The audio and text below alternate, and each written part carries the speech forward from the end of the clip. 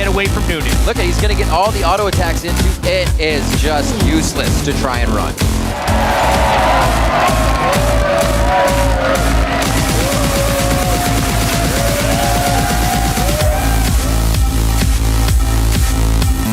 Gold card, damn it! Tail picks up, only Boy's alive.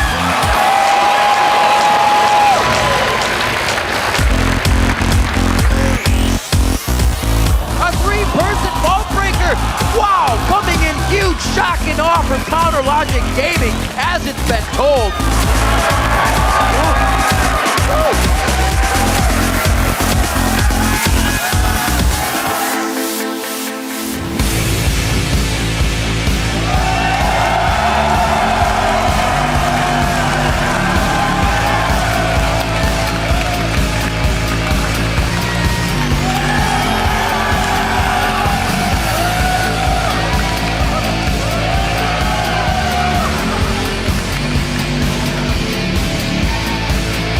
Welcome, ladies and gentlemen, to Day 2, Week 7 of the North American League Championship Series Summer Split.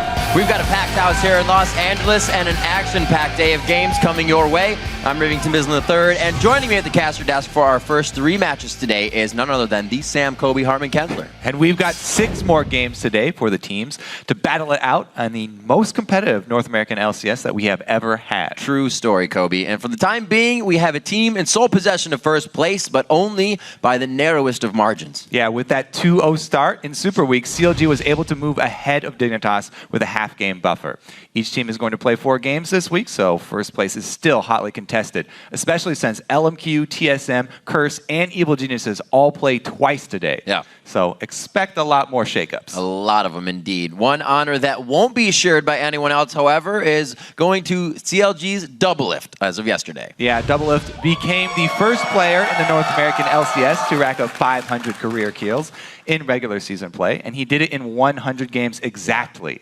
Of course, he accepted the title of Mr. 500 with typical Doublelift modesty. Also, congratulate you on your 500th regular season kill in 100 games. You're the first player in the North American LCS to do so. How does it feel? Oh boy! Cool. That's awesome. I'm the best. I already knew that. So humble. Oh. I already knew that. To give you something to compare that to, let's take a look at the North American LCS career kills leaderboard. Wild Turtle is in second, and he has 81 fewer kills in 15 fewer games. And of course, it was the most buzzed about play on Twitter with hashtag LCS Big Plays. Yeah, at Casher Z, right? It's Doublelift getting his 500th regular season kill. Just 0.1 seconds left in the game. Absolutely phenomenal. Doublelift with your buzzer beater is number 1. Doublelift looking for his 12th kill, his 500th kill of the LCS. Looks like he's not going to get it. He'll have to wait for the next game. Sneaky. Oh! He gets it! He got it! At the buzzer! 500 kills for Doublelift. Wow! Gotta keep reaching for the stars. Aframu was sitting there in the binding with the hand raised from Braum. He was getting One ready. hit on that next but one. he's a good bro. Remember, don't be stingy. Share your favorite plays of the day by tweeting us at LOL Esports and using the hashtag LCS Big Plays. So here's now how the standings look through day 1 of Super Week. In first place, it's Counter Logic Gaming after their 2-0 start to Super Week. In second, it's Dignitas, followed by LMQ and TSM, who are tied for number 3. Then dropping to 5th place is Cloud9. And Curse holds 6th place by themselves, while Complexity and Evil Geniuses are once again tied for 7th. And here's a look at today's schedule. It's a big one. We will be kicking things off with Dignitas against Team Solo Mid. Then it's Complexity versus the Geniuses that are evil. After that, Xiao and LMQ will battle it out with Curse, followed by Evil Geniuses versus TSM, and Cloud9 taking on Curse. And then we will conclude our day with Counter Logic Gaming versus LMQ. So make sure you head over to lolesports.com, lock in the teams you're predicting to win today. Just click on schedule, select week 7, and start casting your votes. Also there, you can read up on all your favorite team, find stats, and rewatch every single game from this year. Or throw on your Teemo hat and join us here in the studio for an upcoming game day taping. Indeed. You can get your picture taken with the pros or cheer on your favorite team to victory. Just click on that tickets link for all the details. And first things first, let's head over to Twitter and share your thoughts on our question over the day. We want to know which NALCS team has improved the most since the beginning of the split and why. Show your work. It's a tough one, so give it a good think. Yeah, then just write us to @LO Esports and use that hashtag LCS so that we can find your answers in the digital ether. And be sure to show your work because the answers are due by the end of Game 3 for full credit. That's right. But now to preview today's action, let's send it over to Dash and Zyrene, who are joined by two very special guests. Thanks, Riv. Now we're gearing up for a huge first match. So to help us set the stage, we've got TSM's coach, Loco Doko, and Dig's coach, Skara. And guys, last time these two teams met, there was a lot of hype around it. So give me a little bit of a sense of what the behind the scenes was from the bowl bet of 2014. You want to open this off, Loco? No, you can start. Okay, well, pretty much Loco was saying that he thought he'd win the game, and I challenged him over Twitter to bet a bowl cut on it. And so what happened was, of course, we won because that's just what happened. And he had to go get a bowl cut. Unfortunately, I wasn't able to do it because I had to wake up like too early to do it. But I assumed he would get a bowl cut that would be legit. And so it just so happened that his bowl cut is not very well cut. Whoa, go okay. to say. So Well, Bjergsen cut it, so what were you expecting? I came to the studio, I lost a bet, and I let the hair lady at it and Bjergsen at it, and they gave me this cut. So Right. Let's just say they were very Hairstylist generous approved. with it. Yeah, they were very, very generous with it. All right, all right. All right. Well, right now we're seeing a parity in the North American LCS that we haven't seen before. And Scar, I saw a tweet of yours yesterday where you were talking about all the top teams, all the teams in the LCS have strengths. Can you talk to me a little bit more about that? It's kind of just before, like at the start of the split, I was really worried for a lot of the bottom tier teams, and just in the mid tier teams as well. Like I wasn't really sure how they were going to improve and evolve with the split, but it seems like everyone has a good idea of how they want to play. And it wasn't like last season or seasons prior where everyone was like, wow, like chasing C9's coattails, so to speak. Like everyone was like, C9 has this kind of play style, like they do the rotation game really well, and let's try to learn how to out-rotate them. And that's like, no one beat them at their own game when they were playing it. And now everyone is trying to evolve and play the game at their own style, at their own pace. And it allows for different teams to have different strengths at different parts of the games. Their draft phases, a lot of the draft phases now, like sometimes you'll see wins and losses in draft, but most of the times you'll see a team get what they want and the other team gets what they want. And both the team comps are like pretty decent. So before you see everyone hotly contest maybe the same picks, and that's still true today, but I would say that at least everyone coming out of draft and coming into each game has a good idea of how they want to win, and maybe not how to do it, but definitely like a general idea of how to play out the game. Yeah, they have their win conditions down for the most part. And Loco, what are your impressions of the parity that's going on? well, it's mostly a lot of the teams getting infrastructure, and then now that they all have good coaches and good infrastructure, that part was really lacking last season because only CLG had a coach, XDG had a coach, and a few other teams had a coach. But now that every team has a coach and infrastructure, they have a really good game plan going into the game. And mechanically, there isn't a huge disparity. And now that the infrastructure is caught up for all the teams, there's not that much, I guess, like skill difference overall. So the teams are really close in standings. All right, well, building on that idea of parity and strengths, I want to know specifically from the two of you which teams you view to be your greatest challengers or something that you need to overcome during the split. Scar, we'll start with you. That's an interesting one. I think that notoriously CLG has given us a lot of issues this split. A lot of times I feel like it's just our fault and that we tend to feel very pressured into doing something and then we do something really dumb. And so it's not so much that they win the game, it's that we let them win and we give it to them. Like we like just hand it to them on a plate. And so that's going to be something that we're going to try really hard not to do. And I think they are probably one of the hardest opponents we'll have this split. All right, Loco, thoughts on that as well? For us, it's mostly CLG and C9. Versus other teams, I feel like we have better late game decision making, and I don't feel pressure to put a team on a timer comp, like a team comp where if we don't win mid game, then we lose late game. Versus CLG and C9, I get really afraid if the game goes past 40 minutes, so we often play timer comps where if you can't end the game mid-game, then it goes bad for us. All right. And since we talked a little bit about coaching, I want to touch on that even more. You're talking about the infrastructure earlier. There aren't a lot of forerunners in the coaching role, and you came over from Korea and you drew some inspiration from there. And Scar, you've been here in NA honing your coaching skills. Where are you guys drawing your inspiration from? What coaches do you look up to, and how have you crafted your own style? Loco, we'll start with you. For me, I've been on a lot of teams, and I worked with a lot of different coaches. So whatever worked for me, I try to do for them, or I try to be a coach like that. So I just try to be a coach, the kind of coach I wanted as a player. I try to be that. And Scar? For me, it's like it's a learning process. Like I feel like especially in the Western scene, there wasn't really much for me to look up to because there really wasn't a coach that lived in with the team. So I had to do a lot of like learning on my own. And it wasn't so much structured from other coaches, but rather just from like maybe what other sports have done with a lot of help from other people. And so I've just been gradually gaining information throughout both my experience and other people's experiences and trying to combine it to become like a good coach. Yeah, you guys are both trailblazers in that regard. And I want to ask you a follow-up here. If you could describe your coaching style so far in one word, what would that word be? We'll start with you, Scar. Why can't you start with him on this one? Give you a little bit of time to think about it. That's fine. I think my coaching style is very... You can use a sentence. I won't use a word. I don't even have a word or a sentence to describe it. How about really good? I'll say it's effective. Effective. Okay. There it is. I would say personalized. I coach differently for all 5 of the players because they need different things. That's a much better. Scar's like, oh, I got to take it now.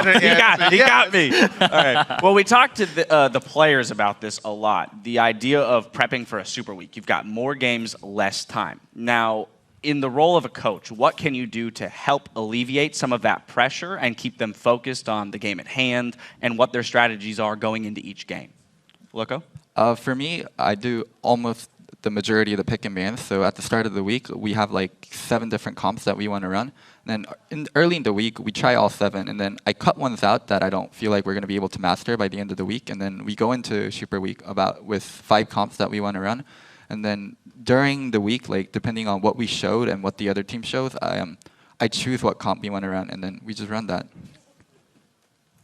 We do a little bit of a more flexible plan. We go into the week, again, with a bunch of different ideas. And we cut the ideas down as the game goes. I don't think we have as many built around comps as, let's say, 5 or their TSM has, but we have very specific general ideas on how to win the game with specific champions and specific shells. All right. Well, thank you both so much for your answers and for spending time on the desk with us. Good luck to your teams in the games coming up this weekend. We're going to jump into that first game, Dignitas versus TSM, after a quick break. So grab a snack, settle in for the day, and the North American LCS will be back after this.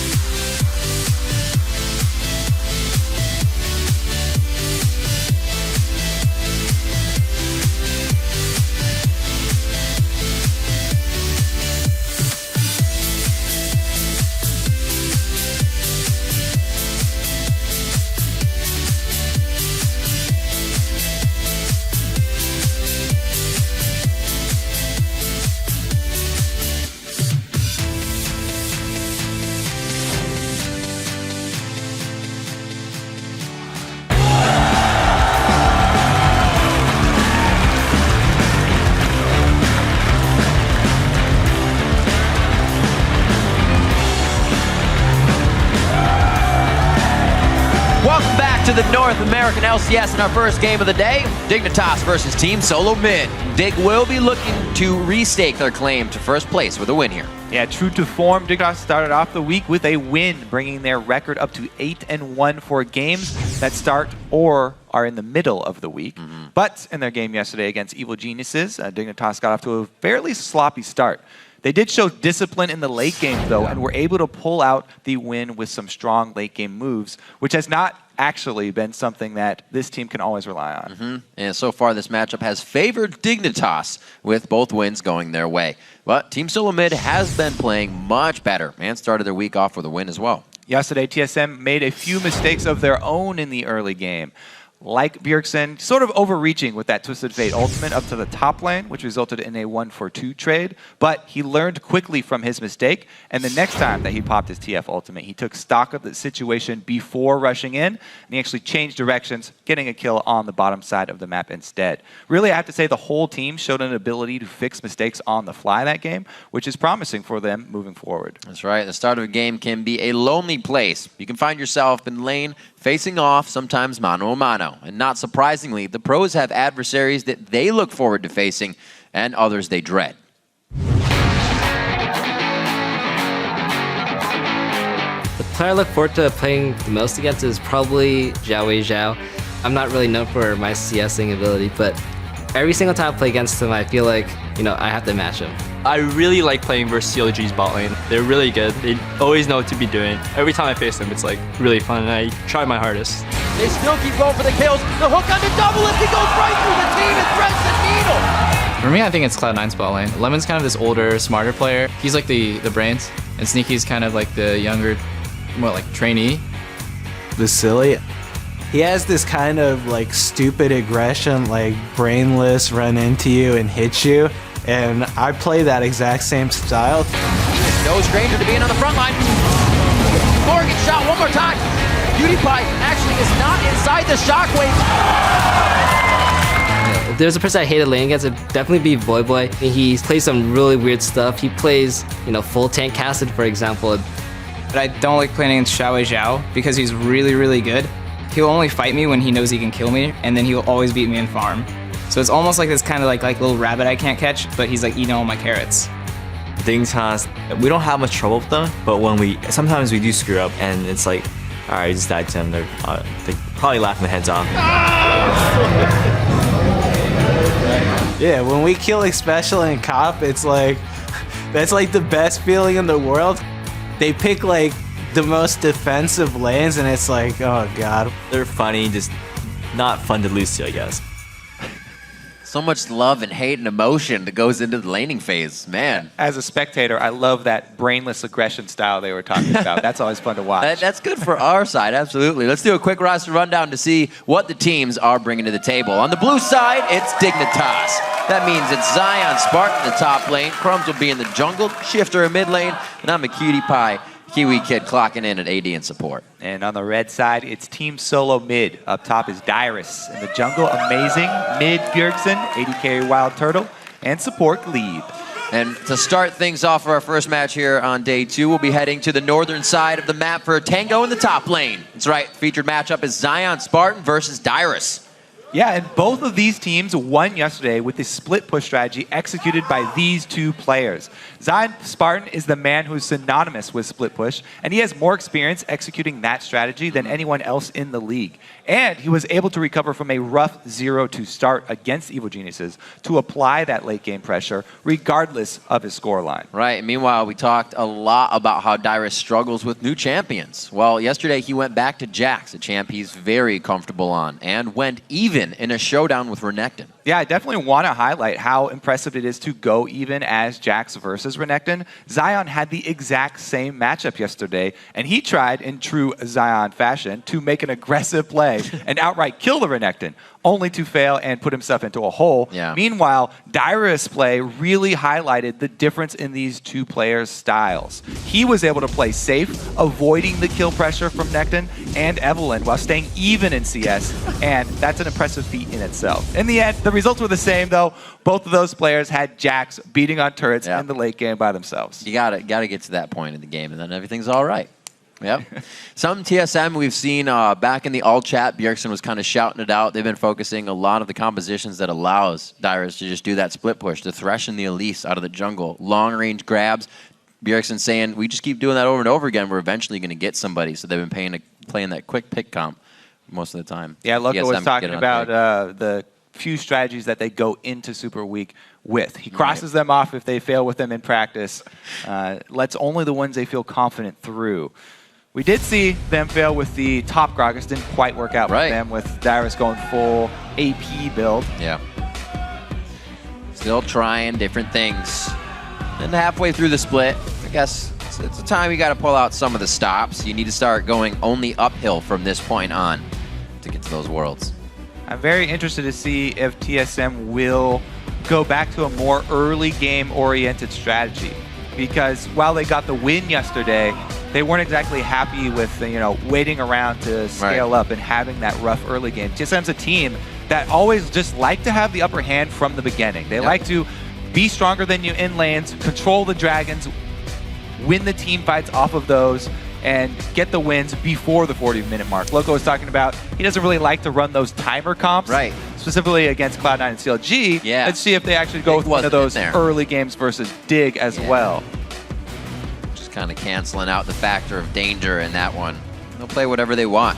Lee Sin, Kale, a lot of yellow, banned out from Team Solo Mid, a lot of blue from Dignitas. See if we can keep it consistent.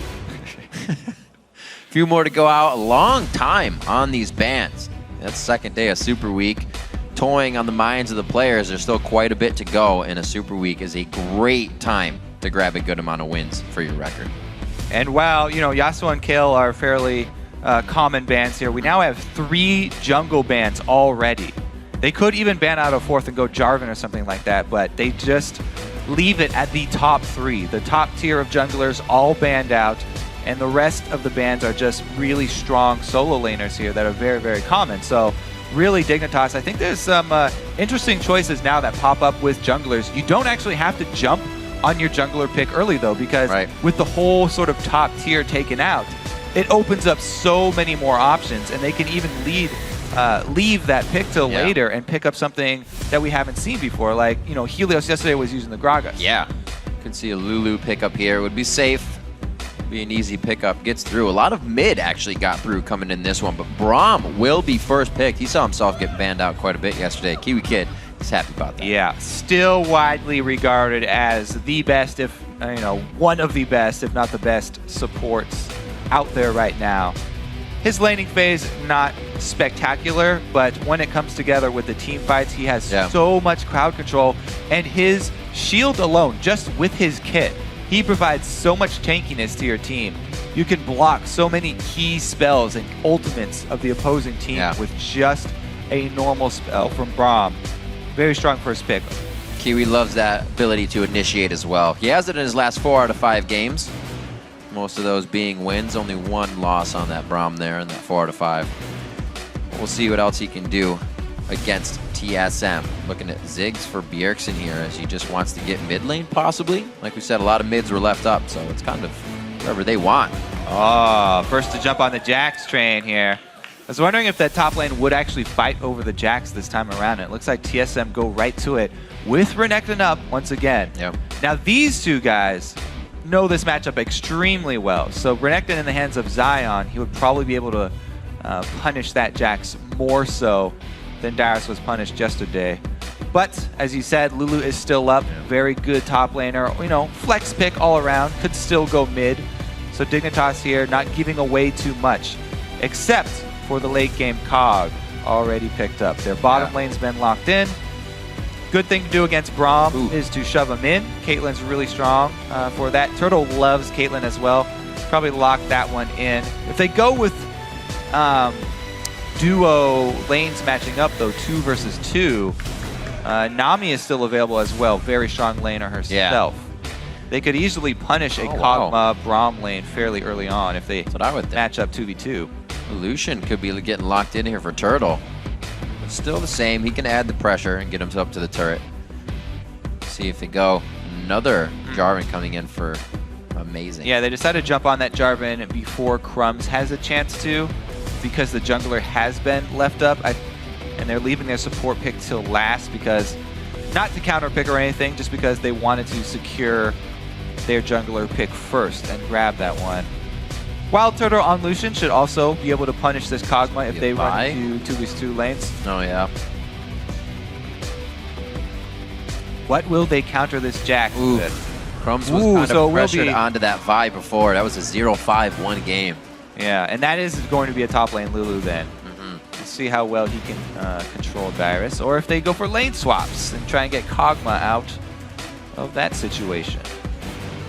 Regardless though, Twisted Fate will be a force from the mid lane. Once Shifter hits 6, we'll see what he can do with that all-important first teleport from Twisted Fate. Try and get his side lanes rolling here. TSM, whenever you have a Twisted Fate pickup against you, now they're looking for something to deal with that pick. Because that's going to be some very forceful engage from TSM. TSM have Vi and Twisted Fate. Very, very strong engage. Looking at Nami still, because it's all around top 2 support at the moment. A bit of disengage as well as that sustain we've been seeing so much in the bottom lane, and it does give you the upper hand. So yeah, coming into this, oh, excuse me, I was confused. Dignitas are the ones with the Twisted Fate and Vi. They're the ones with the hard engage, which I really like because you need that hard engage when you see the Jax locked in early. So Dignitas are looking to hard engage on the 4-man squad. They're going to try and punish TSM for going with a split push. If TSM try and have Jax isolated, Dig will go with some very, very hard engage here. Vi plus Twisted Fate and Braum.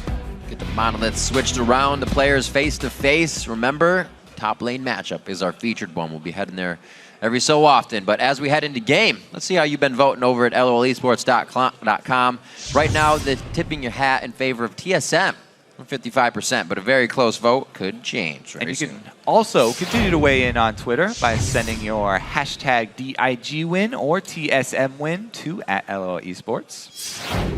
Shouldn't be too bad. Lulu will do fine against Jax in the top lane for now. It'll be what these guys, I think, can bring to the late game, who can really outplay each other. We saw Zion Spartan getting himself in trouble in that Renekton-Jax matchup because he went a little early. It was forgetting when Renekton was going to hit 6. So it wasn't really his play in CSing. It was realizing at what time the lane was at, and it kind of got under his skin on that one. Keeping track of experience is very important for solo lanes.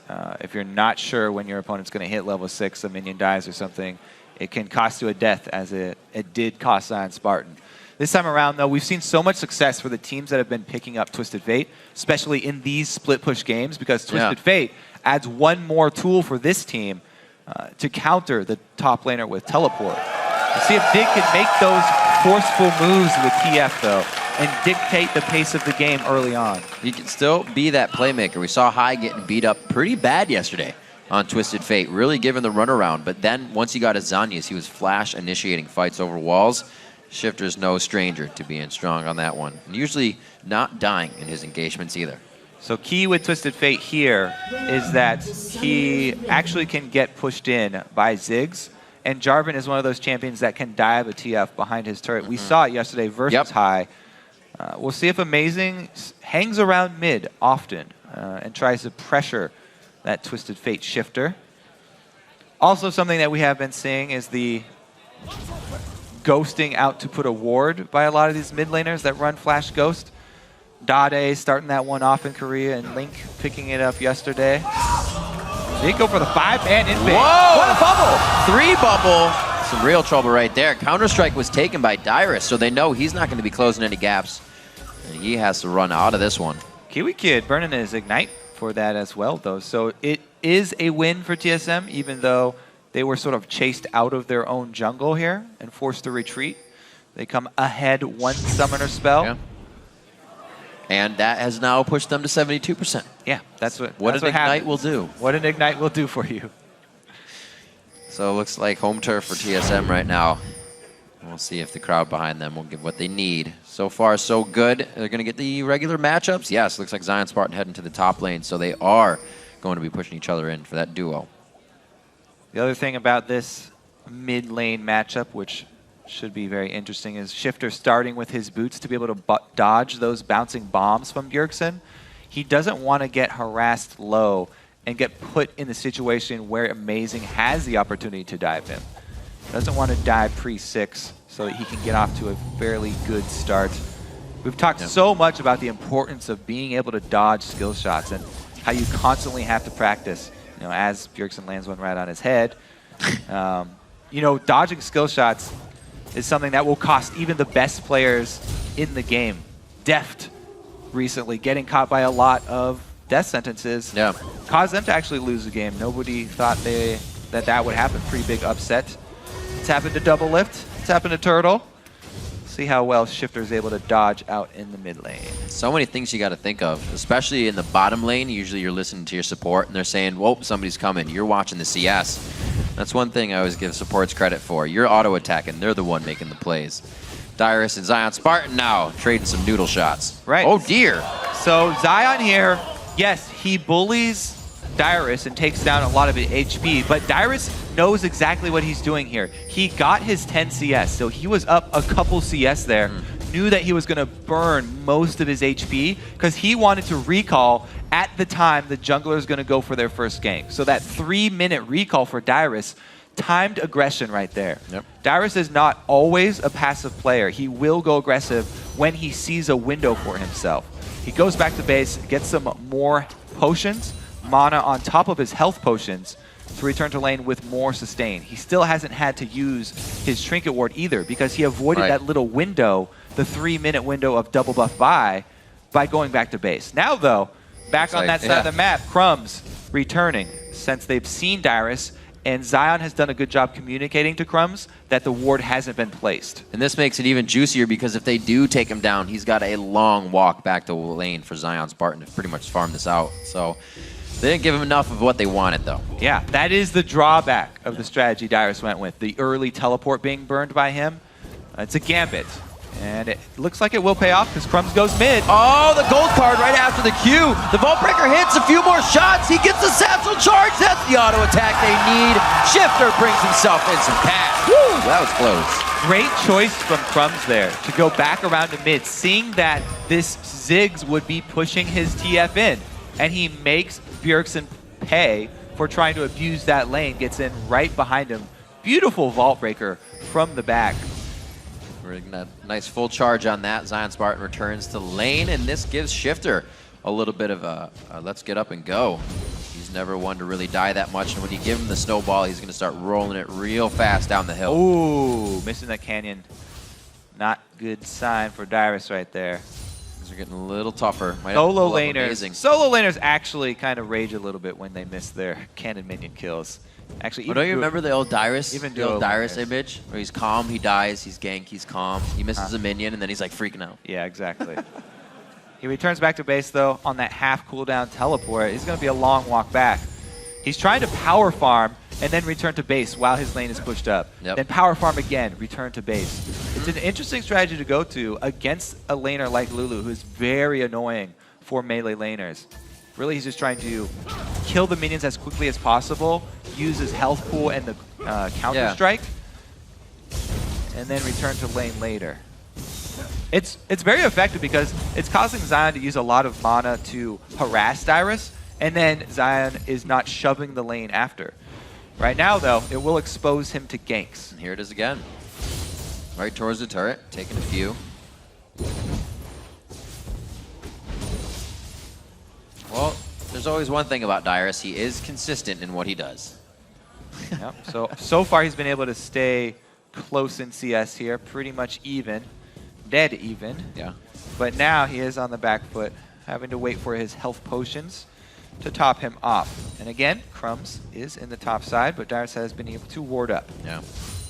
Crumbs might be able to sneak around a Baron wall, but I don't think he'll go for that attempt. So good wards for Dyrus. He'll be safe in the top lane. Shifter still getting pushed back a bit. He is 6, but there's really nothing to work on the Destiny right now. Looks like they want to put some pressure onto him. And a good pink ward placed by Dig gives it up. And there it is. Shifter has also gone with the early chalice because he's trying to avoid getting shoved in, wants to spam his wild cards, and have that magic resist to deal with the harass from Bjergsen. Interesting.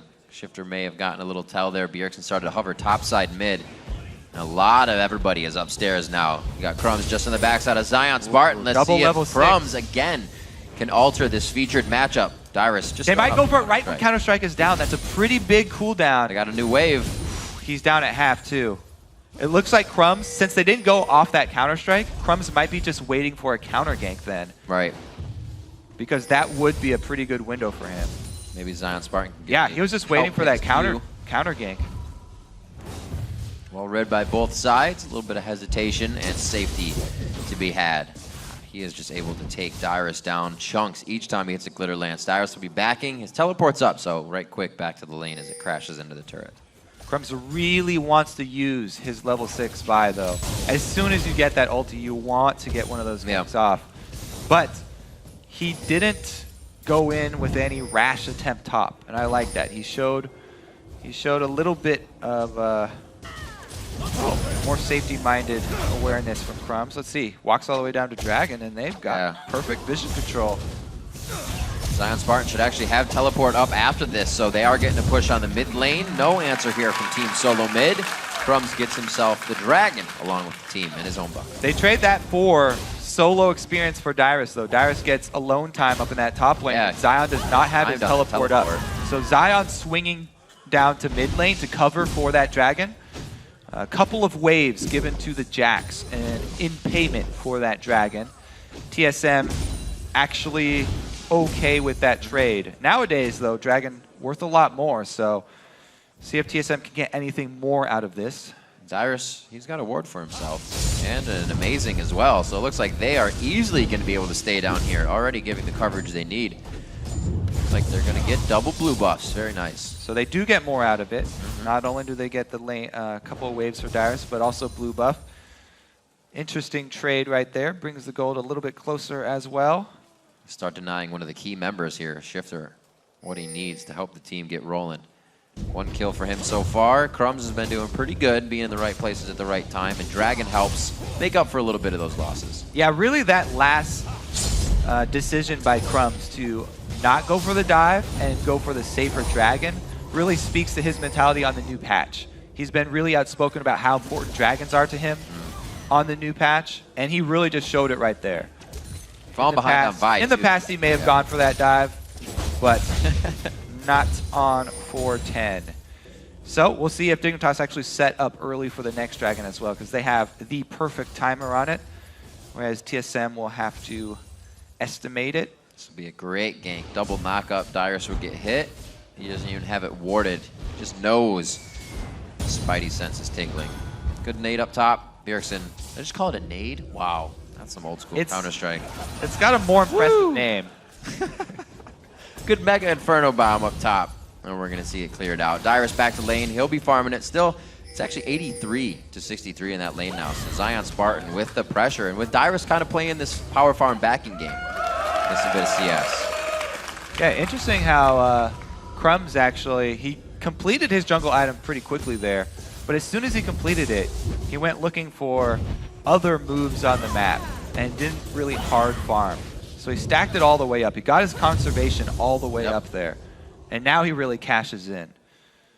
It was waiting there at 80 for a while, though. Again, so much top lane focus here. And Dyrus knows it. He's aware that he has no vision. And Crumbs hanging around. Dyrus is not going to go in the experience range until Amazing actually arrives for the defense. This is a big influx that they can grab, though. If this fight goes in their favor, it's the turret as well. That already goes down. We get a little bit of a cat and mouse game between Amazing and Crumbs, between Tribrush on the top side. He doesn't know if he wants to gank top or gank bottom, but he's pinched between two wards right now. Oh, okay.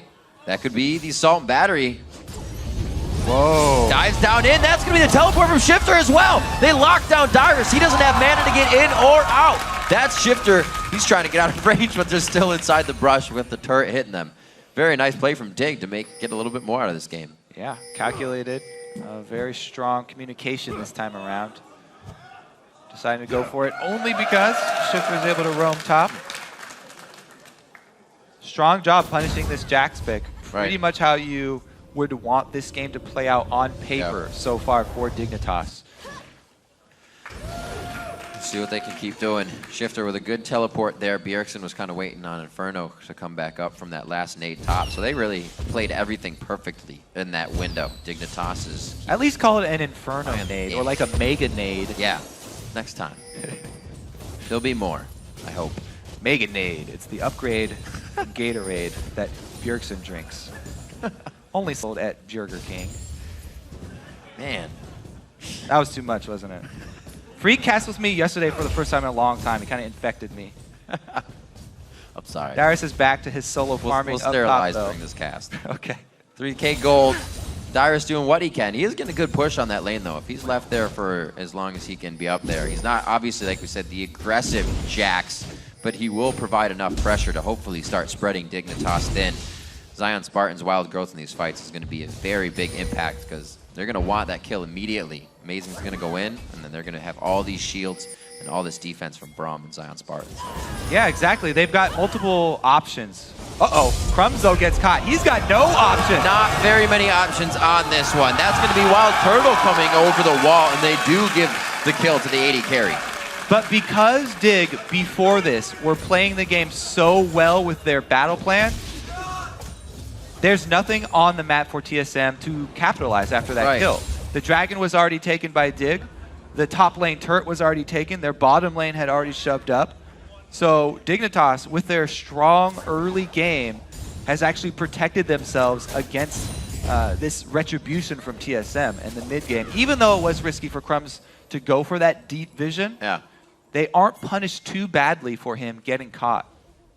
I always like to say that, you know, the gold lead gives you time. A little bit of time to make errors, this and that. Obviously, if you die with a Baron, you're okay, but it sucks that you died with a Baron. Yeah, but we've seen so many teams get the early lead so far this Super Week and then make these mid-game mistakes that actually cost them the game. So this one wasn't punished too badly, but if they continue to make those mistakes, TSM will gladly take that gold and wait for Dyrus on Jax to scale up in damage. That turned around a little bit, but Dyrus' monobar is that big. was He's a completely bold out. move. They miss the wild growth. Move. Dyrus is playing with fire. Whoa, Yep, whoa, is whoa. up as well. No! Oh my gosh. They can still keep chasing. So this is a dragon for all this. Zion Spartan being a one-man troop up here. The throw, that's a flash for a flash. Bjergsen's got He him on wants it inside so track, much. Yeah, but you got Whimsy coming out for 5 seconds on a blue buff. You're not going to be catching a Lulu. What a They're chase. still going, though. Amazing is going really deep Oh, here. he's going to fake it and back. Is he just going to farm still? All right, what Amazing's just going to steal this blue buff. But yeah, once again, timed for Dignitas here. They get the second dragon out of that. And all that commotion top. TSM more distracted. That's getting spread thin right there. Who is going to be able to split push harder? And it's Zion Spartan. And they immediately move from dragon up to mid lane. Dignitas. Wow. Capitalizing on Zion Spartan. This is one of the things that people really wanted to see when Zion was on coast. Because Zion could draw so much attention up to himself in a top lane. He's bullying Dyrus. He's getting very deep in TSM territory.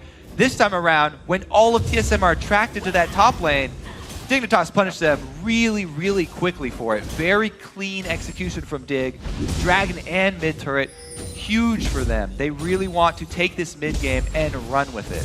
Zion Spartan's really good in those tight moments of just kind of being able to somehow dodge 3 or 4 people. You remember him on Nasus, taking down inhibitors by himself in 3v1 situations on Coast. He loves that style of play. Puts himself in that environment and thrives. Now we have the lane pushing into Cutie Pie. He's going to try and get some free farm in the top lane now. Let's see what he can get out. The Triforce finished. Wild Turtle rushing that Infinity Edge for his Lucian. Slow moving now for Dig as they got a little bit of what they wanted. And now they kind of have to get the ward coverage out to take some more. TSM's going to start clearing that though. And they actually also just pulled a very nice lane swap here. Right. Because they want to get more farm onto Cutie now, sending him up top after that long wave pushed up to their turret. They put pressure on the last perimeter turret here with Zion going down bottom. Supplemented by Kiwi Kid's crowd control. This is a very, very frustrating bottom Iris already lane didn't to like get the out. 1v1. TSM would have to work very hard to evict Zion and and Kiwi from this bottom lane. They're going to try, though. The Jax and Jarvan combo here are going to do their best to hold on. You can tell. Their best is not good enough, though. Crumb's clearing out the bottom side of the jungle, so they feel a little bit safer to split push in that area. Whoa! Did he just flashed for that, but he almost like negated his distance. Glebe gets out of that one alive. That was weird. Zion Spartan's gonna move. He'll be safe. Whimsy gets his red buff slow off. A little bit of a misengage there. Yeah, a lot Destiny was used as well. A lot of tools blown Yeah. for Dignitas there, and Glebe's even able to get out alive with just his flash. Being patient there. It's flat. It's a cool move to do the Vault Breaker flash. Oh yeah. But in this case, he knew that there was. Oh! The Q! He jumps! Oh, he bops him right in the head. Zion getting punished there for the no armor build. He's all right. Zion was just going super hard push. He got maximum cooldown reduction with the mana regeneration, so he can just shove waves over and over. But Dyrus, in those range versus melee matchups, a lot of the time the range can bully the melee champion early on, and if left alone. However, the melee almost always has the kill pressure. And Dyrus has finally been able to take advantage. There's the familiar sound. Jack is a fickle champion to Can fight. TSM get to the point, though, where Dyrus is able to be the stronger split pusher? It's been a while since we've seen Dyrus kind of be the dominant Titan in a game, back when he used to play Jace and just crush people, back when his Shyvana was the one to be the initiation and the strength and not just teleport into an already occurring fight. But we may see him kind of changing, turning over a new leaf. He's definitely getting there. The blade completion will help him out a lot. Just finishing that Blade of the Ruined King, now he has that extra slow to go for the all-in with Zion Spartan. See if he can actually 1v1 him again. Support Wars next at 11. And then again at 12. And then again at 1 a.m. It's going to be a long fight. 20 minutes into this one. Good fight from both teams so far. Definitely wanting the win right out of the gate. A little bit more from Dignitas. Crumbs has some good moves towards the mid lane, but hasn't really shut down Bjergsen too much. 230 to 168 in farm in that lane. Yeah, he has been able to shove Bjergsen there. But the ultimates from Twisted Fate were fairly strong. Shifter with the one Shifter's top. made the moves he's needed to, though, to be very helpful to the team. Controlling that mid decently. Got the Zanyas quite quick for a little bit of playmaking. And let's check in on those support wars, because really what happens with the support wars, the results are shown on the map with where the vision control is. And this time around, Kiwi has also enlisted Cutie Pie to help him. So they're going with the duo trying to get vision here and defending the wards that Kiwi Kid risked his life to put down. Cutie Pie is going to help him out there. Uh-oh. No flash this time for Glebe, remember. Oh, he used the shield to stop it up. Cutie Pie's hit the long-range Bio Arcane and the Living Artillery. Kog'Maw isn't supposed to get a double kill. That's not what TSM wanted to see. Kiwi running low on HP there. But we just saw one of the reasons why so many of these North American teams have recently been having so much success with Twisted Fate. Yeah. The ward wars are such a good way to pick a fight with these teams that are not paying attention. They seem to be forgetting about Twisted Fate's ultimate, the cooldown being up so often, and they continually get engaged on over these fights for very small objectives. Just that one ward in the pixel bush, the huge, Braum shield, we talked about the power of that, blocking everything that Glebe can throw out. And the great engage as well, we got a preview of it here. Woo! Close one. Squeeze it tight. So yeah, we got the preview of the Vi plus Twisted Fate right there. Yeah. TSM definitely going to have to watch their step now. As we said, with the Twisted Fate on Dignitas, they have that extra tool for catching people out in the mid game. And with all the turrets now down, we're going to see more of this. Dig slowly moving up their line of wards into TSM territory. And then if TSM try and fight them over that line of wards, then Dig will go with a hard engage. And if it's jump not right even, back in. If it's not even over the line of wards, you're seen by Living Artillery or Destiny to find you out. They have a lot of options.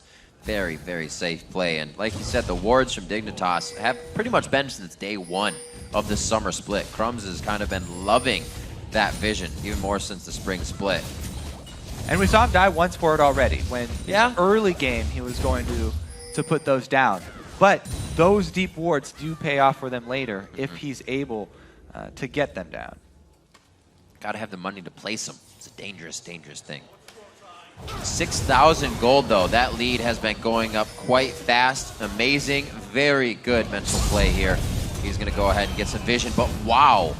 Instantly taken down to half HP from just a few hits. At what cost, Riv? At the cost of half of his life. Bjergsen, though, at least he has blue buff for TSM's sake. Trying desperately to wave clear. Zion Spartan gets some great vision in the top lane of 3. Oh yeah, he gets to watch that double golem twins getting taken down. Very good ping coming out from Team Solo Mid. They're saying it seems like it would be free now to clear wards out, but he needs a buddy. That's going to be Wild Turtle, it seems. We'll just hover up with Glebe, and they're safe. Zion Spartan in the bottom lane to start clearing out. Looking at that matchup, still 199, 174. Not too bad, and we've seen Dyrus in the 1v1 start to come back strong. Yeah, if worse comes to worse for Zion, though, he can always just hug his turret. Yeah. You know, he's building for the team fights, and, you know, he's got cooldown reduction, mana regeneration, and now working towards death cap. So he'll be extremely effective in team fights. In the 1v1, pretty much all he has to do is clear these waves out. So he's got plenty of AP now for his Glitter Lance. He can continually clear out the waves that Dyrus pushes up to his turret. As long as he's able to hold his ground under the turret, Zion's doing his job. Well, it could be quite a long time, Kobe. Both times these teams played, it's gone over 40 minutes, so we'll be in for a treat. And Dig, they keep on burning a lot of their health on these Baron attempts, when really, I feel like they should just be baiting more since they've been able to... Whoa! Hello! Can anybody close that distance, though? Kiwi Kid throwing out a Fisher, so they get a little bit of ground movement from both teams. Amazing throws out the cat, Kiwi Kid with the Fisher. Couple ultis for ultis. Shifter flash down. Shifter did flash. That'll be nice for them to have next time.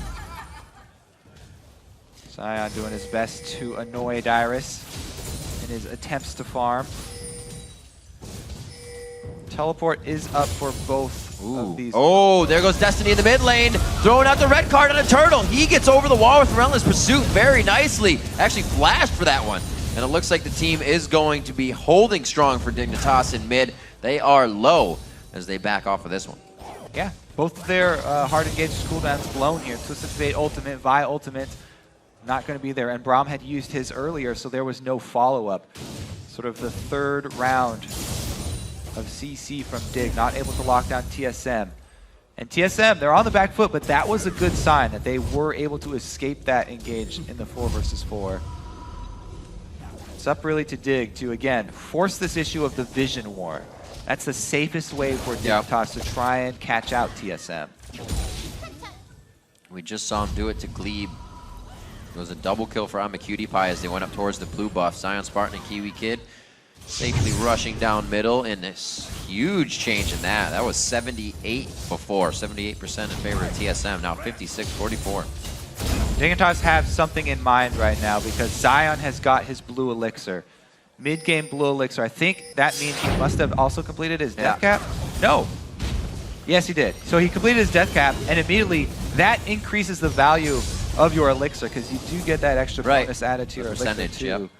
So it's even more efficient of a buy. And Zion has a very big power spike right now with that sitting on him. But this is going to have to return to try and defend against Dyrus. Destiny's almost up. You can see that Dignitas is trying to clear around the Baron area. This looks like they're trying to do a little bit more of the take instead of lose their HP to Baron. The take works. Glebe goes down. But this is the answer now from TSM. Isn't too much for Dig to handle. Amazing is quite tanky. Gets a nice Q to shred out both Crumbs and Kiwi Kid, but there's no follow-up. And look at the patience from Dig. They make the call for Zion to hold his teleport. Even with the threat of the Jarvan Jax hard engaging and sticking to Dig, they had the confidence to escape that and come away with a huge lead. Not only did they get the kill, but the teleport advantage is going to be very, very big for them. Oh, man. This is going to be huge. They're going for Dragon. Zion's got a gigantic wave in the bottom lane, and now there's pressure to Baron. TSM is spread so thin, they can't even get one person over to Baron. Crumbs right with that Trinity Force build, really risky. They get Shifter in, trying to micro in that damage. You can't really do the aggro dance with Baron. He's just gonna hurt, but Dignitas prevails. They grab Baron at 27 minutes in. And how did they start that off? The Vision Wars. This time, they didn't start attacking Baron. They waited for the pick first. They got the pick onto TSM, and after that, returning for their prize. So they have to do the work first, and then you get to go for Baron. Great map movement all around from Dignitas, giving them everything they need. They've been able to keep that 6,000 gold lead. Still very slow in the turret game. The map pressure is kind of just wavering back and forth between objective team fights right now. But I guess that's helping Team Solo Mid, really. If Dyrus can start getting a lot bigger from those fights, from just being alone all the time, he's going to be wreaking havoc in these fights. Yeah, I don't know if it's going to be too late for him, though, because Zion is so strong right now with all the global gold that Dignitas have been holding on to this whole game. That's with all true, their and he's control. up, yes. He's now working on armor. So he went with that full team fight build, and now he's got the arm guard working towards that Zanya. So he's extremely strong right now, even in comparison to Jax, who's almost at the double item power spike. Right. It might never get to the point for TSM, though, where they really get to use him effectively as a split pusher. Yeah. Sheen was actually just built 8 minutes ago. That would have definitely been a nice power spike to have. But like you said, with the armor, Zion Spartan will be happy to take some empowered shots. And even if Dyrus does get that strong, a 2 offensive item Jax is not that happy. great I lied, in he's the not late game happy. team fights, because Dyrus can get CC'd by the Braum counter engage, plus Lulu can use her ult defensively. She doesn't have to use it on Crumbs when he goes in. They can save all of these tools for a late game Jax. If Jax does become a problem, they have plenty of crowd control to deal with him. Whimsy, Braum, everything. They have a lot of options here for Dig. It's looking very strong for them. Turn him into a little dragon. Do whatever you want. Good push here on the wave. This is going to be a hard turret to secure here. Oh. TSM. There's the teleport in. Somehow Zion Spartan got the turret on himself, actually. Dyrus jumps out of that, throws down his ultimate to Grandmaster, though. Here comes the Mega Inferno Bomb in. They throw out the ultimate when it can still be used for the fight. We'll see if Dignitas can hold strong in this. They're getting great damage on the turret for the amount of what's been used. Can they keep pushing? Yes, sir. Take down the turret. The Baron buff going to regenerate them as well, so they don't have to return to base right now. All 3 lanes pushing for them. They can easily rotate over to another objective. Top outer is the last outer turret that is standing for them. Oh, never mind, mid turret as well. That one's still here. Really great control over the map as Dignitas has been getting when they have their wins. If they can fall into this mark, it usually is theirs. That's their weakness coming kind of into the summer split, is if they don't get ahead early, will they be able to kind of recuperate? Do they have a team that they build in Champion Select that can recuperate? It's starting to become a harder thing as the games get longer. Yeah, it looks like this game, Dig really have had the superior plan all game long. Shifter going with the hard engaged Twisted Fate for just wave clear and the initiate, pushing Xanyas into death cap after his Athenes and not going for the split push Lich Bane because they have Zion who can hold his own and just go for the wave clear. Really, they've been using this Twisted Fate for picks, not for split pushing. And the picks have been effective. Every time he comes in, usually targeting Dyrus, they've been able to pick him off in the side lane and grab an objective afterwards. Cutie Pie going for Blade to the Rune King into Triforce here, and then the Infinity Edge for his Kog'Maw. Knowing the game will go a little bit later, he has time to build that up. The Giants bout built up on Crumbs so he can get a few more safer initiations and hopefully live a little bit longer. TSM's just trying to clear out. They have the power to stop these sieges. Bjergsen's on Ziggs, and we haven't seen too much from him. He's been farming his face off, so we're still waiting to see an impact from the damage he can provide. Yeah, they're trying to have Shifter just stall the game and wave clear for the team while they try and power up Dyrus. But again, even Dyrus still has his hands full. Zion with those completed Death Cap plus Athenes. Not many moves they can make right now. Ward's all in. Dignitas has complete control of this jungle. Pinks, greens, everywhere. TSM should not be able to start grabbing these, but they are getting some damage on that top turret, and losing a ward for the turret will be fine with that. Yeah, as seen by the ward placement, Vision Wars. Yeah. Won by Kiwi Kid and Dignitas. By the way, it's not just Kiwi Kid. You know, he's sort of the star of the Vision War, but Crumbs is definitely hit the turret, doing his part as well. Still the very slow push. Dignitas giving TSM some room to breathe. I'm really surprised actually that TSM did go back to this strategy, because they were talking about how they were not even really happy, even though they won the game yesterday. They didn't really like that style of waiting for the split push jacks. But again, it was left open, so they went right back to it. May have been them getting in their own heads trying to deny jacks from Zion. Well, one thing TSM can do is kind of keep a consistent mind. They won't kind of fall out of the split push jacks. They won't try to just do something crazy and forget the composition they're trying to run. Some teams in a late game fall into that. They stretch themselves into an area where maybe we can try this, and when they would have just gone with the split push, that would have worked. TSM's a team that can keep their head Dragon in can line. be luring TSM out into the map. This is an opportunity for Dignitas once again to go with a TF initiate into a Vi ulti. Ooh. They just go for the mid rush Drive here. down mid lane. They'd rather take the turret, and they've got TSM in a bad spot. TSM cannot defend that outer one. This would be huge for Dig to grab. Then they can freely move between these outer turrets. So much harder for TSM to stop now. Whoa. Turtle, holy macaroni. That's some HP. That is an Infinity Edge Kog'Maw right now. He's got Infinity Edge plus his Trinity Force. Oh, wow. Those few shots allow them to take an inhibitor turret as well. The inhibitor's going to be going down. Dignitas deciding to drive straight down middle. Gets 3 structures for themselves. And a great stop from Zion Spartan. They're going to be able to go to whatever lane they want, or at least clear out all these pink wards in the jungle and then reset. TSM with a little bit of a miscall after that dragon. Yeah. You know, taking the dragon and trading it for this the last outer turret in mid is not the worst situation, but not immediately recalling after dragon. Ooh. And trying to come up through the jungle is just a poor call. So by canceling that, they aren't even able to defend their inhibitor turret. And really, that's the biggest thing for TSM. When you have Ziggs, the hardest thing that you should be defending are your inhibitor turrets, because those are ridiculously hard for teams to actually crack through in the late game, even if they are this far ahead. But if you are out of position for 1 second there, Dignitas immediately take down that inhibitor turret, and that is going to be a clear path for them. Oh, man. I was just about to say, Dig would have had a great fight. We just had Mega Inferno Bomb come back up from being used on the inhibitor, but Dignitas has been kiting the fight on this one. Vision coming from Living Artillery, walks into the bush, gives up Dyrus as well.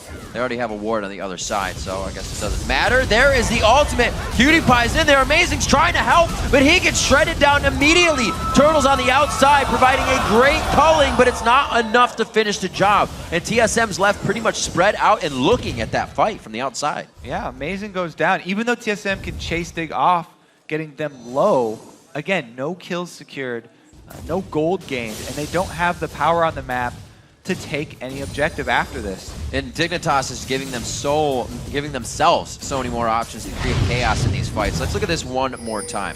So they focus onto the Kog'Maw. And Amazing sees Kog'Maw right there, so he's like, great, I can catch this Kog. They land the bubble onto him, but look at the deeps coming out from the rest of Dignitas. Just blow up the tank. Good wave as well. Everything really that they wanted to hit Kog did. Yep. And Shifter as well in the line of fire gets taken low. But Dignitas were able to take down frontline Amazing just so quickly that TSM can't grab anything after. This Baron going down very quickly, by the way. Teleports are up. Dyrus just jumped on Zion Spartan in the bottom lane, so they're not teleporting into this. It's already been grabbed Baron on to Dignitas. The Whimsy in. What a shield that Zion Spartan gets. He's going to get some help from Shifter. They're going to lock down Dyrus, and they are going to lock down a long, strong mid push. Well, actually, I guess they're going to the side lanes. Mid's still down. That's just TSM getting frustrated with this game. They know that it's really spiraled out of control for them, and Dyrus trying to make a play. This Zion doing a really good job, though. Number one thing people talk about with Lulu is how annoying he is to play against. Zion knows he's not really trying to just straight up 1v1 kill Dyrus. He's toying with Dyrus, harassing him and waiting for Shifter to come in.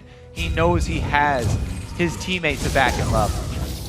Even if Shifter hadn't come at that right time, Zion might have even been able to finish that himself as well. So, especially with the Baron buff. Dig really with this game in hand. Dignitas definitely very good at controlling their lead. Now up to 12,000 gold. I have to say, well, there's 11,000. so many different faces that we see from Dig, and this is the most calm that we've seen them execute a game in a while. At no point did they start to panic. At no point did they start to rush their calls. Whimsy, such a great just counter to that, or counter strike, if you will. You're still having it after you're stunned. You have to use it before it goes off. Dyrus just cannot get himself into the spot he wants. Crumb's going a bit ham under the turret, but they get one more shot on it. Oh, the wild card! Tag's amazing in the end. Cutie Pie a little too close for comfort. Shifter's got his gold card, though. They're safe to stay, and they're still on the inhibitor turret. That was 3 versus 4 Ruh-roh. up in the top. That's as well. close. Getting a little too confident here. Dyrus wants vengeance. You gotta chase him. You know, Whimsy. He turned you into a dragon. He's gone. 38 minutes in.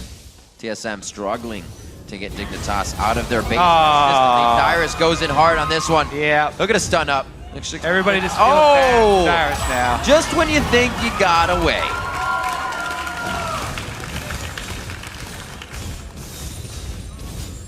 Gonna have Cutie Pie pushing mid now. Dignitas full control here on the game as they drop the middle inhibitor turret. Only a matter of time now before day 2 of Super Week kicks off with a Dig win. You know, Scarra also talked about in an interview how a lot of the times in North America the teams are getting exactly what they want, both sides, and then it's really just up to execution of both teams and how that team wants to play. Dignitas definitely with the better execution this time around. Crumbs, though, he's going to get executed himself. Almost. Not quite able to get the turret in time. Too bad, so sad. Comes up very close. 8-3. 3 more turrets rest on the map for Team Solo Mid. That's just gold in the pocket for Dignitas. About to win the game? Let me take a Wraith Can. All right, now they're just padding their team numbers for fantasy. Collecting all the gold on the map. Chalk up another dragon for Dig. Because they are going to be rich when they go back to base after this one. Let's see what the gold is. 17,000 to 14 just in that mid lane. A 3K gold lead for Shifter. 2K coming in for Cutie Pie over Wild Turtle. 3K for Zion Spartan. Just far and ahead. 4K for Crumbs. Everybody, 2 to 4K gold leads across the board for Dig members. And Crumbs kind of proves his point, you know, talking about how important early dragon control is to him. Yeah. That chain of global gold that they were able to secure. And for him, a much more controlled game in general. I kind of wins when he picked up that Vive. Like we said, that was a 0-5-1 game last time. He still, you know, tried to go for the full damage build as we saw Dexter doing. And it just showed that Crumbs had a bad game because right now he's putting his foot down. And he's been, 1, 2, and 4, but he's been in the right spots to facilitate this 9-4 huge gold lead that his team has. Yeah, some smart choices from him definitely throughout the game as well. And yeah, now transitioning into that tank. Yeah. Randuin's even in the nerfed state. Pretty much one of the go-to armor and health items. Still not quite sold on the early Sunfire capes. Ooh. It's like 600 shield coming out for Zion Spartan. Easily tanking up a few shots on the turret. Does a little damage still. Dyrus is getting Angar. He wants to do some damage. Whoa, Amazing goes in. Dyrus was in the mid lane, so they don't even get a full crowd control lockup. Kiwi Kid's gonna get hit up. Turtle's able to heal himself quite nicely with the help of Glee, but that's another inhibitor turret going down, Kobe. They're about to run amok in TSM's base. And you can see how safe Dig were still playing. Even though Kiwi Kid about to go down, Lulu shields, Lulu ultimates all go to Cutie Pie. They don't even want to risk getting him low on him. Yeah. Kiwi Kid, though, might not be so happy about that one. Speaking of fantasy points. 5-0-3, Shift to the God, still alive somehow. He only died a few times yesterday. Well, he's been playing, Himself alive. you know, fairly safe and calculated with that twisted That's blade as true. well. He hasn't gone for the risky. Even with the Zanyas. Yeah. Zanyas! There, dodges out the bubble on the edge of his seat. Shifter stays alive on that one. Kiwi Kid has gone down previously, but you see Dig is still in the base despite that. Feels controlled, and they have minions pouring in from every single lane. Good thing Loco did not go double or nothing on that bet with Skara. Oh, Dignitas man. really seemed to have TSM's number. What would be double or nothing on a bowl cut? I don't know. I don't even have anything good enough for that. You gotta get Freak on the desk. I guess they'd have to redo the bowl cut, as the first one, not very bowl-like anymore. It'd be like just half of your head is a bowl cut and the other head is shaved vertically down the middle. Yeah. No, he's just got to wear an actual bowl on his head for the next week. Nice. All right, Dig finally, though. With all inhibitors down, everything on the map taken, they have to go finish this game now. There are really like no other options. Well, Crumbs is farming the jungle still. Crumbs is farming white right now. What are you doing? You don't need that money. How do you make your fans happy? You give them fantasy points. There's nothing else for him to buy. Hell, I have oh Shifter, my God. I have Shifter and Zion. I'm smiling. All right. Well, if you have the Dig team, you get points for all of the objectives that they take. So another Baron would I have be Team big. Solo Mid. Ah. Oh, man. Dignitas back on Baron 43 minutes into this one. And it's going to be dead quite fast. TSM still kind of trying to put out the fire in their base at this point. Woo! 14,000 gold lead coming in strong as Dig looks to drive to the Nexus. Oh, man. Nope, They're never mind. taking Red bomb. everything. They have to clean the whole map. When you party this hard, usually you clean up before you leave. There you go. That's just common courtesy. Yeah, absolutely. You can't just leave. That's rude. You got to deliver. 10-5, Dig looking to deliver here. Hopefully, this is going to be another inhibitor going down. I think this is the third time mid has gone down. A good fight being put up by Team Solo Mid here, but Dignitas, they're giving them a little too much breathing room at this point. Reveling in their success so far. Dig with the complete victory. There we go. Just because the camera pans to the Nexus doesn't mean Dig wants to. Finally, Cutie Pie's on the turrets. We're going to get one down, a 15,000 gold lead. The last initiation TSM wants to throw in. They're going for broke. A great ultimate by Crumbs. They're able to lock down amazing. He goes down. Bjergsen's going gold for just a few before he goes into the coffin as well. The triple kill coming out. Shifter looking for another penta possibly, but he is very low and the Nexus will be even lower. Dignitas takes down Team Solo Mid.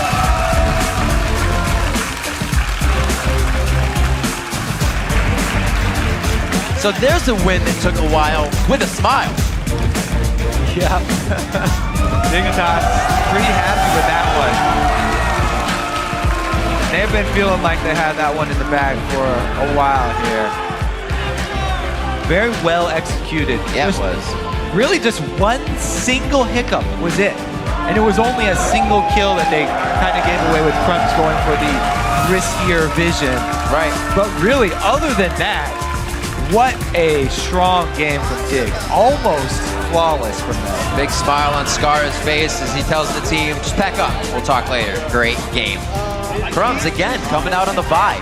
Had, like we said, a pretty poor showing last time. It was a tough game for him. And this time, we saw the consideration in his ganks. He went top lane to leave it for mid lane first blood, and the right choice. He's a guy who actually enjoys the games where the top three junglers are banned out. And you open up the field to everybody else. So he's actually pretty happy that he got to get some variety in his life. And strong play brought to the top lane as well. Zion and Dyrus both didn't have amazing scores. It's 1-2-7, 1-4-0. But they definitely gave Dyrus hell. They made sure that he couldn't be a late game factor. And we even saw it kind of, once they knew the game was kind of folded under for them, they were just kind of trying everything. And sometimes you need to, but it was hurting even more. It was just such a well-rounded comp here from Dig. They had early pick possibilities with dives with the Vi and TF and Braum. And then they had a late game insurance with Kog'Maw. So much map control from them all game long. TSM, though, a little bit sad with the way that one went. They went back to the same thing they used yesterday and not quite as effective this time around, to say the least. It wasn't too long ago that these teams played. That was just back in week 5.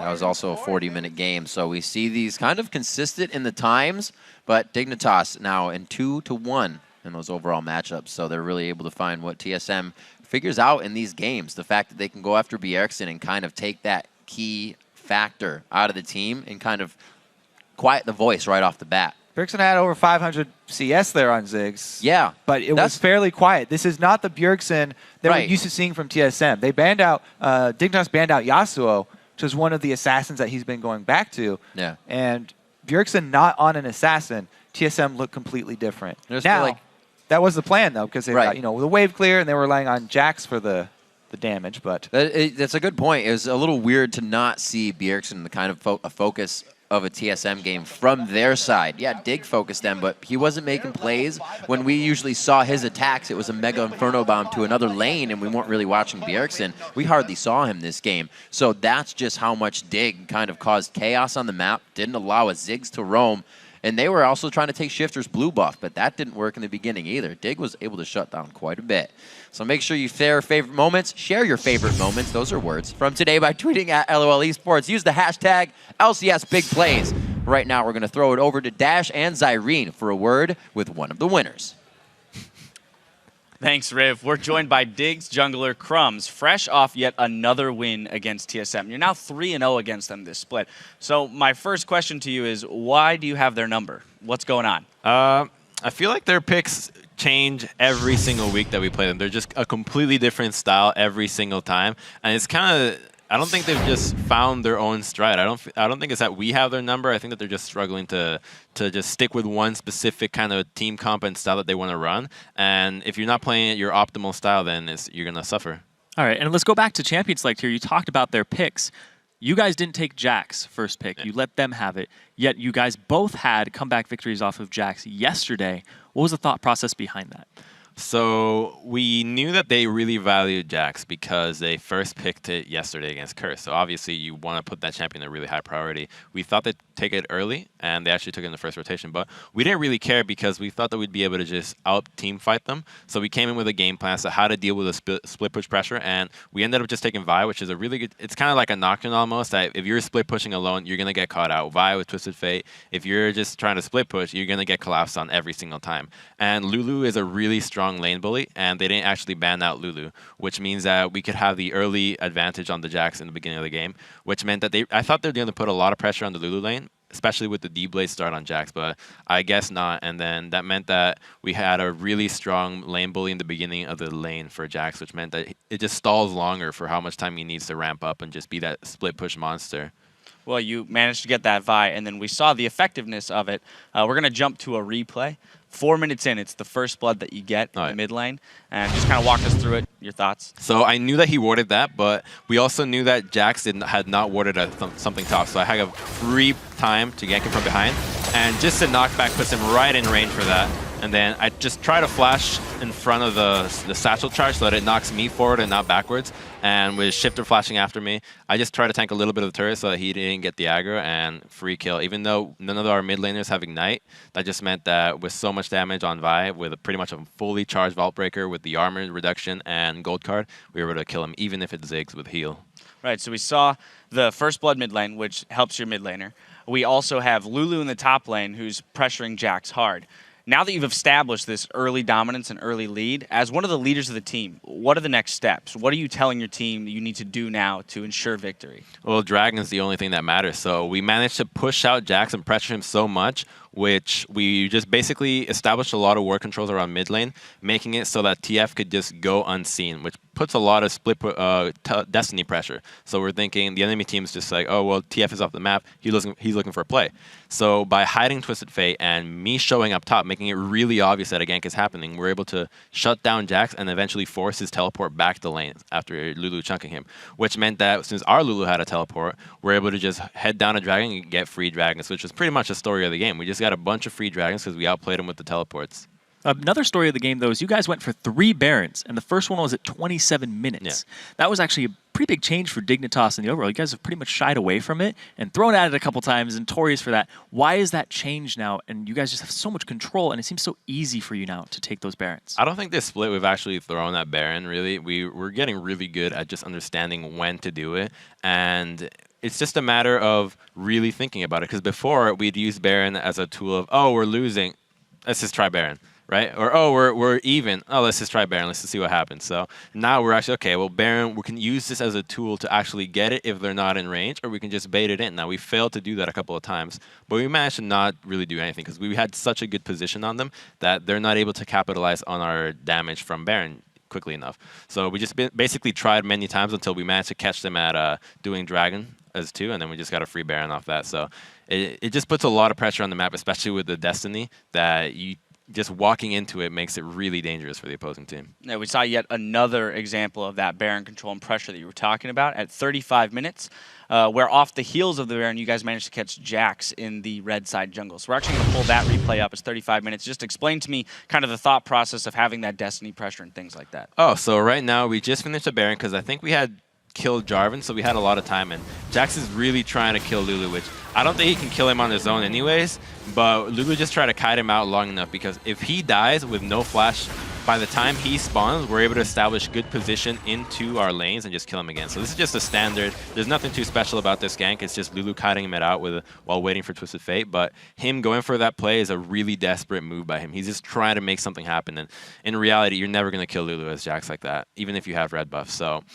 eventually, it just backfired, and at that point, I feel like that game was pretty over for them. It was just a matter of how long can you stall with Ziggs.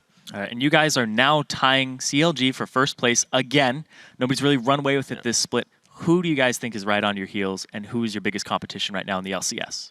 I think every team's just strong right now. Obviously, CLG is pretty solid. We're 2-0 against them, and they've beaten us every time. But I think that it's just a matter of who can be better, really. Because I really like the showing that we had against TSM this game, because I felt like we were aggressors this time around. Like maybe they didn't do what they wanted to do, but in the end, we managed to be aggressive against something like a Ziggs and make the plays that we needed to do to win. So that shows that we have an understanding as to what we need to do to win a game and not just win off the mistakes of the opponent. All right, well, tomorrow you guys actually have your 2-game day against Complexity and Cloud9. What are you guys looking to do to prepare for those two teams? Anything special coming out? Well, not really. I mean, our picks and bans are just the only crazy thing that you'd be able to see. But besides that, Complexity looked really solid yesterday against CLG, which they had a game, I think, like a 5K gold lead at 10 minutes, which they should have won off that decidedly. But they ended up throwing a Baron. But they looked really good, and they're playing up next against EG. So just scouting out their matches and just being able to formulate something about the information you can gather from 2 matches in a row should prepare better plans for the future games that we have. Same thing goes for C9. All right, just to touch on that a little bit more, the statistics have said that you guys perform very well at the very beginnings of weeks, either beginning or middle of weeks, and tend to lose more of your games that happen on Sundays or near the end of the week. Is that something that's in your guys' head that you're thinking about? Is there a reason why that might be? I never even thought of that, really. I always thought it was that it was the beginning of the split, not in terms of days. So I don't really know where that's coming from anyways, but as far as I know, I mean, it's already late. Isn't that late in the split already? It's week 7, so I feel like we've already gotten that past that part of, oh, you guys are just getting lucky in the beginning. But as far as playing on Sunday, I mean, if anything, our worst game would have been a day, because we don't like waking up this early. For us, waking up early is 9 a.m. It's like, oh, don't wake me up at this hour. But we were able to actually pull it off, sleep early, and do that. So since tomorrow we don't play first game, I think we'll be fine. An interesting point, though, is 4 of your 5 losses are on the last day of the week.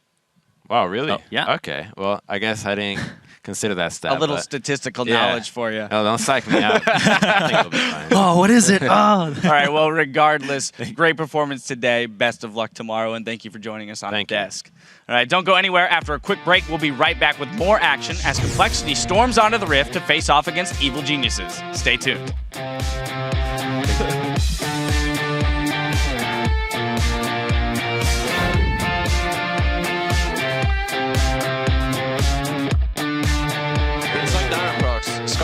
And he's like, one last game for Skarner. No flash this time for Glebe, remember. Oh, he used the shield to stop it up. Cutie Pie's hit the long range bio arcane and the living artillery. So I guess this doesn't matter. scatter. There is the ultimate. Cutie Pie's in there. Amazing's trying to help, but he gets shredded down immediately. Turtle's on the outside, providing a great culling. The last initiation, TSM wants to throw in. They're going for broke. A great ultimate by Crumbs. They're able to lock down Amazing. He goes down. Bjergsen's going gold for just a few before he goes into the coffin as well.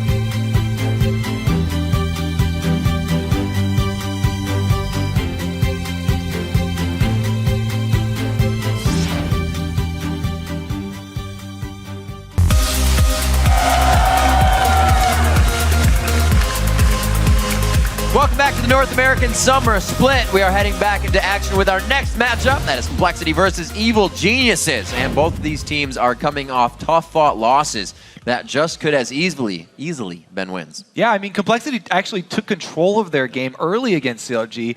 And this split, they have been a team that can transition a lead early into a win, as we've seen in their games against Cloud9. But yesterday, Complexity made a poor mid-game decision to start that Baron up. And CLG took this opportunity to collapse on them, and Complexity lost 3 members, Baron, and control of the game with that one move. And it's, you know, those types of mistakes that teams used to be able to make and still eke out wins in the LCS, but no longer. Right, and EG found themselves in a similar situation when they took an early lead against Dignitas yesterday. Yeah, Evil Geniuses have a knack for pinpointing their opponent's weaknesses. Yesterday, they preyed on Zion's aggressive style and attacked him in the top lane.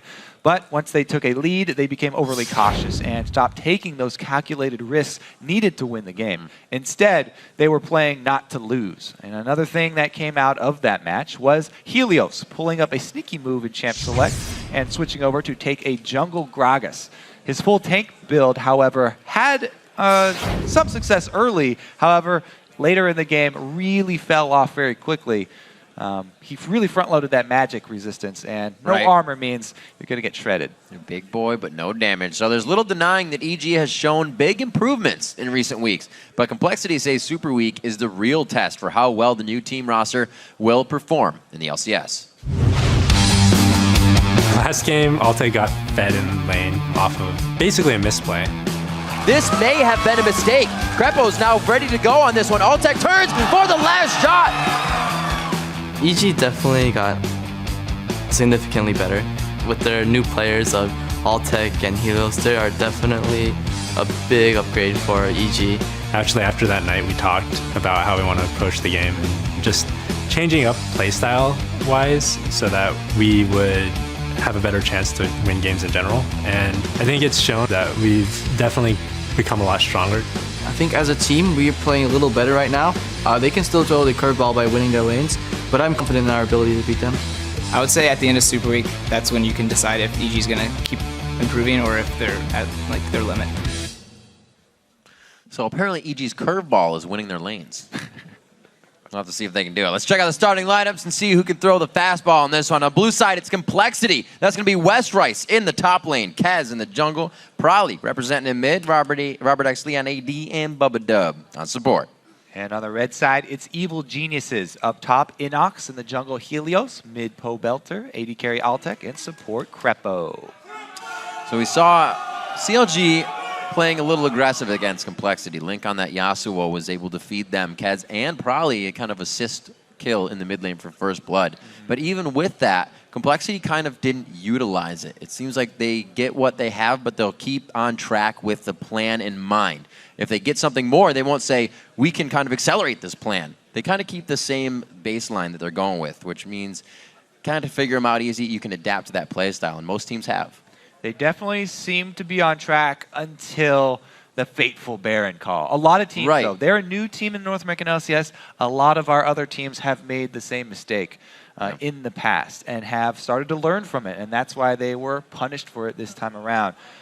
All that being said, you know, Complexity and Evil Geniuses, these are the two last place teams right now. This match is extremely important for both of these squads, because Evil Genius, especially after the roster changes, have been trying to separate themselves from this bottom tier. They've been working so hard because they brought in all this new talent and they wanted to prove themselves.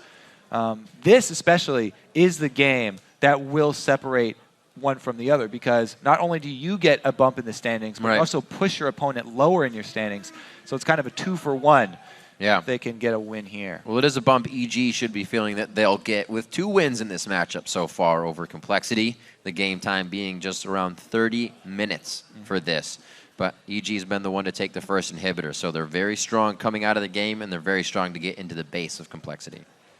Yeah, we'll see. Especially, I'm going to keep my eyes on the 2 young players, Po Belter and Altec, because those guys have shown up really, really big for EG in the last few months. Altec especially has made really big improvements in the bottom lane with Crepo. Po Belter's one of the mid laners. I love what they said about him in the video previously, that Po Belter, did you just do that? Yeah, you did that. And he'll say it. But he is one of those mid laners that will make his own plays. He will 1v1 people while you're having a 5v5 kind of skirmish waiting to fight. Somebody will get zeroed out by Po Belter. Yeah, he's one of those players that likes to push his limits, which is something that you want in your best players. Someone who's going to push their limits. However, usually you want them to push their limits in practice so that they find out where that line is.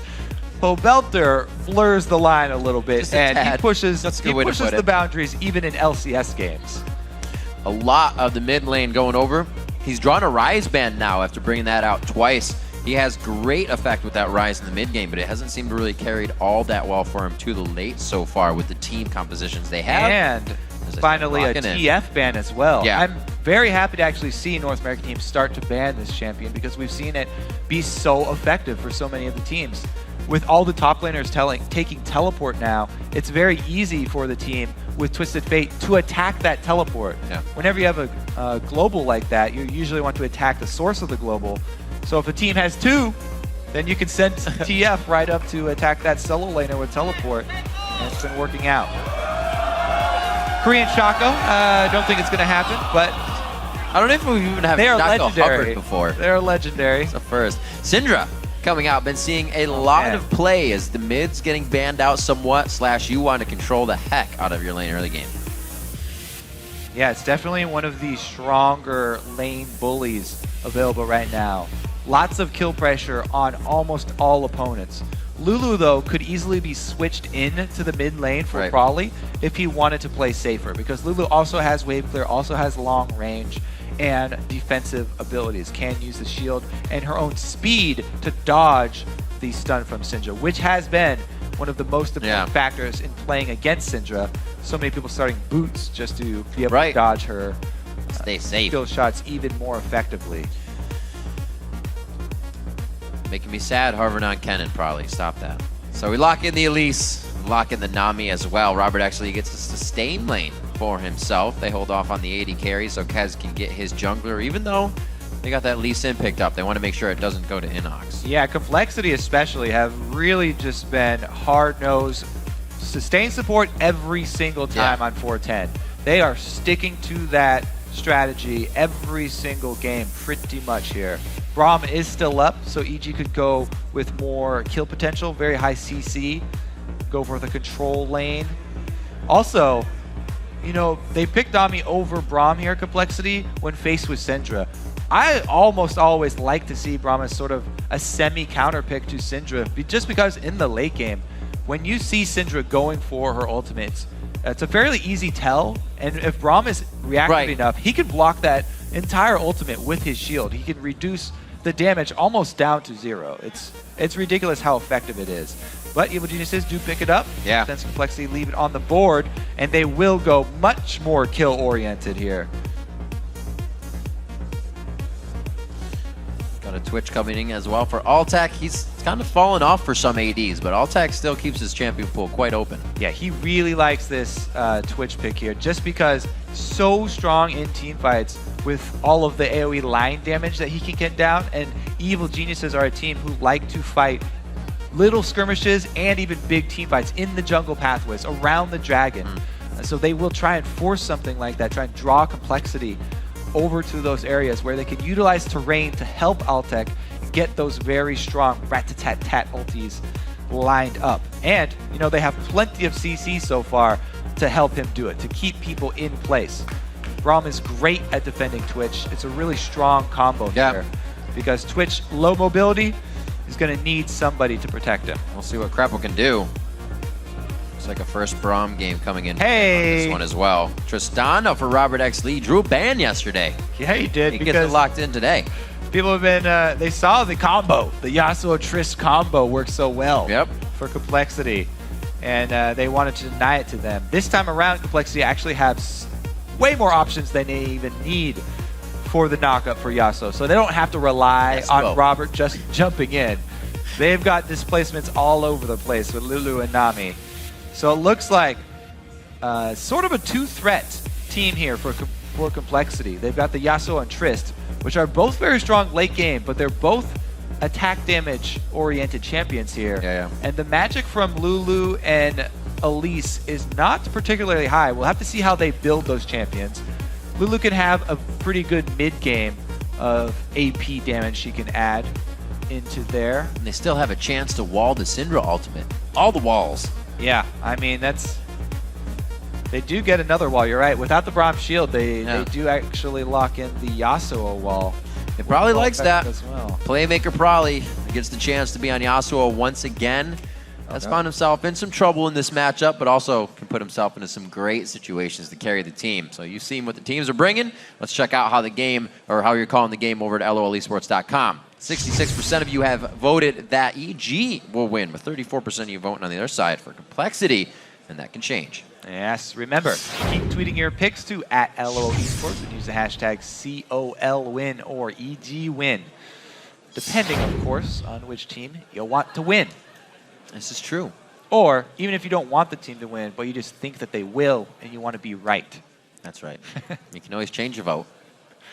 There's no way of telling, who you voted for, though, so you can always just lie. Yep, absolutely. You can always be right. Unfortunately, one of the teams do not have that option. One has to lose, and one's going to be winning this time. Right now, EG and Complexity, like we said, both coming off a loss yesterday. A hard-fought loss, meaning that game was in their hands. They were ready to win, except that late-game communication and shot calling wasn't something that worked out for them so well, and they were just taken by storm. And it's an interesting difference between the two teams this time around, because one team's got late-game Tristana, which is amazing, but you have to go really late game for her to get that max range, to get those items. Right. Combine all of her attack speed with all the crit infinity edge. Meanwhile, the other team got a pretty good mid-game as well, even though they do have Jax, who takes a while for Inox. They've got Syndra, Lee Sin here to even give them a buffer for that early game. So we'll see. Two pretty well-matched teams. And that's kind of one thing that EG can do.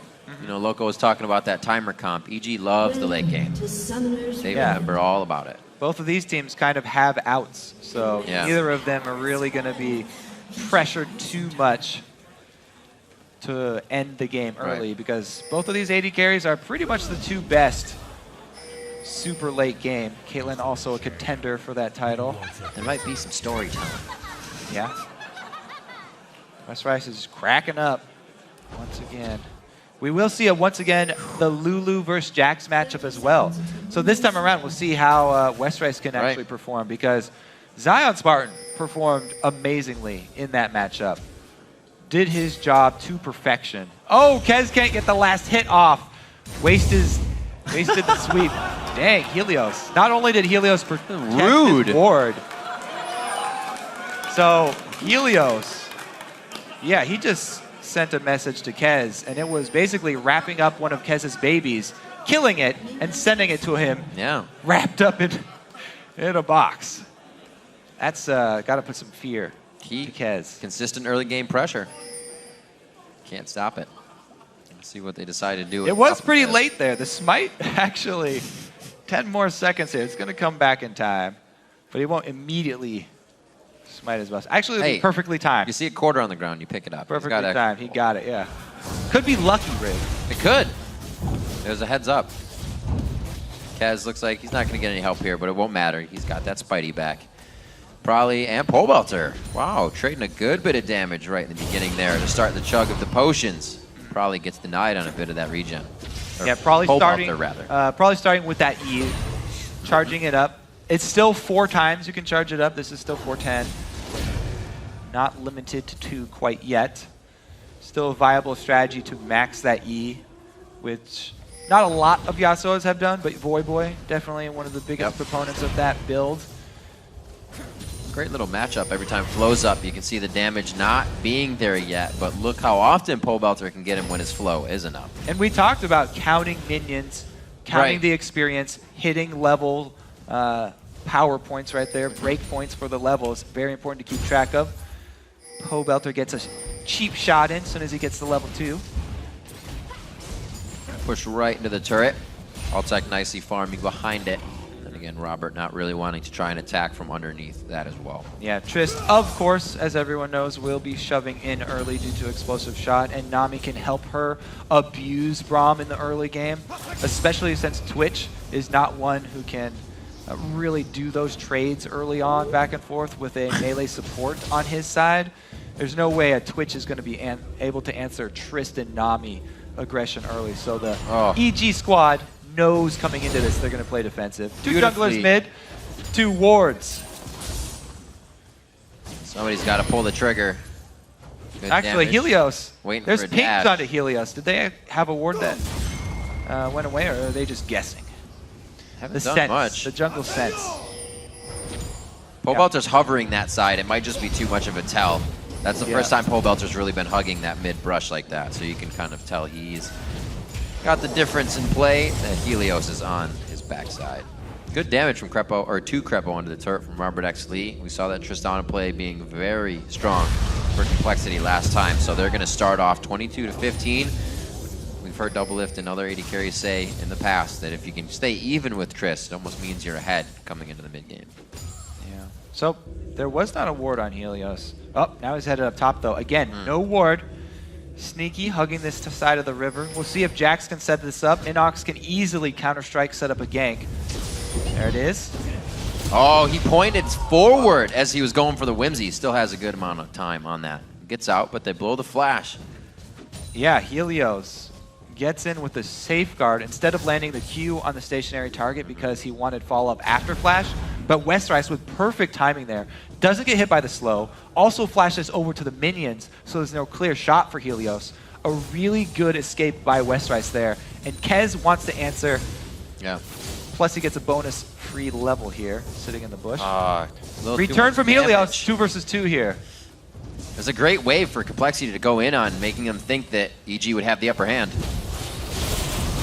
Is it too slow though? The Counter-Strike hits! Man, so much damage and focused straight down onto Inox. 15 seconds for him. He'll be back with a teleport, but Helios is forced to watch. That's what stealth will get you in this game. Really quick move by Kez into that bush, which is extremely important in this 2 versus 2 matchup because Elise and Lee Sin are very dependent on their skill shots landing for early skirmishes. Huge amount of Elise's early power comes from the Cocoons landing. Teleport back in to answer. Oh, hits it, can't get the extra. Oh my gosh, cannot leap anymore. The gap closer's fully used. Teleport and flash from Inox as soon as he gets back to lane. They could be going up for that again. Helios is not done though. Oh, he doesn't have his, he could have smite through a minion. He didn't smite it. He tried to flash through instead of smite through. Yeah. Unfortunate. That was a little bit bush league there from Helios. He really wanted to force that. And he uses the wrong summoner spell, as you said. Well, he could have flashed and smited to get his Q through. Yeah. Oh well. Not gonna get it this time. He had the right idea though. That's kind of being pressured to make a play there. They lost Inox and he really wanted to get back in. We'll see if it hurts him. Inox is able to handle himself for now, getting level 6 far before Westrice since he's been back to lane. And Westrice was just getting pushed out a little bit. Inox, however, has completely used up his mana and is being toyed with at the moment. You have to give credit there to Westrice. The positioning there, just outside of range. Oh no, and he flashed right into the wall. How unfortunate. Back and forth right now in this game. I wish we had a cam on Riv right now because the reaction from that, the cringe is pretty much what everyone at home is feeling too. You know that feeling of Syndra ulti has already started, yet you still want to get away from it, so you burn your flash as well. It was started off so well for Complexity with the top lane going in their favor, but Frawley with the misstep mid, going to give EG back a lot of momentum there. We'll see what they can do with it, because Pobelter has been such a huge carry for this team, especially in the early game, where Altec needs time to power up. Oh wow, they're getting this turret down pretty low very fast, which means they'll be able to start spreading the pressure they have that they've been putting on in this bottom lane. Very small gold lead to start. Helios kind of confined to his jungle now after a few mishaps in that top lane. Just manhandling the blue over to Pobelter. He'll be good for mid lane again. Yeah, mid lane. Probably, he did get a quick little shove there as the blue left was traded. Twitch goes in for the assassination. But, nice. You know, just looking for some harass here. Double bubble bubble. I have to say, though, about that mid lane, the Zeal pickup early from Frawley is really strong. Zeal was actually one of the few things that was buffed. Oh! Complexity goes fishing. Westrice is the bait. One more attack coming in. Whoa! Oh my God! I've never seen a Counter-Strike hit so far, but so does Q. Kez comes up with the kill. Yeah, so Kez has to take a little tower damage, but they get the kill in the end. Still, Corey, the story holds true here for Complexity. Top lane going in their favor because of the very strong play of Kez and Westrice in the 2 versus 2 matchups there. I don't think he realized there were so many people in his jungle. Probably walks right into a death sentence here, and he is easily taken down by Helios. Crepo gets an assist on the support roam at 8.5 minutes. Again, probably embarrasses himself a little bit as he dies, throwing the wind wall out on the wrong side. It didn't cost anything, and it wouldn't have blocked anything either. He didn't flash. But you don't want to die that way. Tough break here for Frawley. Really rough start. This is this CS lead might get doubled. Whoa. Robert putting the slow on from Rocket Jump. The shots are big. He's not even coming back to lane with anything. These guys are still working off just Dorans, but great pressure and damage coming in from Complexity's bot lane. Yep. Robert's a real big fan. Kind of the savior right now. Of that new explosive shot. Lot of early trading power for Trist. We've seen so many times too, Robert is not a Trist player who's afraid of Rocket Jump towards the danger. Once again, he's able to push it in too. I like it. More chance to get a reset, man. Yeah, he kind of jump right out. Hit it. All right. Bit of gold. Let's see. He should be able to go for an Infinity Rudge if he wants to, because he got so much gold on the first back. He's got a good clip of But it's a first buy static shiv. So much wave clear, and he immediately looks to go to another lane. This is something that Complexity did first in North America. Wow. And look at the difference. Let's recall back to the last match we just saw. Dyrus is going in and out. Inox is kind of countering after he aggresses, is causing Westrise to make some foul plays, and now he has to flash. The Q goes back though, and this is where Inox has to make the outplay. He missteps it though! He takes 3 auto attacks to death. Westrise again performing admirably up in the top lane. Yep. Oh my God! They get it! The rocket jump into last breath! Didn't even have a chance to blink. Pobelter goes down immediately, and EG's left wondering. That's okay.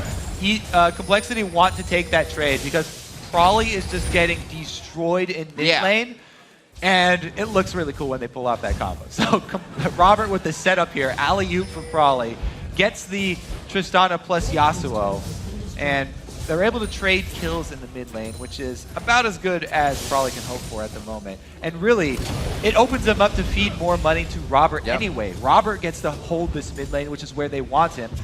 They were one of the first teams in North America to do the switch of early AD carry in. So there it is. Then no chance for title. Then he gets another knockup from the Nami wave and another knockup.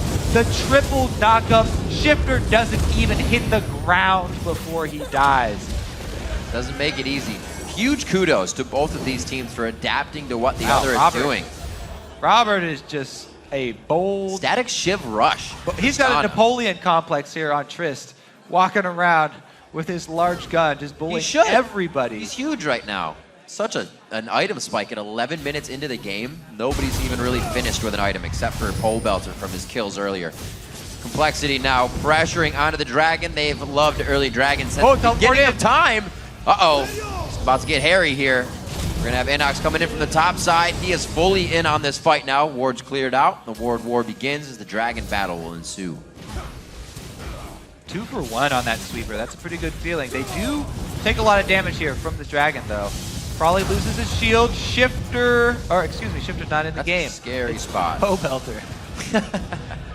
Syndra. Robert making the call, though. He still wants to lease this Dragon. They're confident going with a smite bite here. Oh These two junglers both have executes. The side initiate here. This is pretty much both teams put their junglers in the hot seat. Helios goes in, a good flash out. Altec trying to do the damage from the outside here. Great shots. Altec starting to pick up kills for himself as the fight phase starts. Objective Dragon. 12.5 minutes in, we're seeing if Robert actually can put out that static shift damage. A lot of flashes to re-engage there, at least one. Helios died! There's too many minions! He gets the Dragon's Rage! He goes in for another one! Helios with the plays into the Dragon Pit to completely turn the fight around! Helios takes matters into his own hands. That was beautiful. And Complexity as well probably didn't get to use his ultimate in that fight. Really big team fight win for them, but also they get the Dragon and the Dragon timer. This puts EG ahead, slingshots them right back into this game. Do want to take another look at that. That was a beautiful fight from EG. Bromwall able to block the entire ultimate. Kez goes right in. It's a good repel from Kez. As soon as he hits the ground, he's able to hit them in. Probably does not ult onto Jax while he's knocked up in the bubble. And this is the interesting point, when we get down to the 4 versus 4. Kiting back into their own vision. Exactly. They get a couple of flashes out of Complexity too, and Helios makes the call behind enemy lines, ward jump flash for 1 kill, takes out Robert, the big, important person left on Complexity, and enables the rest of the team to clean up. Both teams, like I said, doing everything they need to adapt and react. EG now putting themselves back on top after Complexity just had their composition of Robert Exley and Prolly engage in mid. These teams neck and neck at each other right now. Yeah, Prolly with the Yasuo once again having a rough time. 0-4 start for him. Not quite able to get that ult this time around. But they're going with the same strategy. They shove him down into the bottom lane. Right. They keep Robert mid, now that Robert is trying to get his Infinity Edge. That's a long, arduous journey to build up enough gold to buy your Infinity Edge. You have to farm for a while. This is pretty close. Actually got it on the backside. He walked around the shield to make sure he would get knocked up. Good sustain for Bubba Dub. Actually keeps him alive. As well. Yeah, but Altec from the backside there made sure to get one for himself. Now that gives them control of mid here, and double buffs picked up for Altec as well. Scary, scary Twitch. Blade completed. As soon as he completed that Blade, went for the assassinations. Double buff for him, and they shove right down mid. Such a back and forth between these two teams. Yep. It's amazing how consistent Altec can stay too. Not dying out of the lane. Oh, so he already had red. Creeping up. Oh my gosh. Oh, Helios was looking to help. Can't quite. He wanted that. Yeah, yes. Be his kill. Trying to chaos. That's all right. He's done enough for the team. 2-0-3. Actually, everybody's getting kills on the team. Crepo getting the assist, as it should be. So far, 8-6 for them in 15 minutes. Now they've gotten a 1,000 gold lead, so they're not stopping with their pressure, but this is the time it's almost easiest to create that pressure. You still have some outer turrets to work with, and you still have that early game timers of your opponent's buffs. EG's already worked with that on Helios once to take out Prolly. We'll see if they can keep it going inside the jungle of Complexity. Yeah, I mean, it's a good thing for Evil Geniuses that Helios did not steal that other kill, because Altec really needed it to get back in this game. Right. He's going to have some work to catch up to Robert. Even after that mid-fight where EG got a lot of global gold influx, still 30 CS discrepancy. He needed that kill to push him over the top. Robert is going to be the big player here for Complexity. The carry for them late game. We'll see if he can perform. The ball is in his hands in crunch time. Yep. Meanwhile, EG, that guy on the screen there, Pobelter, just destroying mid lane. Pretty much the most fed guy on the map here with Syndra. So he's going to make use of the long range stun, catch people out. He's got a great aggressive style of play. Sometimes it gets him in trouble, but more than not, he'll be the first guy with a pink ward out, helping the team, getting that first kill. Like we said, 1v1s for him. He's no stranger to that. Right now, roaming with the team again to the red side. Like I said, they have had control of Complexity's jungle pretty much the entire time here. And it's an interesting choice from Complexity too. That again, they try and send Prolly as a split pusher, but since he got shut down so early, options there, and inherently Yasuo versus Jax is rough for Yasuo because Jax does not care one way or the other about a wind wall. He'll walk right through it. And pretty much every champion who's a very strong brawler is very good against Yasuo. Same thing with Riven. Pretty strong. Anybody with the melee stun, carry power is very strong against him. So Prolly has to back off. And they switch it up. Complexity try and get Westrice up there instead. Safer choice for them, especially since he has teleport.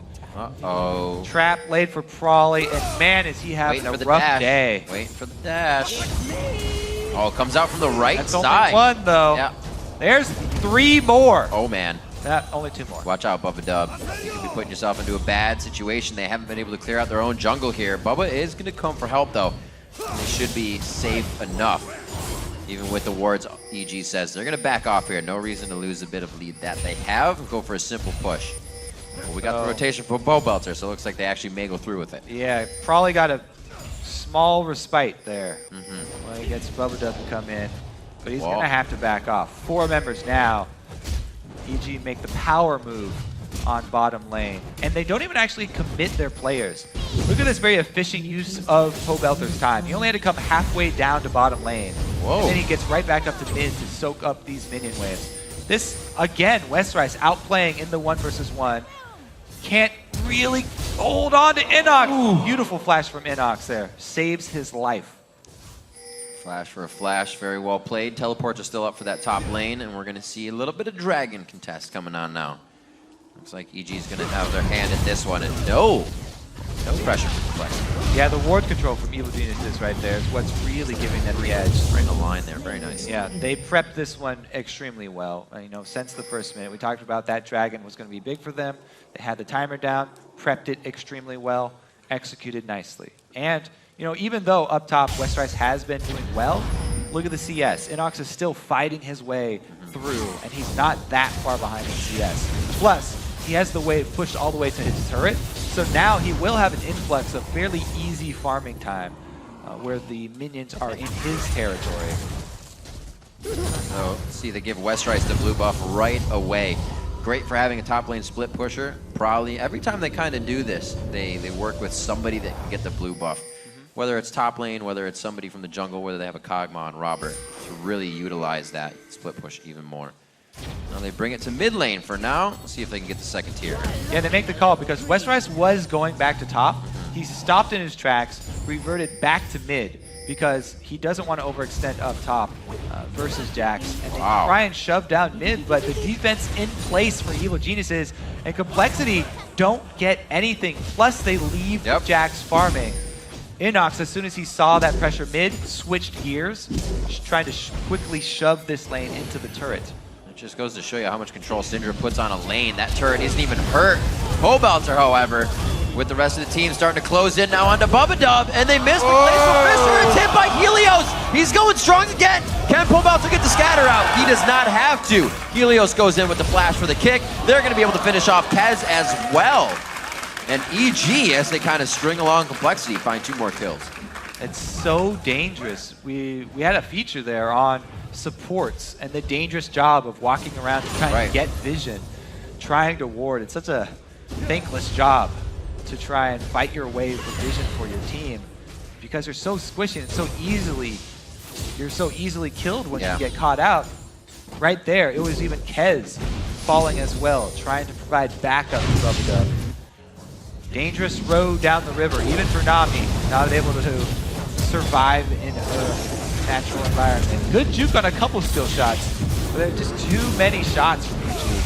They're doing what they can. Complexity actually couldn't even get mid off of that. But they are able to get a few kills. That teleport's going to be right next to Prolly. He goes down immediately. We're going to see Inox now in the fight. Can he get the counter-strike to leap in? He cannot. Robert X. Lee is trying to do what he can right now. Flashes out with Wild Growth on. He's going to get a few shots. He kites it in. The double kill actually comes in for Kez. Robert has to pick up 1. He jumps right back with the team. Kez over the wall. Hits the Q. Is he going to be able to get out a venomous spider? No, he goes for the execute with his own spider form Q. Crowd loves it. Complexity finds themselves a bit of cash money and the mid turret. You're wondering who's going to be able to carry stronger. Okay, so initially, combo number 1. Robert jumps in, they pull it off, and Prolly gets 1 kill. Also, they use the exhaust on Prolly.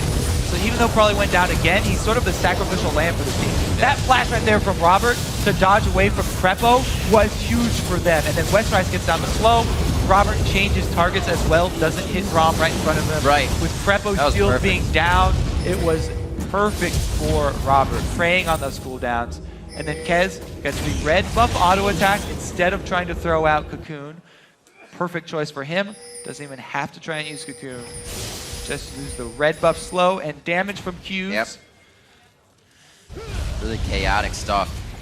Man, that got him right back in the game though there. Complexity swing up to the front in gold here.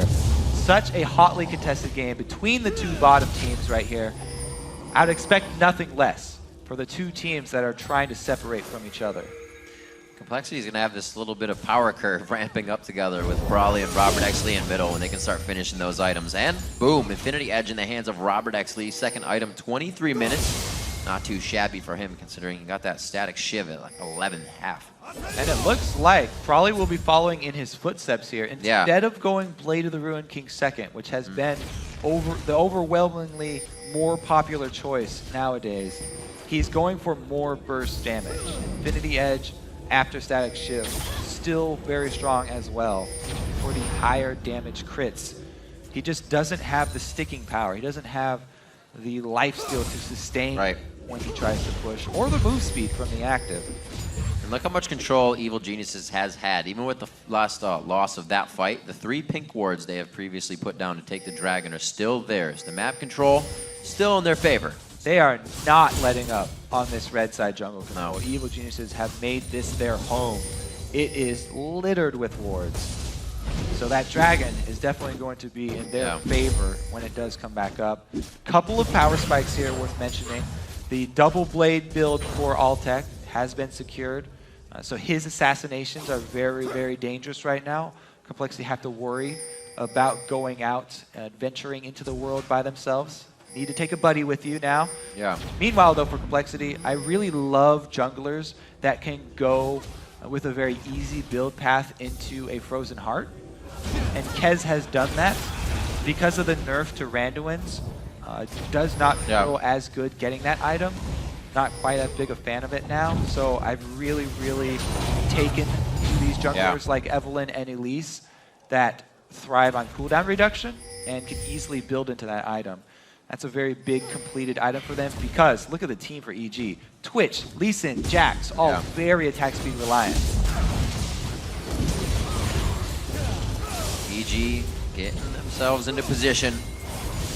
Composition, double blade of the Rune King in there as well. A lot of slows and catch up in the fight for Evil Geniuses. And impact damage from Complexity. It's going to be a very interesting fight. Yeah, it's going to really count on, does Prawley get his combo onto Twitch? Because that's pretty much Prawley's only goal here.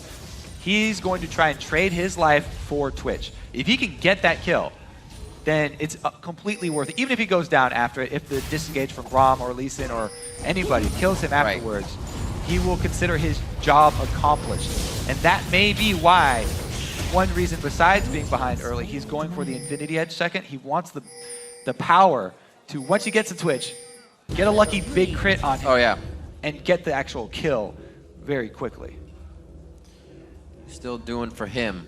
Looks like they're trying to actually bait something up here to the top lane, but Westrice is going to lose a ward for that one. Actually, Pink going down. Gets safe on the top. Great coverage on their turrets for Evil Geniuses. Trying to still hold strong, but the influx of gold they can get on Complexities is really what EG's looking for right now. That last dragon, Complexity, got them up at least 1,000 gold, so EG's looking to get back on that. It's something that's always happened in this game. Somebody gets a lead, EG will take it back. EG's got a lead, Complexity takes it back. I'm just interested to see how EG moves next to do that. Well, I like what they are doing. They're relying on Inox here because Inox even CS with Westrice right now. He's completed his blade. Yeah. And he does have the Mercury Treads to help him with all this crowd control. So if they send Altec up top like they just did a few seconds ago, they can easily catch out Westrice because the double blade actives. Inox can slow, Inox can stun, then Altec can also slow multiple times on Twitch. Belter can slow, So Westrice has to play so much more careful now that this Twitch is roaming around and he doesn't know where Altec is. Gotta worry about that Twitch assassination in the mid-game. It's really EG's wild card that they have here. Westrice continuing with blue buff in the top lane to try and stay an opponent at least versus Inox here. Not really winning out on the damage trades, but he's able to keep at least enough pressure to keep Inox off that top turret. It's the only outer one they're holding right now. Complexity looks to start the Baron dance, as they don't have too many wards up here just yet, but enough to keep it in their control. Doesn't look like it's anything they want to fight just yet. Pressuring now to the mid lane. I'm just going to let Westrice go ahead and push bottom, wait for a teleport if necessary. Looks like it will be a safe farm there for Lulu. Oh, we didn't get a shot of it though. Cleared out that whole giant enormous wave with the glitter lance. And you have to give props to Westrice because he did not overextend in that top lane. He played it safe and he backed off in time. There are a few times when it looked like he wanted it. Could have gone, but he did. He played it safer, and that's definitely a good change for Westrice. Yeah. So far this game, he has played much better than he has so far in the LCS. Now though, how will he deal with this Jax? Because this Jax is not kept down as much as we saw in the last matchup, where Zion Spartan was keeping Dyrus starved the whole game with the support of TF. There's no TF in this game for Complexity to help target that Jax. So Inox has been able to get right back in this game and almost, well, he's got the most important aspects of the Trinity Force completed, the move speed and burst damage. So he's already feeling much more confident in the all-in potential and kill potential that he does have on Westrise. Interesting. Alltech to receive some CS here. If you look at that too, Robert X. Lee at 300 CS, Alltech has 183, over 100 CS difference. Now Trist has a buster shot, so even if you open on Trist, Robert would not be too scared. Be a quick burst of damage from each end, but you'd walk away safely. No fight's going to happen in that top lane. Really awaiting to see the kind of pressure this Tristana can put out. Actually he has a cutlass and a pickaxe going in with his build as well. Yeah, I do like that Trist pick actually. Robert had control of the lane early, bullying the EG bottom lane. Came out a lane ahead. Yeah, they got into a little bit of trouble at the dragon fight, but then the mid-game fight he was able to kite effectively. Yeah. And right now he's pretty much at that spike. He's got the Infinity Edge comboed. That fight shows that his consistency is a real thing. People like even Doublelift have been saying they're A, attacking less, attacking with A move, and they're trying to click attack because too many times you'll shoot a ward in the fight and just die after that. Exactly. That target selection, very important for him, taking down Alltech. And he is also, you know, level 16 Trist. Not only is the range increased, but he has the maximum rapid fire. Rapid fire has been maxed out. That plus Blade of the Ruin King and Static Shiv is an immense amount of attack speed. It's pretty much all auto attacks coming from him at this point. Always awesome to see the game really come down to the AD carries when the damage starts getting to full items. We're far from that, but it is a bigger surge than you would usually have here from Robert X. Lee. And just look at how they have funneled CS into him as well. With the Static Shiv and Explosive Shot, he clears so quickly. He's been able to just gobble up side lanes worth of minions. And 321 compared to 200 on Alltech. Robert, by far, strongest man on the map. It's like, how about an early late game Trist? Yeah. Pobelter could end his day, though, because there are no defensive items for Robert.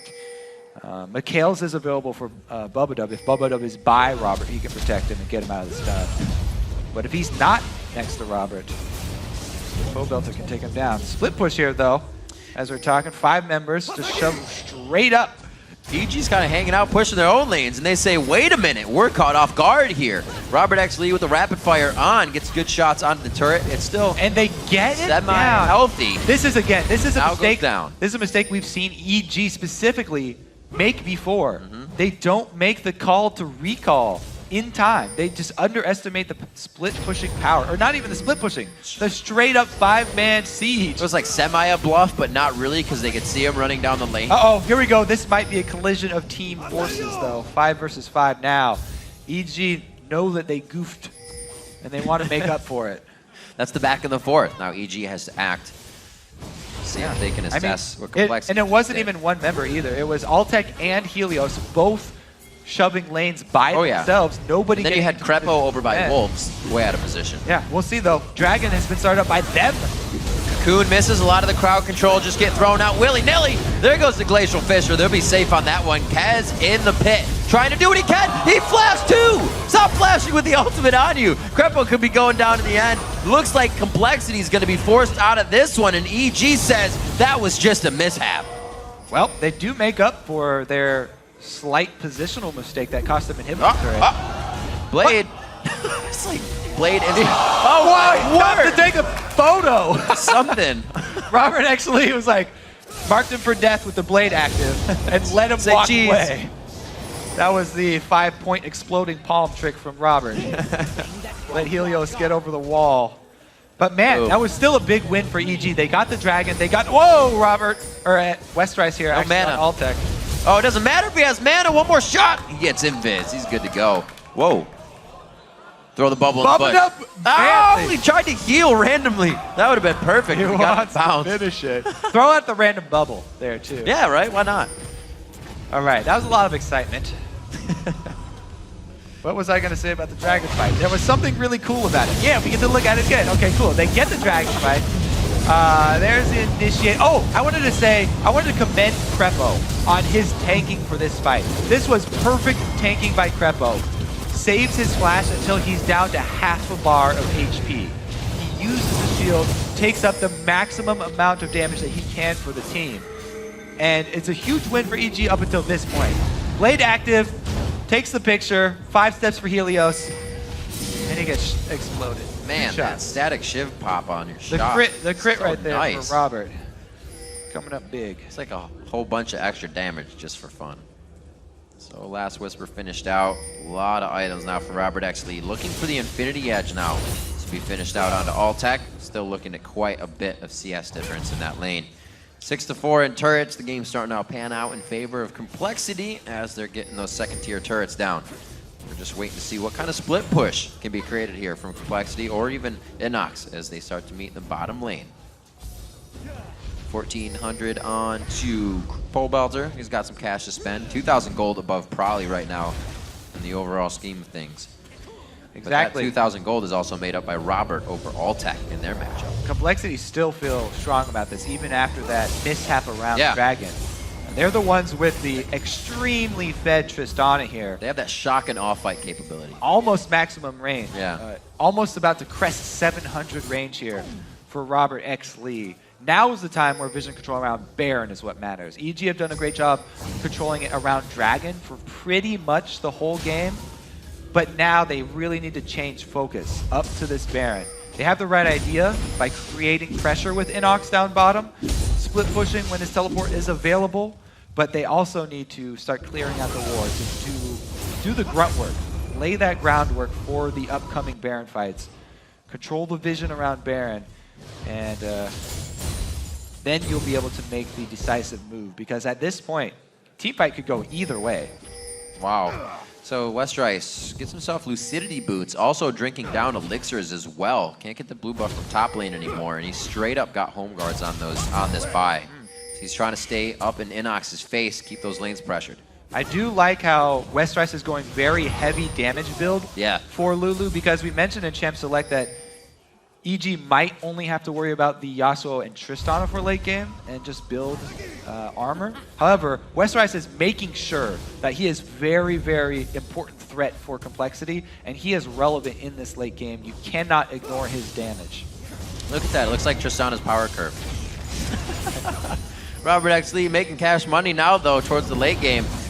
17 for him, almost level 18 with that max range, and Complexity starts to take over the jungle.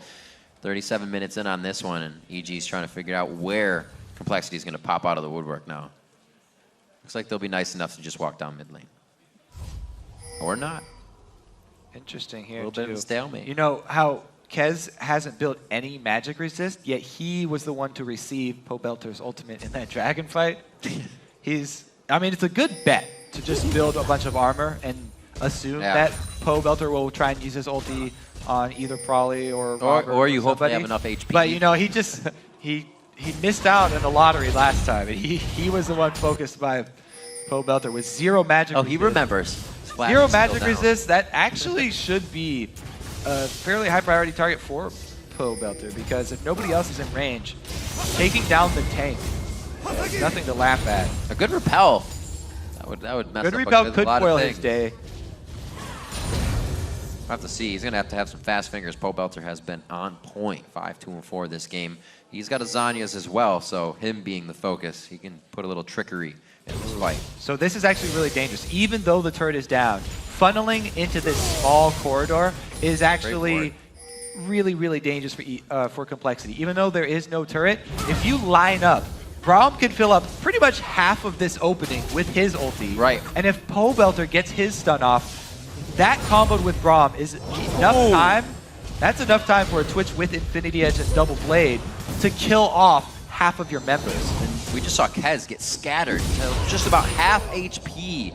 Now he's below 25%. They're going to have to really reconsider this. They have good clear, the flash, the Fisher, right through the middle. Great counter initiate. It's going to be back and forth. Can they kite them into a false sense of He goes security? again. Oh my God, Robert Exley's still alive. He can still put out big damage here, but probably fell too fast. Helios has to be careful. He's going to go down one more shot, but the range is not there. very nicely war jumped over the wall to save himself, and EG puts a stopper to the bleeding. Yeah, Complexity in that lane. Great line movement there from EG. And Poe Belter talked about how aggressive he is, flashing face first with Syndra to get the kill, relying on his Zhonya's for the follow-up from his team to come bail him out. Let's take a look at this. Braum ult does whiff right down the middle, but it splits up Complexity. He blocks the tidal wave. That was the big block there from Crepo. Even though Crepo whipped his ult, he made sure that Bubba Dub's ult would not hit the team either. Whoa! Heyo! Oh, going for a ride. He'll be all right. Grabbing down Baron. Within the replay. Baron goes down. 40 minutes into this. Complexity is going to be able to answer with the Dragon. What a game we got going on. 2,000 gold lead back in favor of Evil Geniuses as they start to gain control. The map control is not there though. The gold lead is really the only thing going back and forth. They need to drop some turrets. They need to start being able to put pressure on the way they can do it. Really everything's been dictated by Complexity right now. Yeah, Complexity really need to be able to start off the team fight with a knockup so that Prawley can get to that back line. As we've seen, both of these teams have a ridiculous amount of damage that they can put out.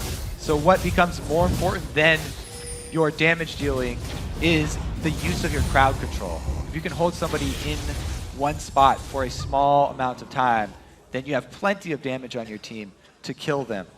So that's why Crepo and Helios both going with Banshee's Veils, because they know it's all about the initiation of these team fights. If somebody gets caught out, they are done for. Robert doing the exact same thing. He's a bubble boy too. Keeping himself safe. Red buff on him so he can even get a better kite on for the team. A lot has been focused on him. Tristana can be that complete late game carry that you require. Oof, talking about late game carries here. Once Jax starts going defensive, you're really in trouble. Got that Randuin's because he's got plenty of offensive power. Now he's already transitioned into his Randuin's. Going to be very difficult at this point. He's actually hit that point where the split pushing is very hard to deal with. You can't actually just send Westrice. Westrice will get bullied. And it's not a team you can completely lock down at Jax. You also have a Lee Sin jumping around. You're trying to find Altac, so Inox can have some freedom in this fight if he gets in at the right time. Oh! Robert going in. Not enough gap close there. Could not be hit up by Prawley's ultimate. They find a chance on this. Helios, he's going to take a bit of damage. Altac, very nice wall actually from Prawley, blocking out Altac's rat-a-tat-tat there. Teleport is down for Inox, so at least they've drawn him out. There's so much pressure here from EG though. They can zone off the turret. That's perfect. They have Baron. Why not go for the fight? They know they're in the lead right now, but can they fight from under the turret? Altac tanking this one out. This is going to be a great push from EG, really putting their foot down and knowing what their limits are. They go right to the fountain with Complexity, and they're going to go ahead, drop this turret, and make sure the inhibitor goes down after. Yeah, Complexity went for that pick. Robert jumping in to get the combo with Prawley, but no Yasuo ult in range, and they don't get the timing down, so EG punished them for it. All those cooldowns used. I mean, the Mikhails, once Mikhails was used to save Robert being on the front line, they knew all they had to do was aim that long range engage straight at Robert. Braum ult and Syndra stun both going his way. There's nothing he can do to get out of it. Great bit of mid-game movement there. All provided from EG, being in that top at the right time to get Baron. They've utilized it to grab the bottom lane now and can pretty much work off of anything. Baron comes back up. They have minion pressure in the bottom lane. A lot of things they can work with now. Complexity starting to fall behind for really the first time. They don't have too much of an answer for what just happened. Yep, that Baron buff doing some work for EG, and they made very decisive use of it. We were wondering if they were going to have the strong end game. Yeah. Still got Trist. They went for that most important lane, bottom lane, as you mentioned, furthest away from Baron. That's why it's so highly prized. Yeah. Got it. So the slow feed now as the minions start to come in. Complexity, I feel like they're going to wait for EG to push into them and make a mistake. That can also start to cause problems. When you're one trying not to lose, you still got to try to get the victory out of the game. You still got to put your foot down. Coming up on 44 minutes, the longest game by far that these two teams have played. The first game was 34, the second longest, so we're definitely seeing them push each other to the max. Oh, yep. It's getting real hard for Complexity to come back. Once Inox gets his Banshees completed, they won't even have an answer. There'll be pretty much nothing they can do about it. These are the kind of the simple walk-up, low-hanging fruit turrets right now. Outside turret's pretty easy for EG to knock down here. That initiation and the combos that Complexity are relying on really get difficult to pull off here with all the defensive capabilities picked up by EG. EG don't even have a Mikhails. Especially with what Crepo just did, walking up to the last turret, instantly doing his ultimate of Glacial Fissure. Complexity can't even feel safe at the front side of their base, which they're now going to have to guard after this tier turret. Splitting, but Altec not showing. Complexity has to be worried. Where is he? Could he even still be here? He could be invisible right next to him. Helios is such a menace, never with the team, always off on the wing, trying to thread in a Q somewhere.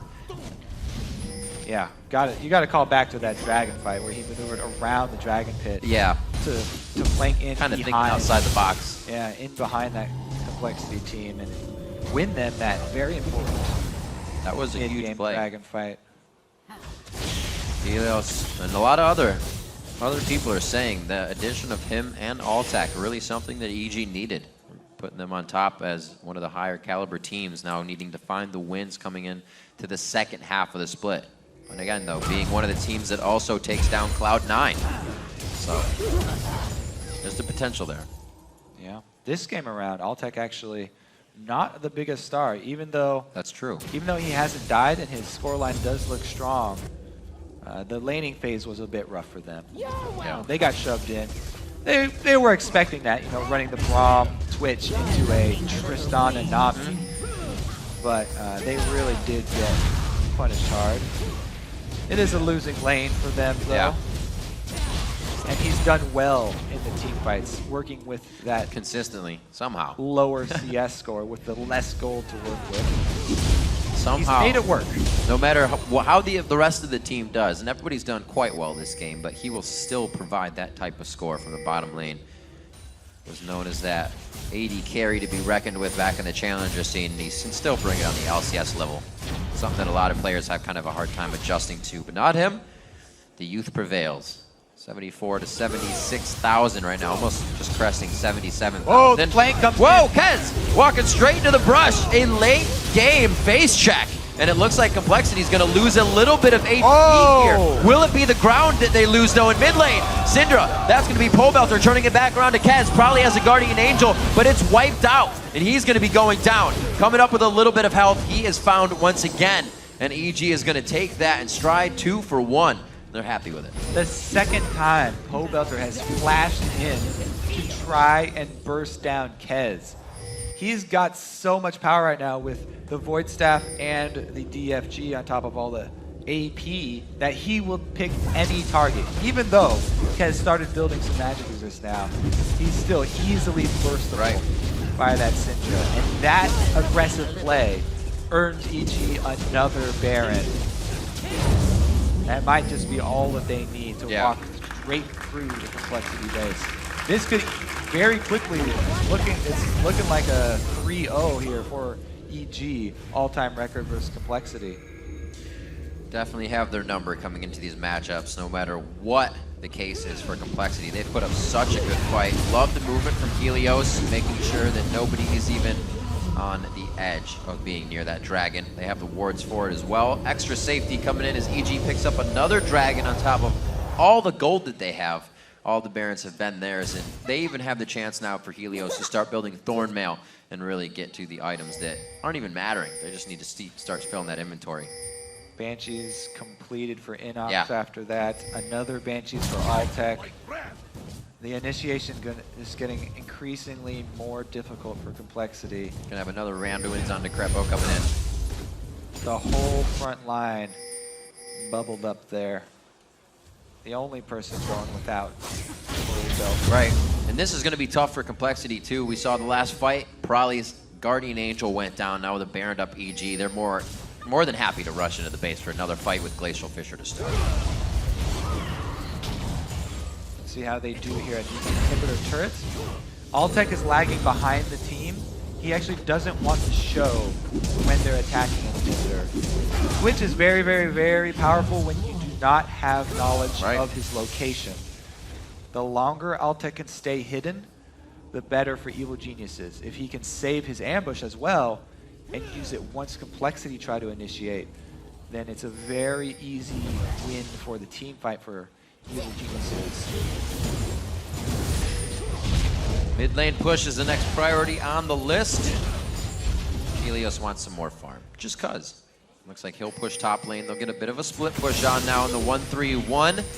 Something that Complexity is gonna have to stretch themselves out real thin to stop, as the super minion waves are gonna be the next one in line here behind Inox. Let's see, yeah, they go for a 1-3-1 split push. Very curious, with Helios not being the strongest of split pushers. Yeah. He's really just up there to try and draw someone away.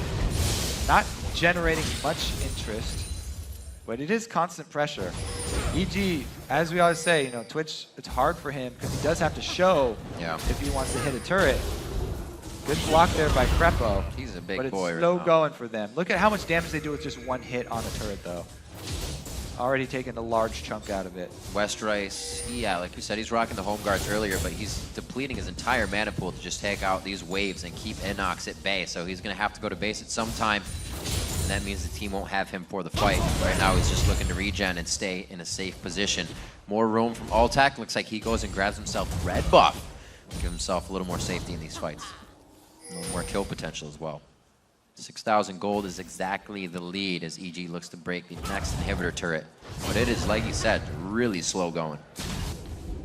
Yeah, 51 minutes, 6 item Trist.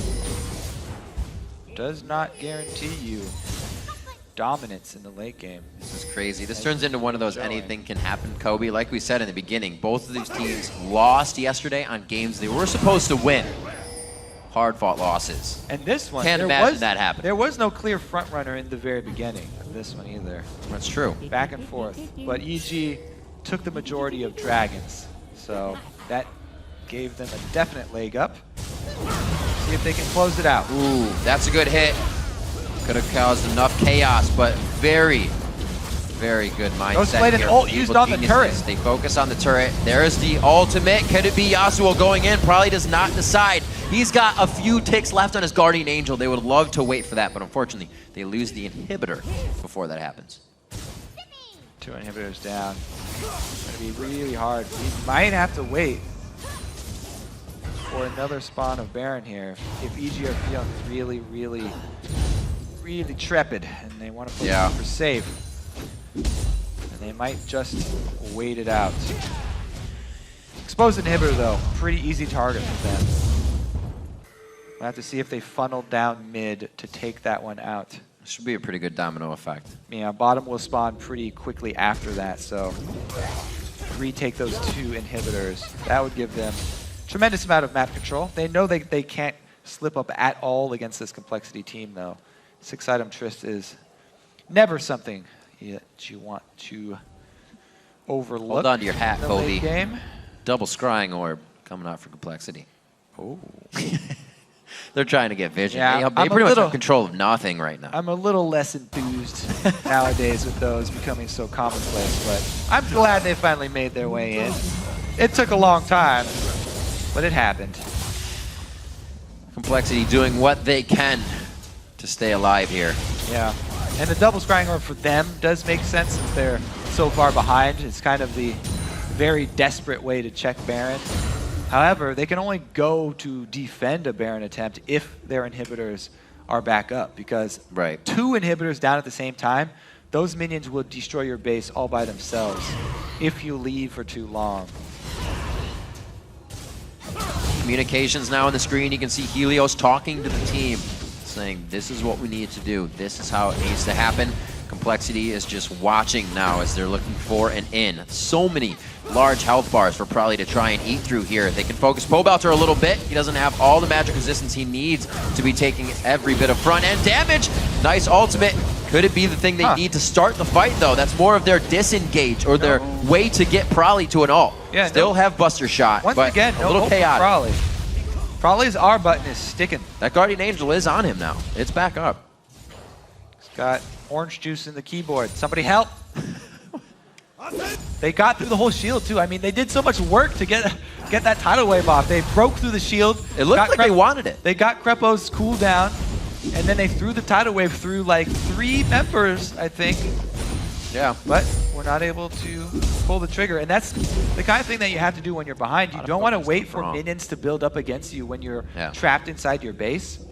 If the minions build up, then there's that extra source of pressure. So sometimes you just kind of have to run for it and go for those risky engages. You're behind, your back is to the wall. Your level of acceptance for risk has to increase when you're behind. Ooh. A flash for it, jumps in. See if that Phage can keep him sped up. Oh, Gets him with the slow. Flash. That's the Zanyas. What's he gonna have when he comes up? Cooldowns are ticking. That's a 500 damage shield. Back and forth, 300 HP for Inox. The minions are there. Caster's OP. Oh, and Caster minions assist Westrice in the kill. There's Inox, little stretch. Tasting purple. Hands in the air. Now it's all wet. 70 seconds, that's hurt. It is. That's a really big opening for Complexity. Now, Baron is the very risky thing to go after to try and get back into this game. They could go for the Dragon, which is much safer and a large chunk of gold. However, they feel like they want to run back into this game.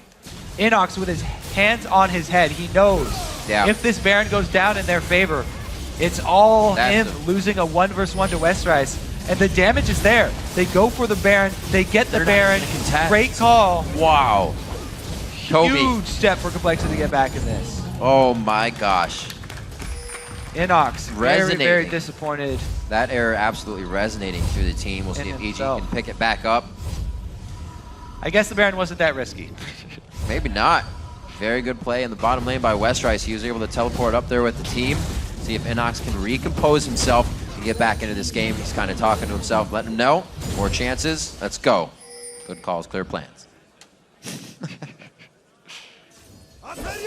Yeah, I thought maybe with Westrice being so low after that, EG might have been able to contest, but it definitely would have been dangerous, and they didn't want to risk it. So very good call by Complexity then. Take the Baron when it's up. So Constellation Dragon goes over to EG. They're still very much ahead in gold, but the power of the Baron buff. Complexity wearing purple now. What can they do with it? Very dangerous for them to shove up, but they're trying to wield this power while they have it. Everybody's 6 items anyway. Yeah. Baron buff means more than ever at this point in the game. 57 minutes in. The gold discrepancy not nearly as big of a deal for the team fights. Now the bottom is still exposed. It's still an exposed inhibitor bottom. However, anytime Complexity funnel into something like that, if they have to get through that small space, we've seen how effective EG's line damage is. They can decimate several members at once. Wow. They're able to get the line damage. So, Complexity go mid instead. Knock up. No way. Whoa, they go into Helios. Turret's not even down yet. It actually triggers on Robert X. Lee. The team's forced to back up. They get Robert with the Glacial Fissure. Lock into the Iron Solari brought out from Kez, and they're going to try to make this fight happen. Beautiful shots onto Altec. Winter's Bite just missing as he throws up Unbreakable. Crepo trying to secure the team's HP bars. Kez on the outside. What a chaotic fight. 1v1s, sometimes 2v1s all over. The inhibitor turret finally goes down. Complexity perseveres through the engagement, and they start opening up the base of Evil Geniuses. The probably this time was all about misdirection. Complexity, the main thing they want to do was spread out, and probably going over to that side. Complexity spread out in a very wide arc around that inhibitor turret opening, and a great job by them not lining up this time around. Robert also not hesitating to use his flash backwards when Pobelter came in. Jumping into the front line. Pobelter was very close. His repositioning is amazing. As soon as that DFG gets fired onto Robert, he is out of there. He knows that if he goes down, all is lost. Great spread from Complexity. Very much back in this game. pretty much gold difference now. We can even stop talking about it because it's the items are pretty much the only thing that matter. It's the items and the buffs that you're wearing at this point. Everybody's maxed out here. Maxed out indeed. We also maxed out our longest game of the North American Summer Split. 57-18 was our previous time. These guys are pushing each other to the long haul. Just 40 seconds rather off an hour long in this match. It's Super Week. You have to remember these teams, some of them have multiple games today, and this is testing their endurance. Exactly. This game for the bottom of the standings, the 7th and 8th place team, is more intense than we've had in matchups of the first place teams. People tied for first place. These two teams, and they're great moves as well, fighting tooth and nail. And are both making teams things have happen, not all errors. the bubbles now too. Everybody's getting Banshee's veils because they know at this point in the game, it all relies on the crowd control and the initiation. Which team gets the jump?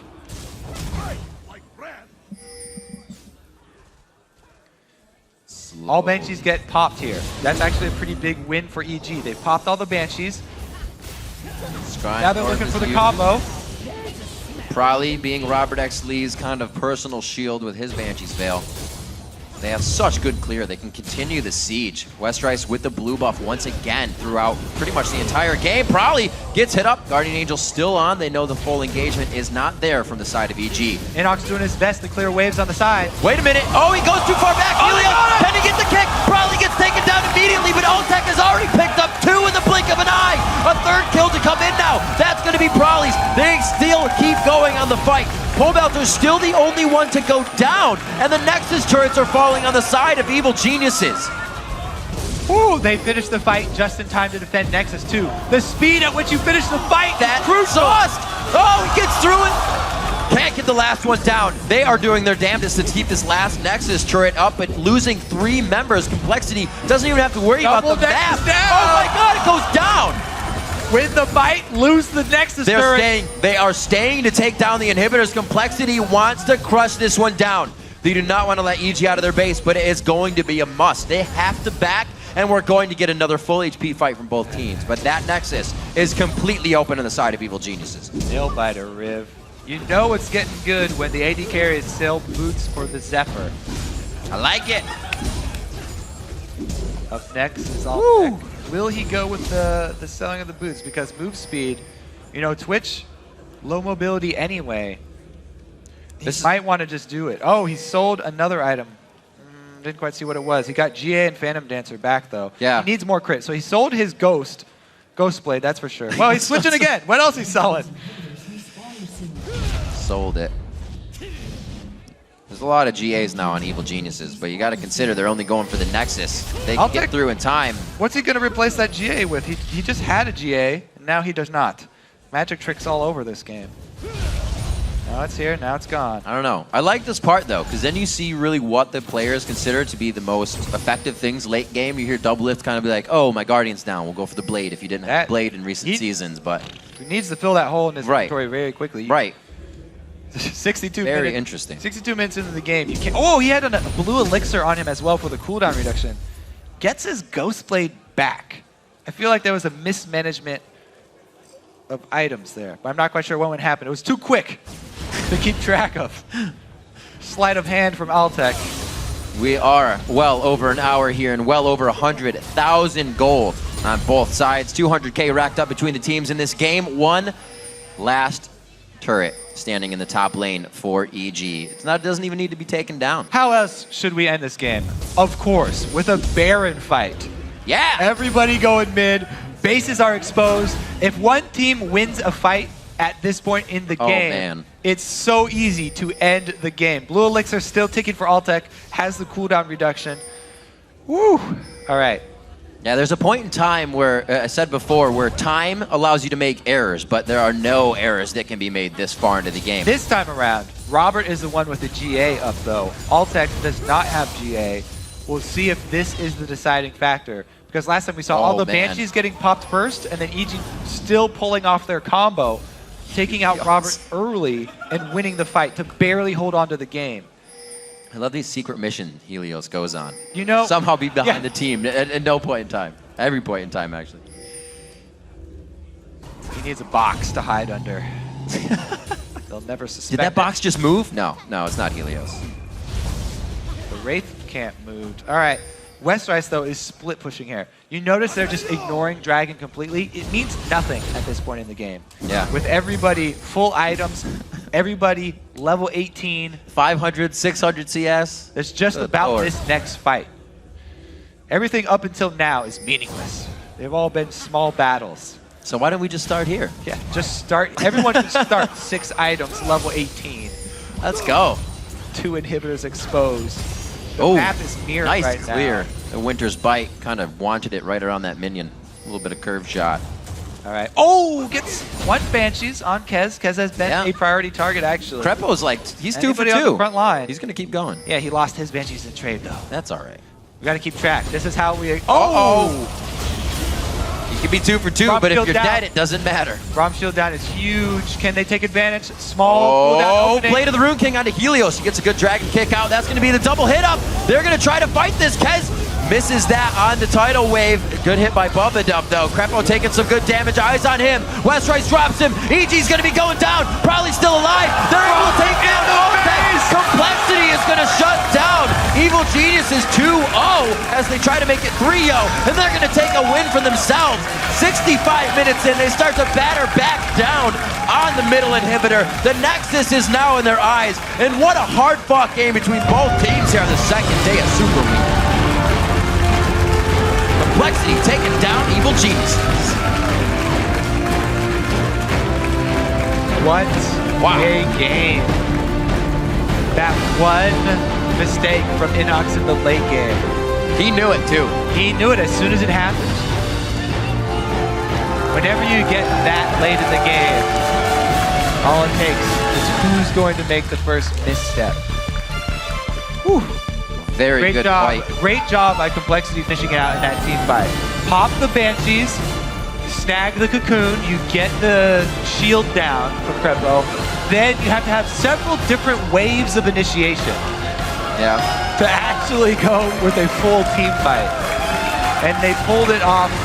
A good Yasuo ult to actually end the game there from Crawley. And then, true to form, Robert X. Lee ends up in the middle of the fight, jumping to the back lines with the full item Trist. Credit to both teams in the jungle and the solo lanes in this game. Obviously, the bot lane did great, but every action had a reaction. One thing happened, and then Helios went into the jungle, and it seemed like probably walked into that gank. And then EG focused on the bottom side of the jungle the whole time, and Complexity kind of found their way back, knowing they'd always be there. We'll get a few picks from this way. Westrice has gotten a lot of flack from the community, I have to say. Yep. Multiple times he outplayed Inox using the Lulu slow. He played that game, the tug of war, and he was able to kite Inox very effectively. We even saw it right outside of melee range, kind of baiting him in several times. Just very strong individual play right there. As well, Robert X. Lee, you have to shout him out after that massive game. From minute 1, he was go with Nami plus Trist, full offensive, getting harassed done while shoving the wave, and then joining the team as soon as he hit Static Shiv, trying to get the rest of the team going. That's he pretty wanted crazy. to take his success in the bottom lane, expand it for the rest of the team. Whew. And Pole Belter in the beginning for EG, they had some bright spots as well. Everybody, like I said, everybody did what they needed to do when somebody got a gold lead. And like you said, great mentality for the teams to kind of wait for their late game prowesses to come into effect. Robert X. Lee obviously getting to that point. And they finally, a team has given Altec a hard time out of the laning phase. They weren't even really focusing Twitch, but the composition overall, the way they executed things, made sure that he was kind of out on the wing, not really having a chance to be in the fight because he didn't want to be seen as well. And that worked for a huge, like we said, front-end damage of burst with all the Infinity Edges and Lulu they were bringing to the table. Yeah, both teams with those insanely powerful late-game AD carries. Yeah. The 410 patch, what it did, there's the book. The most notable thing, I think, everyone's talking about build paths, but after you complete a full build on 410, what you do, you are way more powerful than any full build that you did before 410 because you have more attack damage on your attack damage items. The slots are more valuable. The attack speed items have more attack speed on them. There's more stats in the same amount of space. And I'd like to see what, or obviously there's math to be done, but the Reddit detectives come up with that situational, what do you sell? What do you buy? Something's down, what else do you pick up? Before, like we said, we heard the Guardian Angel for the Blade if you didn't have it as an AD carry. There are things that you cannot quantify, and an extra life from Guardian Angel coming back up for your AD carry. A Banshee's Veil makes or breaks your team. How do you quantify a Banshee's Veil blocking that cocoon or blocking that Winter's Bite? You can sometimes put some gold on it, but the win, that's what you want to get out of it. For some final thoughts on that marathon match, let's send it over to Dash and Zyrene.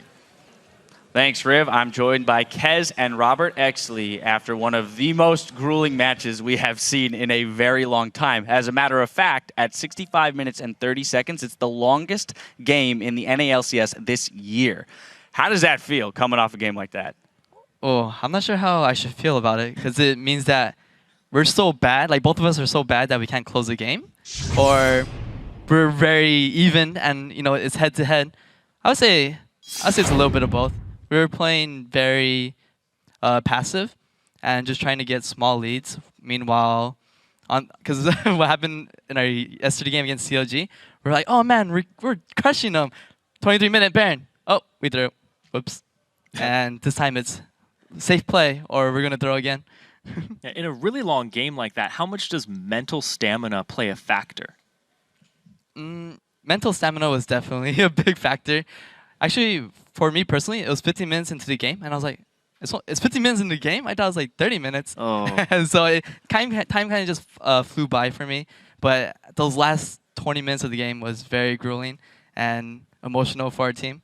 All right, and I want to go all the way back about an hour ago to Champion Select here. Kez, you guys set up what looked like a Yasuo composition, and then Yasuo just kept getting camped in the mid lane. How does that adjust your team's strategy and basically focus on a different win condition? Well, basically, at first we were really looking into playing Yasuo, but since they first picked, I think they first picked Syndra, so we had a really good Yasuo comp with the first pick Lulu, so we just changed our strat to that. You changed your strategy to playing Yasuo. Oh, just playing Yasuo out of the Champion Select. So when Yasuo started getting camped in the middle lane, did you just change it to Robert's going to carry now, or are we just going to continue to focus on probably put him on a side lane and have him farm? Well, when Yasuo started getting camped, I was just like, well, Yasuo's just getting camped. I guess I should focus on other lanes more. So. Absolutely. Well, and so in doing so, we watched both the top turret and the bottom turret go down relatively early. You guys were able to push really hard with the Tristana and the Nami, as well as the Lulu over the Jax. So was the idea there just to accelerate the game as quickly as possible? With the lane swap? Well, having and then but just pushing the turrets early, right? You have Tristana and Nami, which is great pushing power. So in the 2v2 bottom, we actually had a good lead over them, and it was to the point where they're conceding everything, and we just got free hits on the turret, and it just ended up working out. And probably was telling us that he was struggling really hard middle, so we just called like, how would you do against a 1v1 Twitch? And he's like, that's easy. So that's what we did. I go mid lane, probably goes bottom lane, and actually it worked out very nicely just because the fact that Twitch couldn't farm against Yasuo. And if you notice, I noticed like 30 minutes of the game, I had about 300 farm, and Altek meanwhile had 180, and it's definitely a good strat. That wasn't like our intention, but it just worked out despite like with the crappy situation we were put into. Yeah, you guys had a ton of CS at that point. I want to take it back a little bit before the 30-minute mark. There's an ace that happened about 22 minutes at the Dragon fight. We're going to have a replay up on your screen in a second. Kez, walk me through this replay here. Okay. Well, this fight we kind of wanted to fight because we knew we were a little bit behind. And Helios actually jumps in, so we actually found a really good opportunity to catch Lee Sin first. And Syndra was in a really bad position, so we caught him out there too. And after that, the fight is just kill Twitch, just kite out Jax, and it was a pretty easy fight. Yeah, and Robert just keeps kiting backwards, and you guys end up getting 2 turrets off the back of that, and just accelerating the game more and more, but EG was just... Yeah, that was a really good turning point for us. Well, and so one of the things that I want to touch on coming out of that fight, right? As he mentioned, you got the ace, you got 2 turrets. That's a pretty big gold swing. And throughout the rest of the game, we saw it rise and fall, switch hands a couple times. As a player, how do you interpret your gold lead and your power spikes? What are the key factors you're looking at in order to determine when you're ahead and when you're not?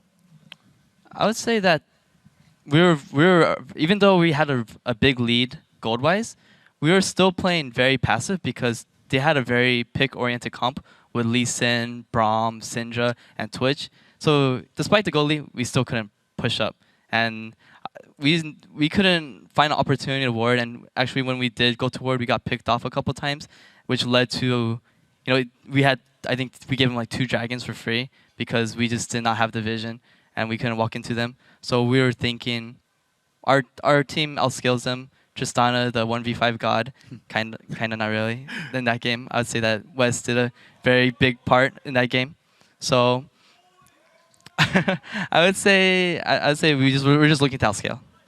All right. And in the bottom, you guys ended up having a really great rotation and caught EG without Altec and Helios, and you got a bottom inhibitor turret practically for free, and Helios was trying to flank around the side. What happens in that type of split-second decision where you're trying to just take advantage of a crack in the armor?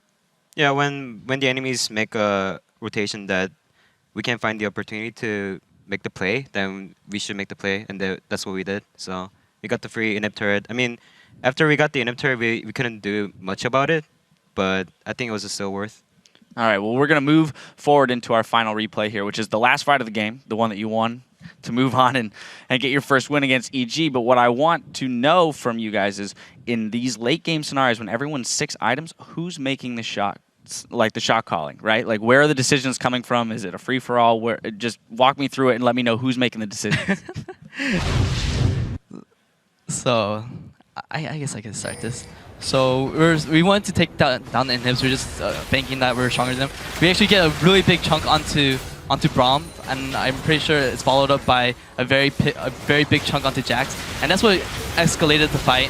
And from here, I was just looking to kite back because I know Syndra was trying to chase after me, and Syndra actually went too far, couldn't catch me, and gets stuck, left for dead. And from here, I jumped all the way into Altec, and from here the fight was over.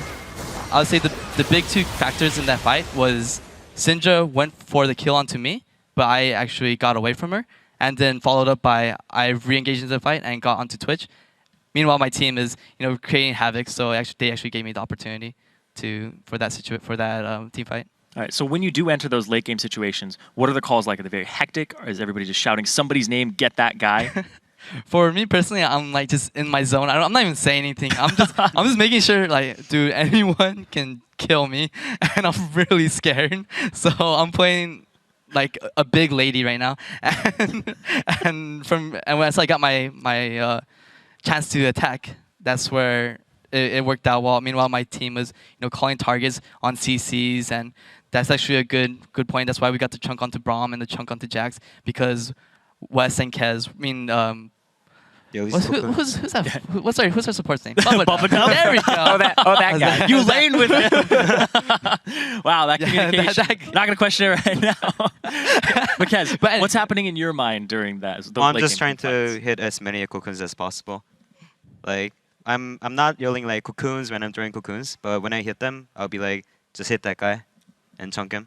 All right, one final question. You guys play Dig and C9 tomorrow. You've beaten both of them. C9 you've beaten twice without giving them a win of their own. What's your game plan going in? It's a 2-game day, so what's the pressure like on those types of days? How are you going to deal with it? Well, we just got to play really safe, because I'm not sure about now because we already beat Dig and C9 once, but I feel like they kind of disrespect us as a team. But I think if they do that again, we can obviously win and bank on that. So we just got to play really safe and farm. All right. Well, best of luck to the both of you in your match tomorrow. Thanks for joining us here on the desk. We've got to take a quick break while we patch up some minions. When we return, we'll jump into our next match, LMQ versus Curse. We'll be right back.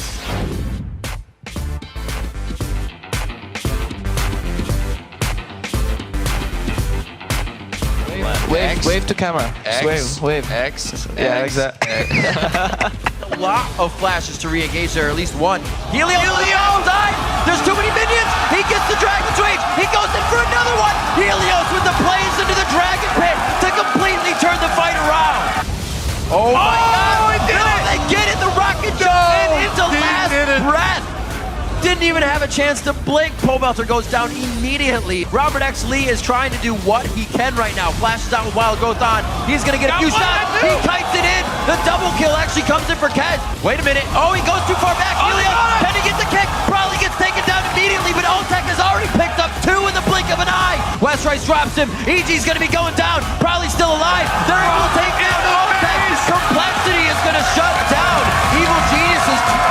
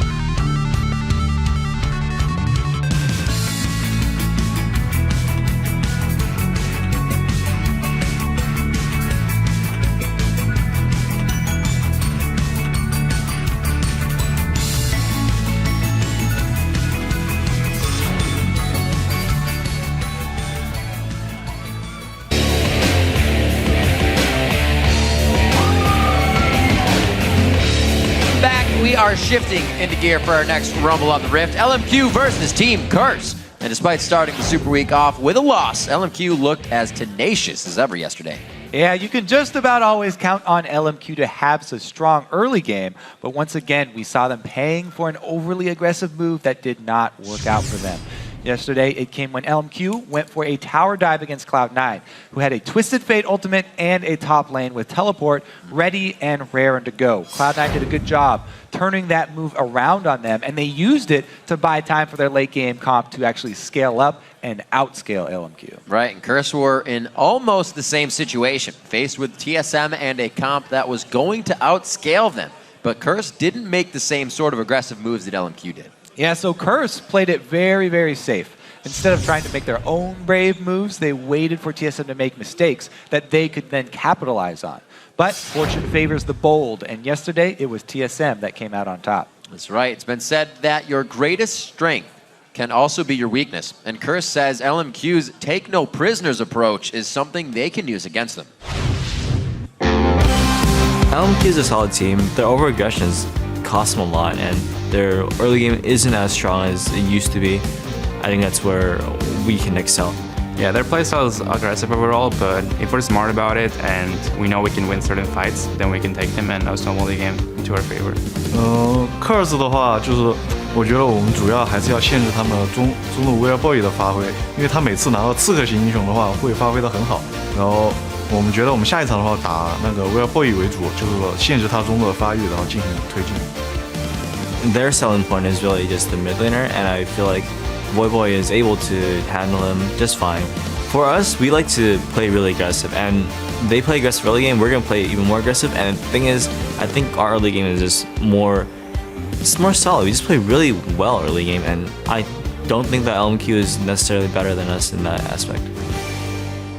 According to both teams, we have an unofficial featured matchup in the mid lane between Xiao and Voyboy coming into this one. And they're talking about being solid. Curse, they've been solid, but solid isn't what's been winning games. They've been getting close in a lot of their losses. Right. Close does not cut it. Only works in horseshoes and hand grenades. Let's take a closer look at the two teams as we get into the game. On the blue side, it's going to be LMQ. That means it's Ackerman in the top lane, No Name in the jungle, Xiao smiling in the mid, Facilitate 80 carry, and more on support. And on the red side, it's Curse. Up top is Quas in the jungle. I will dominate mid Voyboy, 80 carry cop, and supporting X Special. It's funny, this little trait that the players pick up from always having a microphone out is that they drink sideways. And even now when they don't wear headphones, you'll see them out in public and they're just like drinking sideways. You see Crepo, I'm like, Crepo, why do you do that? He's like, I just don't want to move my microphone anymore. I'm like, you don't have a mic on. He's like, okay. It's like tying the ways you want. Yeah, never mind. What were you going to tie? Nah, it was Everybody wants to hear it. It was going to be a bad reference. All right. We're going down a dark path here. That's also a good thing to have, is be able to restrain yourself, though. Okay, yeah. It's good. We got Team Freak Self-control, that. I got that. Yeah, absolutely. So jumping into our third match of the day, these guys are 1-1 coming into this matchup. So it's going to be pretty much a hard-fought battle. If it's anything like last game, it's going to be a long, hard-fought battle. Oh, but yeah. I'm pretty sure we're going to get a quicker one on this as we jump into picks and bans. Right now, it's going to be LMQ versus Long Curse. day today, Riv. Yeah. Very exciting, though. Long day and a long week. Yeah. Absolutely. Let's keep that adrenaline pumping. Braum, Elise banned out. Passed it in. Probably a Kale coming out on this side. Oh, Who yeah. knows? You're making a bold claim there, Riv. Maybe. Maybe a Lulu makes Maybe. their way into the ban screen after man. the repeated success of Lulu so far, Lee Sin. especially versus Jax. Junglers, definitely. You know, we have one Elise ban. That signals either somebody's first picking Lee Sin, or he's going to find his way onto that screen as well. Well, there's only 10 seconds. Everybody's Worried. holding Hey, their breath. Guys, do you think they'll just give us Lee Sin? You think so? Yeah. Oh! Okay. Syndra. The mid lane, as you talked about, both these teams putting a lot of emphasis on the mid lane. See if they can be the ones to put out the power, or they're just kind of throwing everybody off in the early game talks. The last band to come out is a Lulu, and it is the Lee Sin picked up right away. It's almost like these teams fall into patterns. No. Yes. Lee Sin for No Name. He will be happy with that pick. Yeah, as the captain and the playmaker. You technically, though, we should still be leaving the door open for the top lane Lee Sin. But it's only open a small crack. Yeah. Pretty much always take it to the jungle there. We'll see what No Name could do, because No Name's had very effective early games. He is also the team captain. It's very easy to make calls when you're on Lee Sin, because you're able to drop a lot of vision with your sight ward, go for early invades. It's very easy to direct the team. Whoa! Lightning quick picks coming in here. LMQ, back to their roots in a just kill you style composition so far. We'll see what Curse can put in their hands. The Gragas has come out. We have not seen the best Gragas play across the board. Everybody's getting a kick out of this. We'll see what... Xiao, big grin on his face, though. Always like to see him happy. Oh, yeah. And always like to see him on Yasuo. He is one of the most impressive North American Yasuo players out there. And he's already got several ways to set up his ultimate. So very, very easy ultis for Yasuo going to come in for the late game. Unfortunately, he's only gotten 2 chances to play it since it's always banned out against him. But those plays have been absolutely amazing. 11-2-6 and 5-1-11. So watch out. Could be forced onto an Eve here. Not too bad of a champion for Dominate to be on, but he's got to be careful. And hopefully Curse doesn't fall behind, because their ability to get Eve in a situation of side ganks, getting back into a game, isn't that great. And with Eve locked in, that means that Gragas is secured for the top lane. Right, yeah, That will good be call. a Quas on Gragas. Now, Gragas is fairly similar to Mundo, who is one of Quas's favorite champions. However, Gragas is much more utility-oriented and much more mid-game oriented. He's not as strong as a tank as Mundo, however, brings much more utility to the team and a much earlier power spike than Mundo. Mundo really looking at that late game to become the tank of all tanks, whereas Gragas has this mid-game window where he is really, really strong. He can throw his weight around and really dictate the early pace of the game. Wow, Boy. Bouncing over a couple of strong Yasuo counters here. Both of those are very strong Yasuo counter picks. Akali is one that he's used before, yet he goes with neither. Goes with the Rise. We'll see how it changes. Rise was recently, I say recently, I'd say a patch or spring ago. Split, not a patch. Wow, words are easy. In the top lane. So now Boy bringing that to the mid lane. We saw Pobelter drawing bans on it. We'll see if they can scale it into the late game, because they got Cog, they got Rise. Gragas gets pretty big as well in those fight compositions, and he can be a big guy.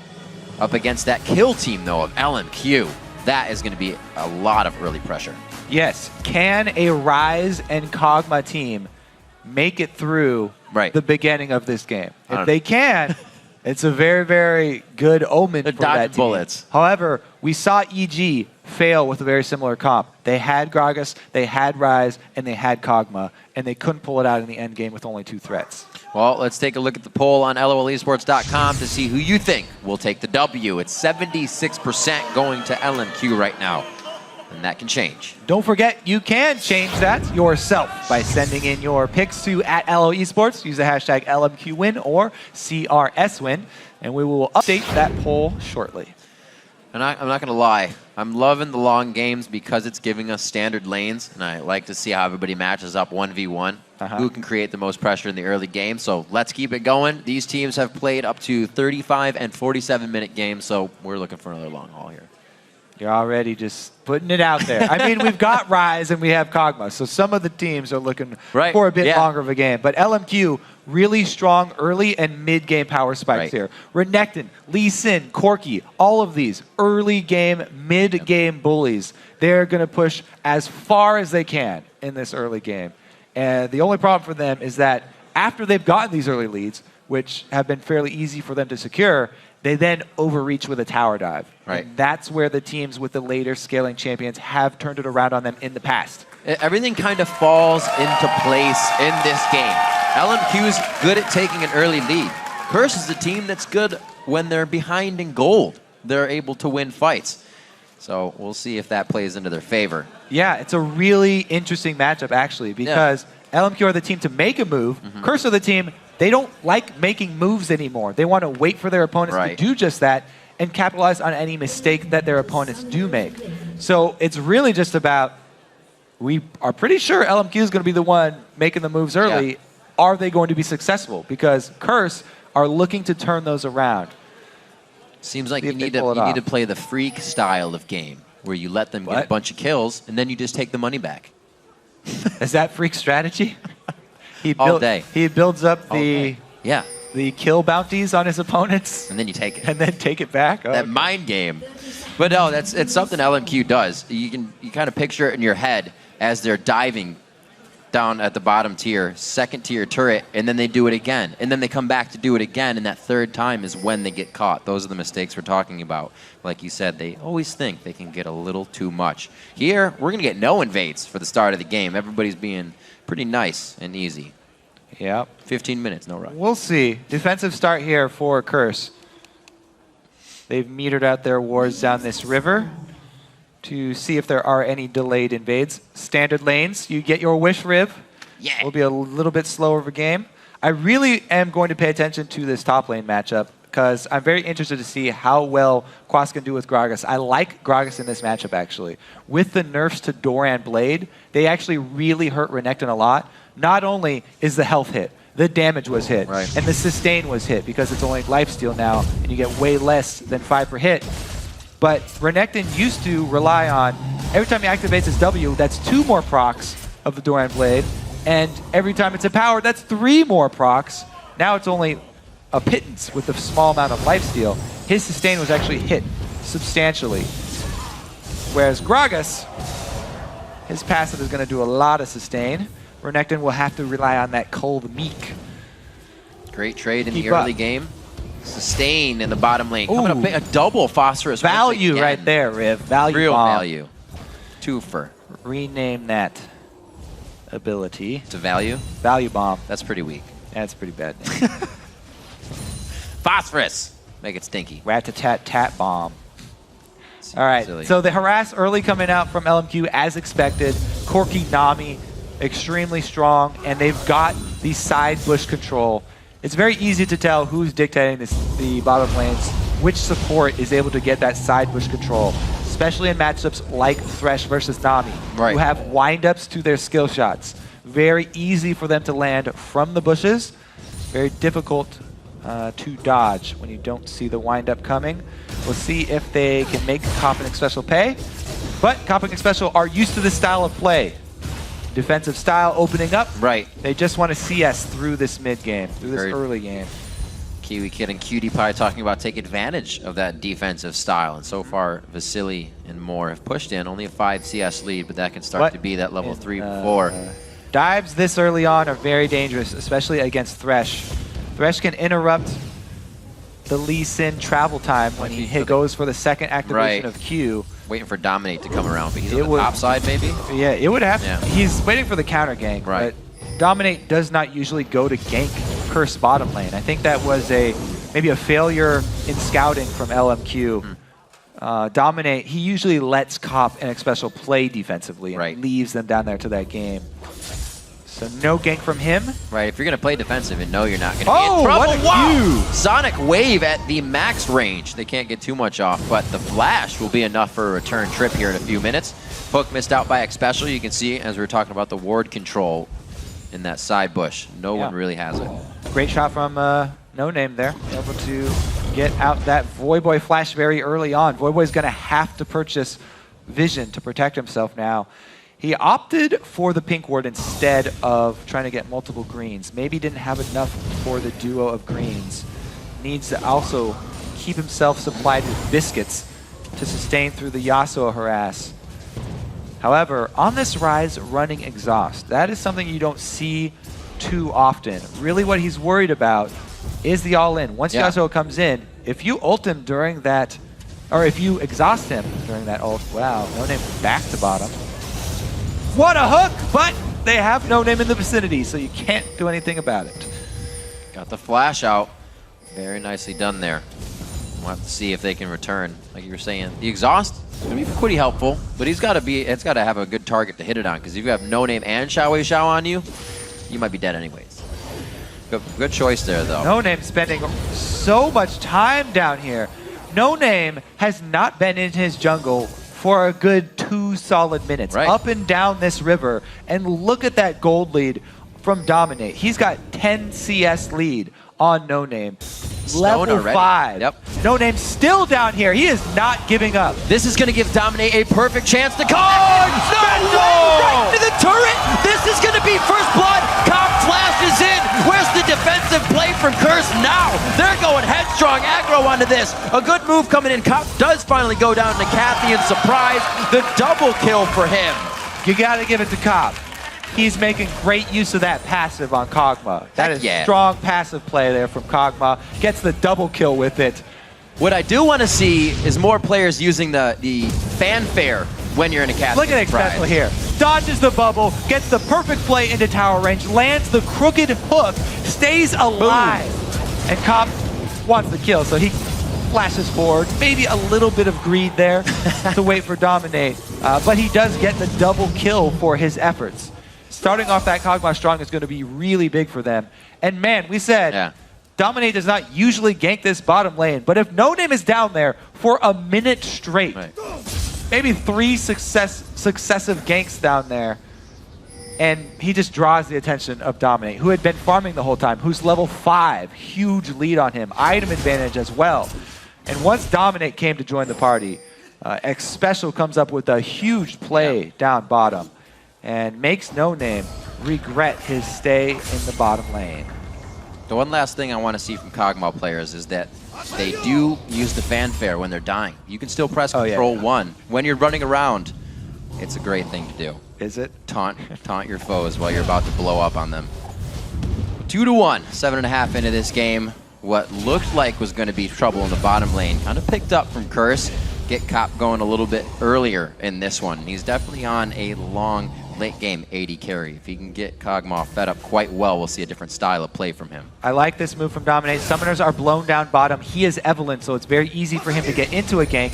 Pink Ward is in the Tribush though, so as long as he doesn't wrap around that, he should be able to get in here for an ultimate, get the slowdown for an easy hook for X-Special. Now, the other thing about No Name camping bottom is he leached experience from the bottom lane for a long time as well. So while he is level 6, equal with Dominate, he hurt the bottom lane, stealing experience from Vasily and more. As if dying wasn't enough to get them behind, they're also going to be behind in experience down there. But again, true to Vasily's style, he's on Corki, he's bullying, he shove it right back up into Curse's face. Well, if you have the wards, you make sure they don't use the pressure they just got, and they're forced to use all their attacks and abilities under the turret, keeping them safe. The sustain from Moore and Vasily keeps them in the mindset that they can keep playing strong. Pink wards from behind, but they're actually not going to see this regular ward that Dominate's about to walk over. See if they actually decide. They are playing very aggressive.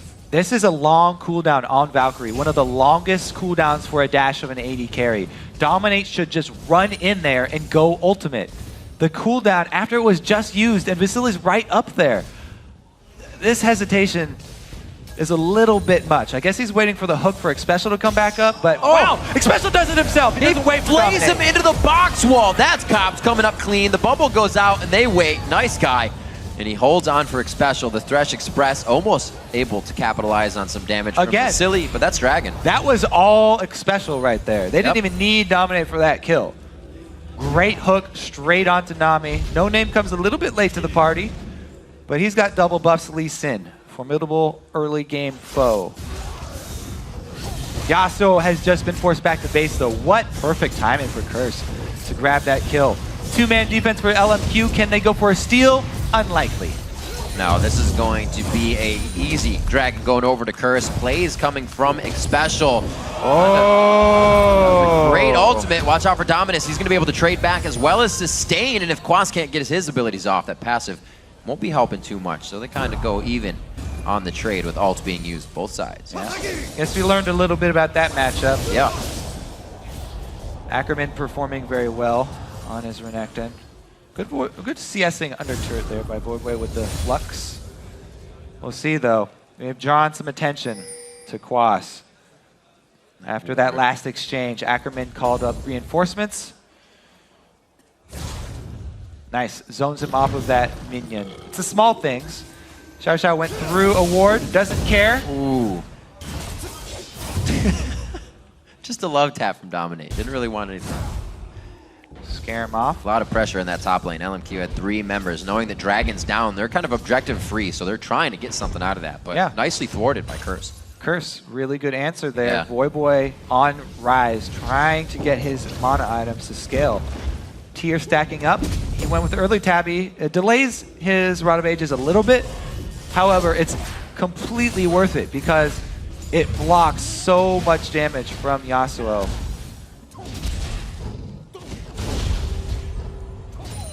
Slow moving here for LMQ.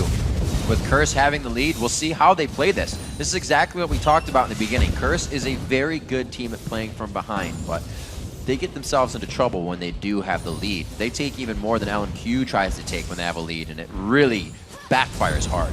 All right. That logic only goes so far, though, because you'd always rather have the lead. So I'm still, this is true. I'm still pretty happy.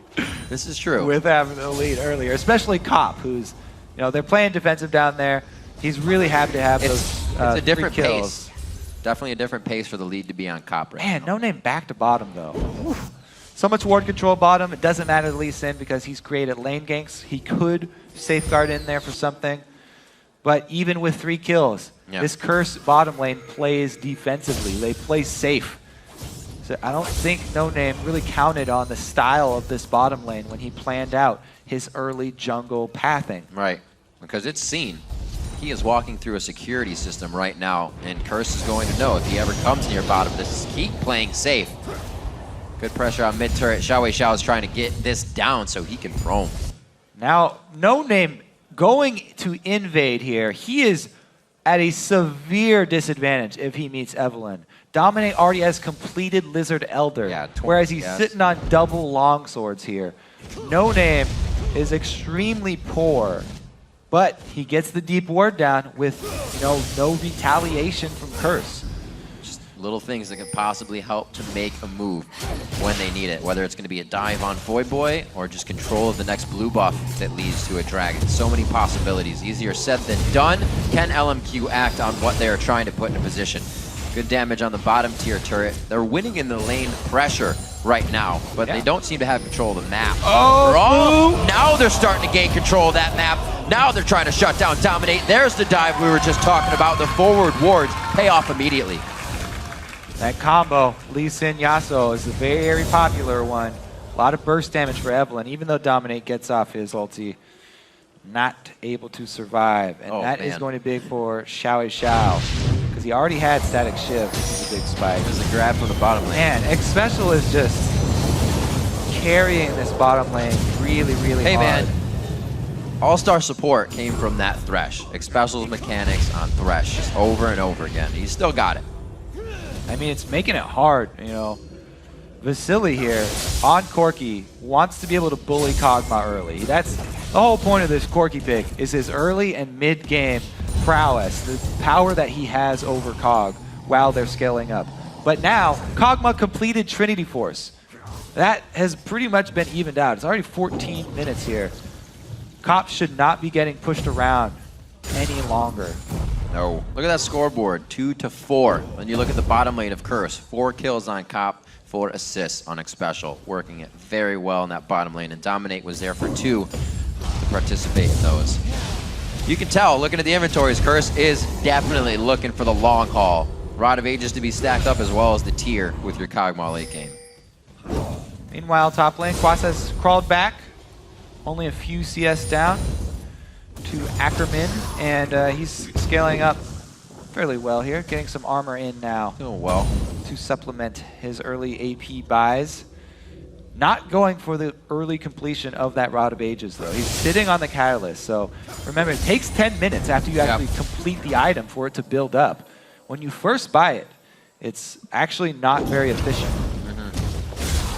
These guys going pretty hard. 30 seconds on Dragon, so they're trying to spit out what damage they can. Look at the forward wards from LMQ now, once again to be used. They have breadcrumb wards for safety in the jungle they praised previously. And this Xiao Yasuo, there was not even a 1/10 of a second there for the animation for X Special to move from the Lee Sin kick. As soon as it registers, boom, Xiao is there, stuck in place, and he saves the dash to jump over the wall after X Special flashes. Really, really well played by Xiao. And X Special with the first misstep here. Again, supports trying to get vision. It's a dangerous game for them. Absolutely. So what LMQ has prioritized completely pays off in the last 3.5 minutes. They made quick work of that to now completely even out the game. They're only down a kill. And I'm sure they'll find that somewhere very soon. They're still continuing to put wards down on that bottom side of the jungle. And Vasily, since he has foregone the purchasing of boots, he's been able to rush the completion of his Trinity Force. Yeah. And pinks for his team. So that will be very big for their bottom lane, and they continue to push Cop and X Special back. But man, 4 kills for Curse, 4 assists on X Special. Every single one was set up by him. 4 kills for Cop. Where they want the money. Yep. But can he make use of it? Kog'Maw, the reason I think that it took so long to make its way over to North America is it's a bit different than most of the other AD carries. It's not the easiest to play because you have to be very quick with your mouse. Yeah. He does long range damage, so your target selection is very far away from your champion, and you have to move your cursor a relatively large distance. Right. But he's also very low mobility, and dodging skill shots is paramount on him. He cannot get locked down, so you have to move your mouse back to your character for a quick dodge in the right direction. It's a different style. If you think of somebody like Double Lift, if he were to play Kog'Maw, Double Lift locks his screen in a fight. You can't do that with Kog'Maw's living artillery at max range. You're missing out on range. So he is absolutely a different player. Champion, I should say.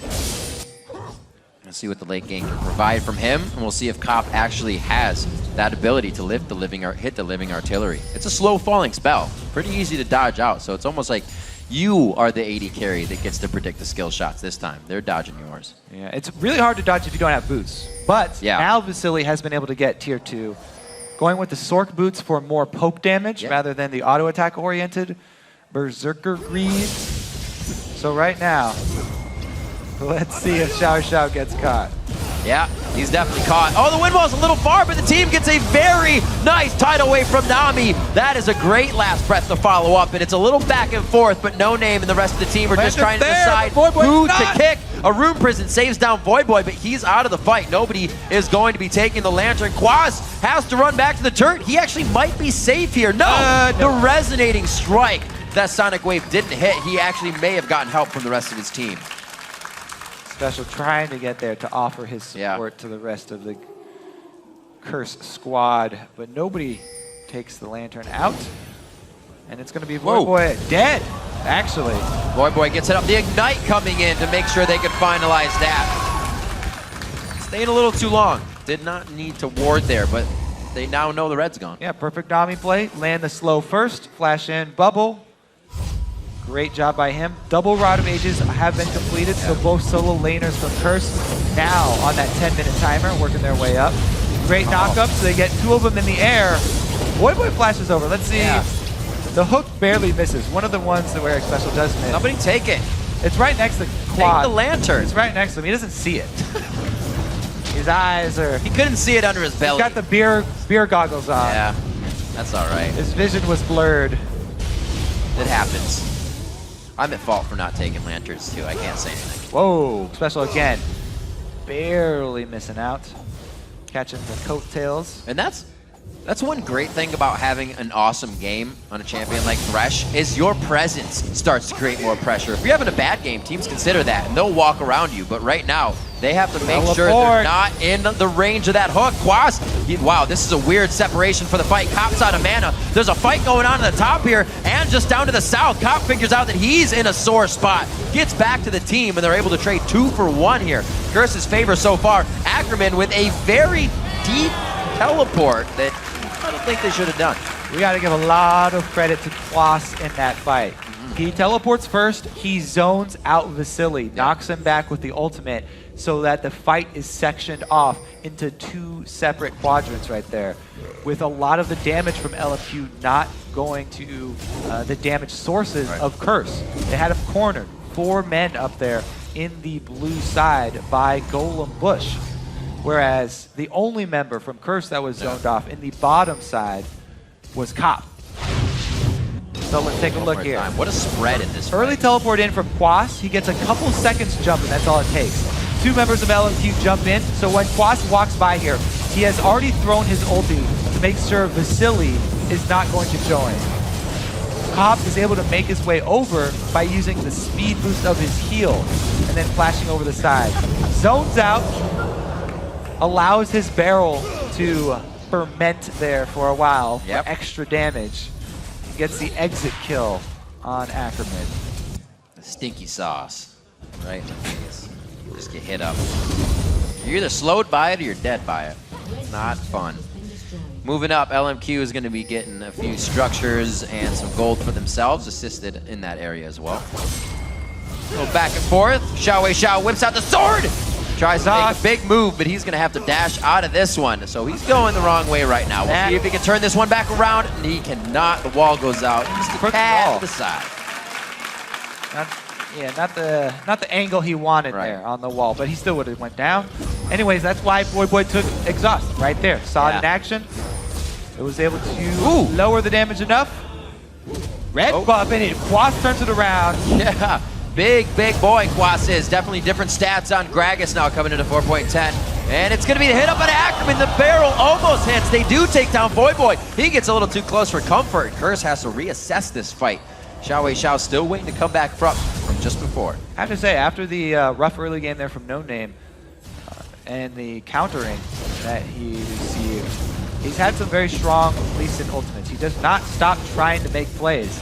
As we said, LMQ are a team that keeps swinging. Oh, he can still safeguard out of this one if he gets the ward out, but it looks like they may be able to come out on top of this fight. He hits another beautiful Sonic Wave, gets the hit down now onto Dominate. Cop's gonna be able to wreak havoc. Oh, he missed it just point blank, but it's only the Voidoos. Cop actually will not pursue. Xiao entering the fight. Remember, he was just coming from base. LMQ did that with 4 people. Xiao not able to avoid the slow there, though, so his flash goes to waste. Right.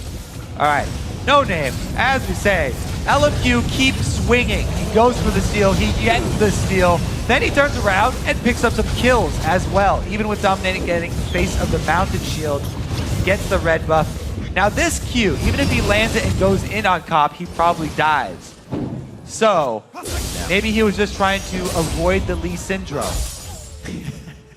He had gotten a prescription. Yeah, keeping it safe. Avoid landing Qs when you are half-life. Hey man, doctor's orders.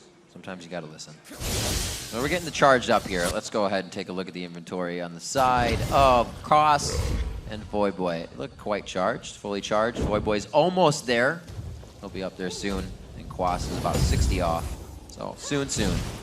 They're still looking Ninja Tabis across the board we were talking about earlier. All the damage they're trying to shut down, at least for that impact of Xiao's hit. But the whole team of LMQ, we know their aggression. It does not stop. And now that they have a lead, it's coming out even stronger. Xiao wanted a 1v1 immediately there. They have had a pretty good early game. The only flaw was the concentration down bottom. That didn't work out. But since then, they haven't let up. They don't let, the first stumble slow them down at all. They get right back to it. And they need to. They have to do that with the squad that they've picked. With these champions, they need to take advantage of these spikes in power. Yeah. Corki, especially right now, very strong. Another uncontested outer turret. 3 now, and it's actually a shutdown for LMQ so far in those turrets. They have not lost any map vision in the lanes. Yasuo with the 2-item power spike. Lee Sin getting the early magic resist aura. Strong for the team in itself because it's a dual AP with a sort of hybrid damage AD carry. Right. There's a lot of AoE. Baron already dead. What in the...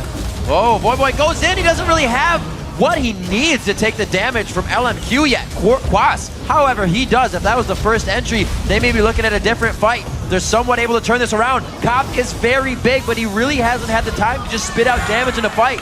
This is the extended fight that they want. Another hook coming in from Special, one after the other for Curse this game. Interesting trade there. I believe they also killed... No, they did not kill Ackerman. He got out with the Baron buff. Yeah, just one.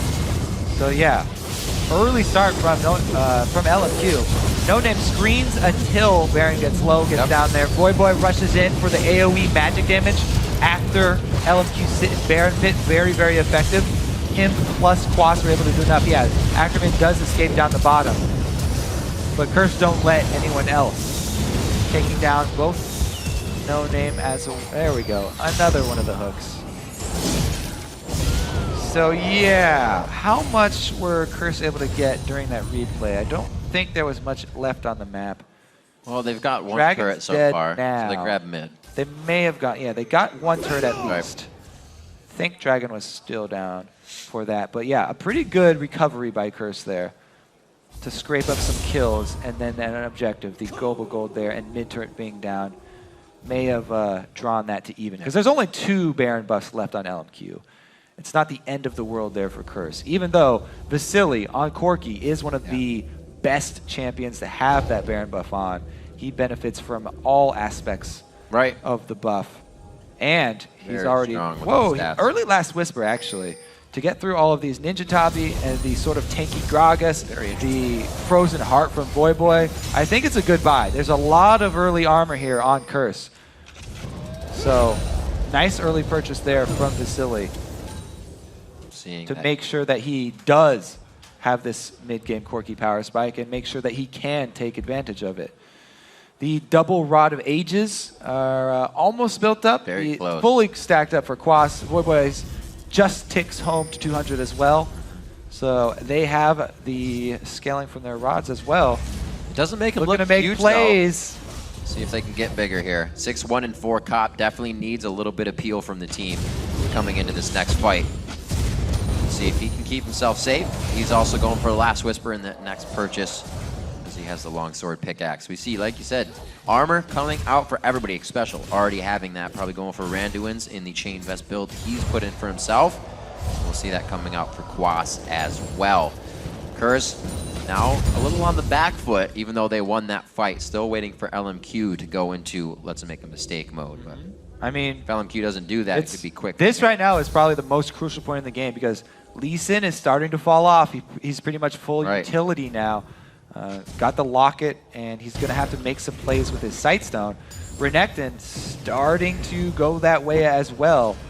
Just with the Tiamat, Quas is actually a fairly big impact on these mid-game team fights, and the Rise is going to continue to go that way. Until Indecisive. Yasuo caps out, though, they still have increased power here for LMQ. Dragon taken.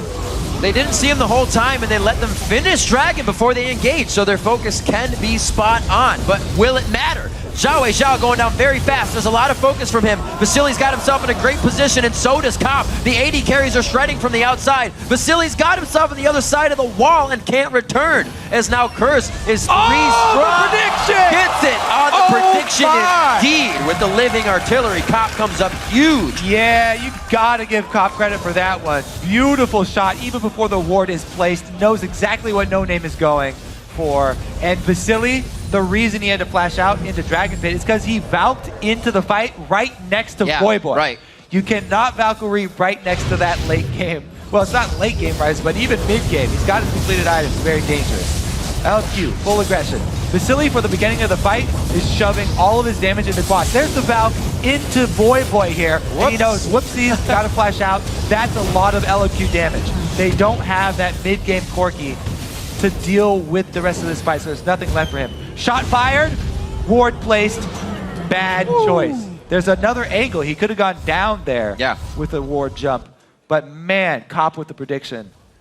Good pickup for Curse, and that's 8 kills now for him. This Kog'Maw is going to get out of control. Voyboy just finishes the Seraph's Embrace on the Rise too. This is the problem that LMQ were worried about running into.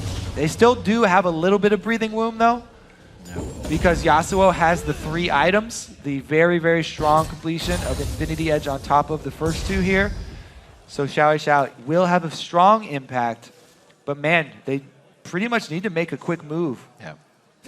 They got to get through a lot too. Voyboy is able to control Seraph's Embrace shield now, so he can give himself a little mitigation on that front end burst that's going to be so heavy coming out of LMQ.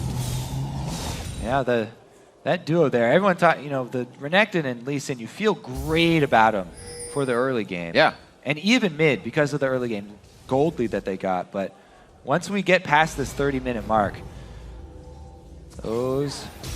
Uh-oh, they turn sour. Special takes the ride. Ackerman, that's a split on the fight. So What? Special's It's a on the 5 right versus side. 4. This means there's hardly any peel for Cop, but that he can't get back. Oh! Cop has great positioning right now, so he doesn't even need the peel. Xiao goes in, and they quickly jump over to Cop, forcing him to flash. LMQ is just waiting to take down Cop. Yeah. That focus did not work for them.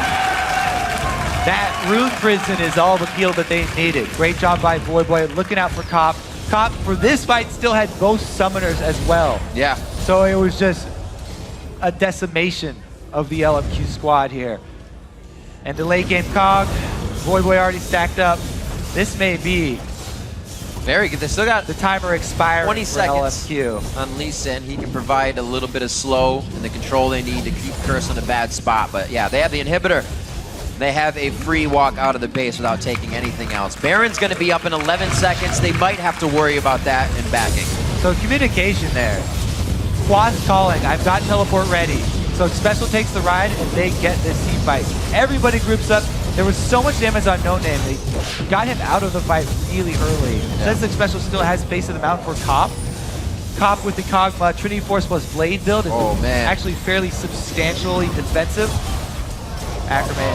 Ackerman's toast. They actually get Baron and kill Ackerman at the same time. He doesn't go down. Mikhails gets him out. Oh no. The Xiaowei Xiao replay it. Baron, Xiaowei Xiao going down. It's going to be a triple. First one. Last one was a triple to almost a quadra, but he picks up the double this time. You have to run with this. They need to take this advantage. A great dodge by Xpecial considering his vision. Knowing what they could do to get out of that one alive. Facility's trying to chase with the blue buff. A big one. Readied in the chamber for the next shot, but it's not going to take anybody down. Split focus there from Curse almost cost them, but they are able to come out of it with the Baron and only a 2-for-1 trade for LMQ. So definitely worth it for Curse this time around. Even though they give up control of the map, minion wave here would be 1 turret at most if LMQ press it. And it doesn't even look like they will press it. This was almost some scary deja vu. Exactly. So split here, Baron plus trying to zone. And they zone long enough to buy time to finish off the Baron. Because they got that answer kill on Ackerman, that was pretty much all they needed. Cop this time, as we said, no summoners left. They're able to get the combo that they want. Yasuo got in, killed Cop. That's the point of Xiao Xiao. That's his #1 mission. He was able to get it, but it was just a little bit too late for the team. Seeing almost the same game as previously. One team's building all damage, the other one's trying to build all defense and still win the game. Curse has been doing a little bit of the winning on the defensive side now, almost within 700 gold as it ticks up. 19-5 as they have the kills. It seems to be working a little bit in both teams' favor as we're going to go again for the long haul. Yeah, Curse have a bunch of champions with very strong innate damage just in the champion kit, so they can afford to build them very defensively. That's why Ryze is so strong in the late game, because he gets all the damage from his kit, and he can build defensively with these mana items that also have defensive stats on them. Same thing for Gragas with these sort of hybrid build, tank/AP, and Kog'Maw as well. These items that Kog'Maw gets make him beefier. What? Another max range coming from Xpecial. This is going to be a kill on the No Name. One last shot from the Bio Arcane Barrage, but Cop's not in range. No Name will still go down in that fight. Moore's going to be hit up. Another consecutive hook from Xpecial coming in. His thresh play today has been out of this world. It is safe to say that Curse have weathered the early game storm of LMQ, and skies are sunny now.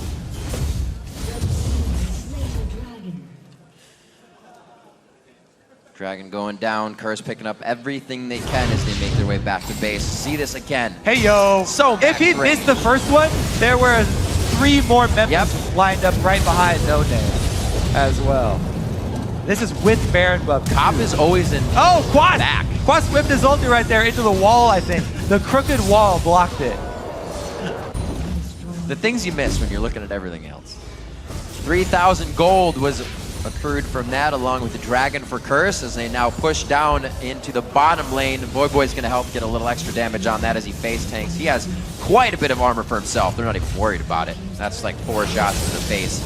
Only down 200 HP. 21-15, the kills continue to rack up in the favor of Curse, and at one point, LMQ had 3 turrets to Curse's none. Now Curse has 6 turrets to 3. Special gets locked up. Oh, Ackerman. Trading. The range coming in from Cop right now. He's able to shred on the outside. Xpecial very close to going down, but he lives. And it's going to be the rest of the team trying to fight on the bottom side here.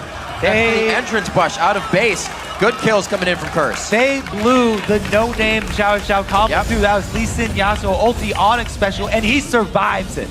One more chance the LMQ could have to stop this. Curse is all over the Nexus turrets, though. It's going to be very hard if LMQ is even able to get another fight for themselves. It's going to come in. Ackerman's getting hit up. He gets locked in. He's going to get taken down, possibly. A few more shots. Xpecial just hits 1,000 assists for an NA LCS support, the first one ever at 36 minutes into this game.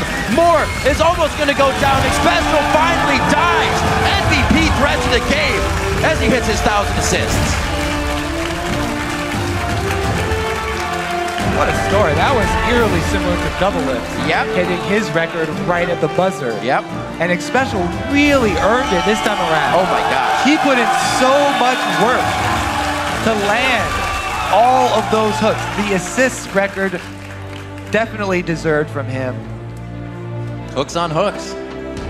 All day long, a very well-fought game. LMQ coming out with an in-your-face composition, looking to get Yasuo procced ultimates almost out of every single lane, but it just wasn't happening. Control over the jungle from No Name in the early game, but Curse was able to bring it back.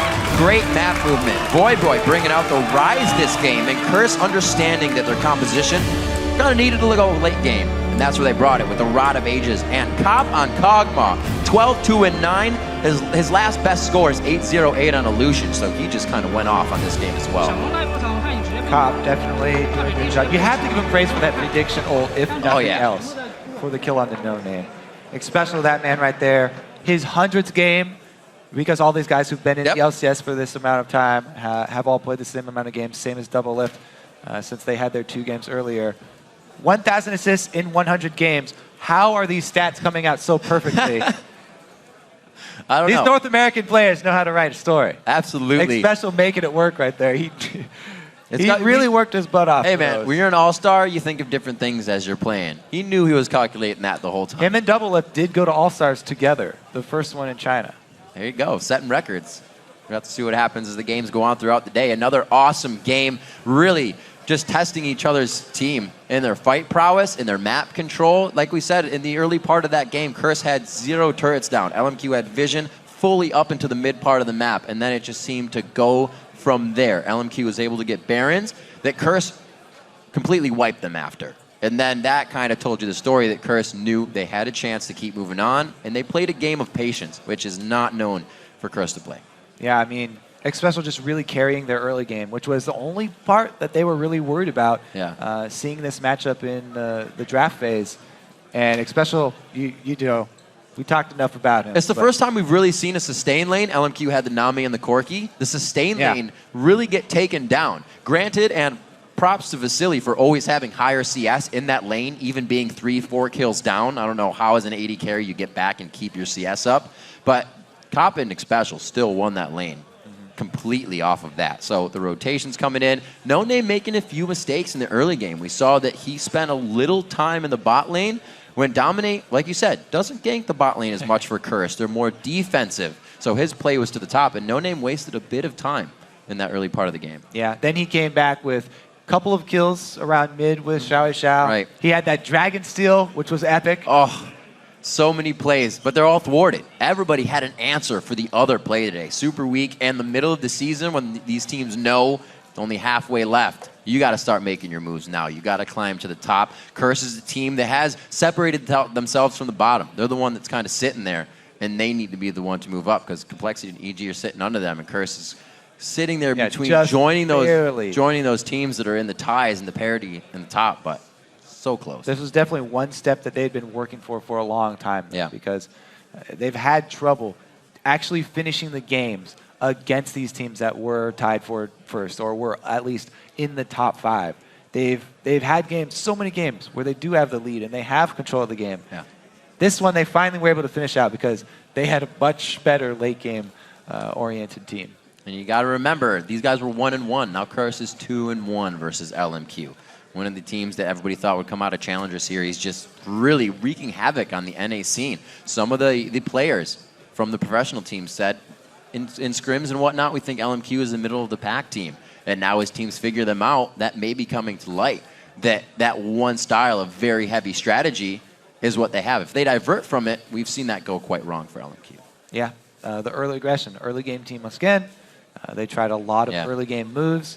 And even if some of them fail, they keep on trying them until they're successful. And we actually saw a successful Gragas, to keep on that word. So great job by Quas in the top lane. The whole team coming together. But for a first-hand account on that match, let's send things over to Dash and Zyrene. Thanks, Riv. I want to welcome Xpecial and Cop of Curse to the analyst desk and congratulate Xpecial on your 1,000th career assist. You are the first player in the NALCS to do so, and as it so happens, Cop was the player who actually gave you that final assist. So it's kind of a match made in heaven, right? Yeah. How does it feel? Surprising. I had no idea it was coming up or anything like that.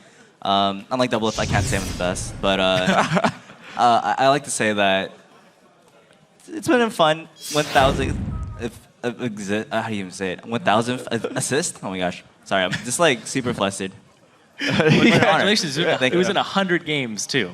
So exactly right on that mark. So let's just take a step back in that game. Let's go back to Champion Select. You guys first picked the Gragas top. Now, Korea's been trying Gragas top for a while. It hasn't seen the same type of success. We've seen it in EU. It still falls flat. People have tried it here. Why are you guys the first team to actually whip it out and have it work? Is this our first Gragas game in LCS? Your first? Oh, yeah. As Curse? Yeah. I'm not sure. Not sure. Okay, but regardless, it's really... Otherwise, it's one of the first wins we've seen. I think it's the first win. But I think he's a strong pick, and it works well against the traditional bully, Renekton, who typically everyone says wins in all matchups. But Gragas actually does well, actually scales better than Renekton. So in a way, he's actually better in every single way, except that he's slightly harder to play. And that's kind of the problem that you're seeing. Mid-game and late game, you have to land your barrels, you have to land your ultimate. And oftentimes, Yasuo he's really annoying to deal with. You get the walls, and you see Braum a lot too. And these are champions that can really hurt Gragas' scaling. And I think Quasis played really well this game. He did fairly well in lane, and team fights he showed up and just wrecked people, and it showed, and we won, so that's good. Remaining in Champion Select, Cop, I want to direct the question to you. You picked the Kog'Maw fairly early, and then we saw Vasily pick up Corki as opposed to, let's say Lucian or Twitch or something like that, and those were on the table. Why do you think that was? I think Corki's pretty good into Kog'Maw just because he can poke him in lane at level 6, and his early laning is pretty strong against Kog'Maw. So yeah, they just wanted to take the Nami from us, and so we couldn't get the really strong combo of Kog'Nami. And I don't know, if they play aggressive and get kills, they can snowball on us, but it ended up in our favor. All right, well, a follow-up on that would be you managed to have the lane that you wanted, and then it ended up snowballing you a couple great hooks and exchanges in the bot lane, and you actually picked up a second kill with your passive on Kog'Maw. Holding all of that gold on a late-game carry like that early, how does that accelerate the game or change the way you guys look at the way you want to play it out? I think for Kog'Maw, he scales the best, and if you can get an early lead, you can pressure the Corki really hard. So I was able to just take the advantage bottom, and they couldn't really lane against us at all, so we could just snowball bot, and they had to force pressure elsewhere. Yeah, and we actually are going to bring up a Baron fight on the screen here. It's a little later in the game. You guys go 3 for 1. You do give up Baron, but Xpecial, walk me through this fight. This was not a good situation for us. We saw that Renekton was preparing to go into Baron, and we knew that they're on Baron. We were trying to check it. We were really far. Gragas TP's in, and it was way too late. But fortunately, they fight, we fight, and we come out ahead. They were just chunked from Baron, and we were strong at this point. We shouldn't have given up Baron, but at least we came out with some kills. It was a fairly close fight, but I came in really late, and we managed to just sweep them. And yeah, we were pretty upset giving them a free Baron, but fortunately, we managed to catch him out. I get a decent hook.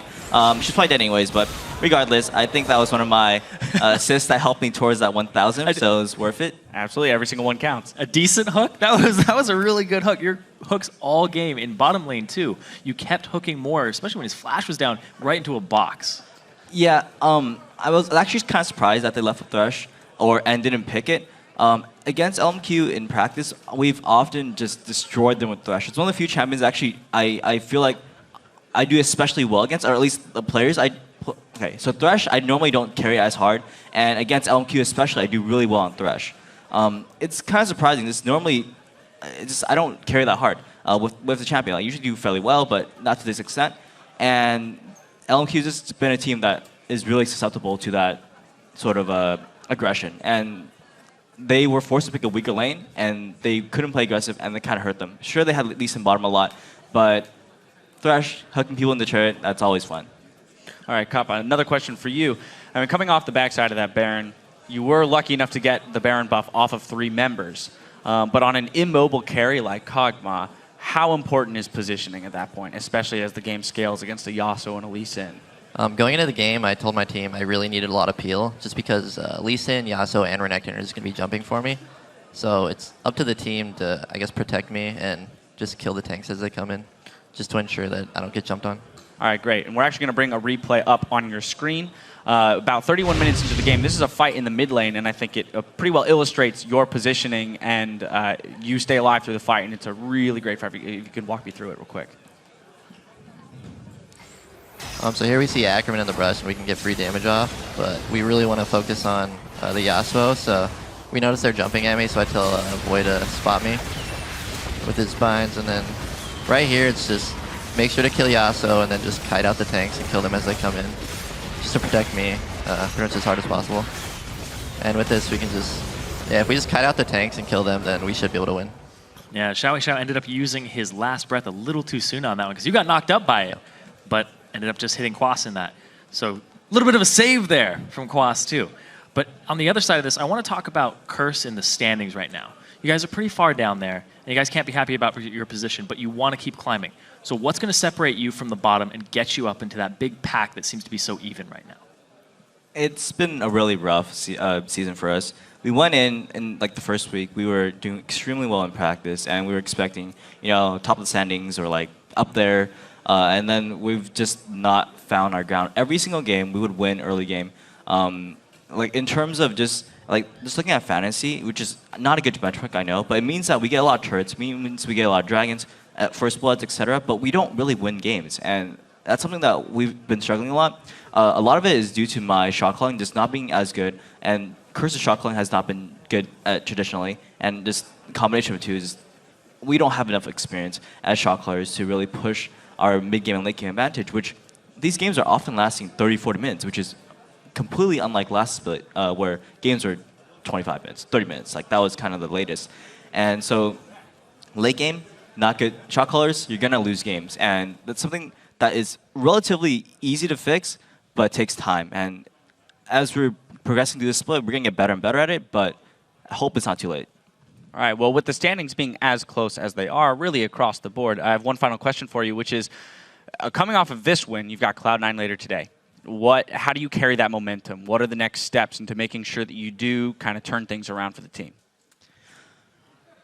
It's honestly, this game wasn't even that clean for us. So we need to look at this game, figure out, okay, where are our mistakes in shot calling? Where, like with that Baron, for example, we need to not do those. We need to be able to push our advantage harder. We're winning early game.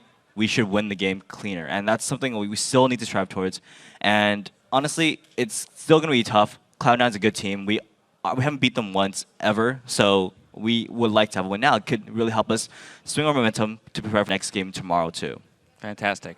Well, congratulations again on your 1,000th assist. Good luck in your game later today. Great game that just happened, and we'll see you guys later. Thank you.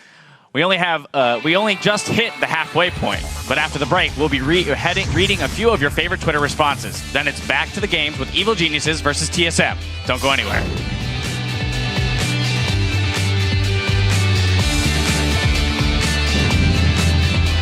Trying to negotiate a free win with Xiao. All right, good. Tell me if you get it. I said I need to win this game for my promotion.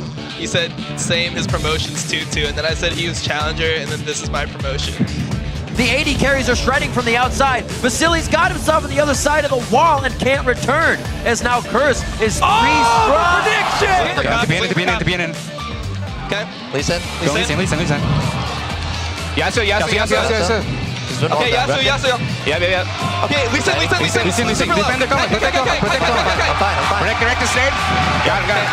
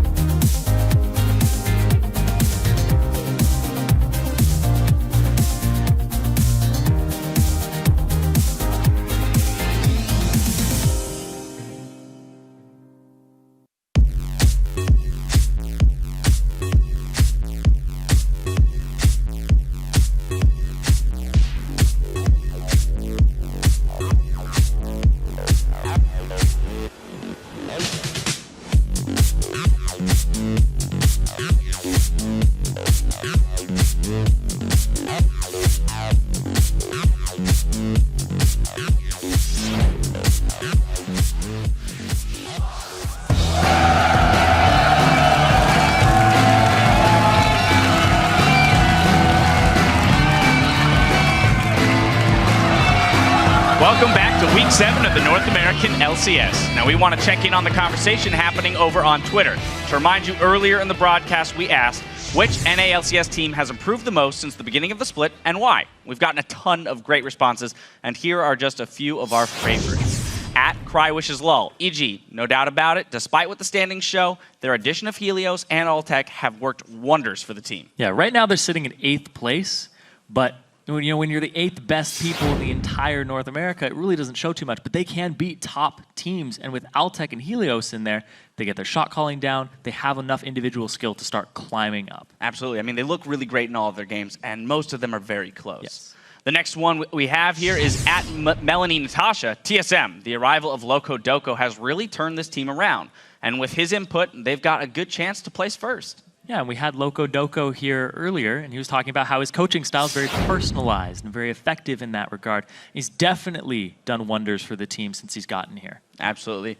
Our final one of the day here, at Seagrove Lull. No one. It is impossible to tell who is better and who is improving. This split is crazy. It is absolutely crazy. It's the closest North American LCS split we have seen this far along. But at the start, people were like, is this Europe? What am I watching? Because everybody's just so good and neck, and they're all improving. There's no question there. Yeah, the NALCS this year is pure insanity. Well, thank you to everyone who wrote in. And if you're not already, follow us on Twitter. We're at LOL Esports. Now, as we send it over to Freak and Jat for our next game, Team Solo Mid has been transformed since Loco Doco took over as coach. But according to EG, the team may be falling into some predictable patterns.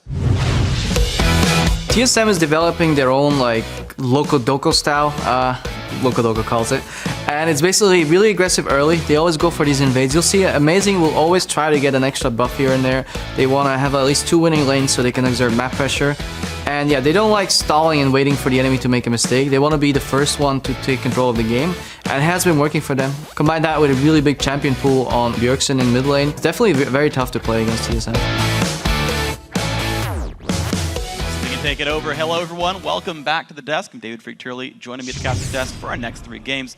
It's Josh with Jat Leesman. Yeah. Awesome as always. It's a little late in the day because of the duration of the games, but I'm ready for some video games. It's going to be a whole bunch of fun, guys. So we're kicking off the back half of our day with Evil Geniuses versus Team Solo Mid. Now, EG, they've actually already spent a whole bunch of time in the Rift today. Yeah, and after all that, they're still stuck on 4 wins with a loss to complexity. They are now in last place, as Zyrene just mentioned, and it was a record-setting game, actually.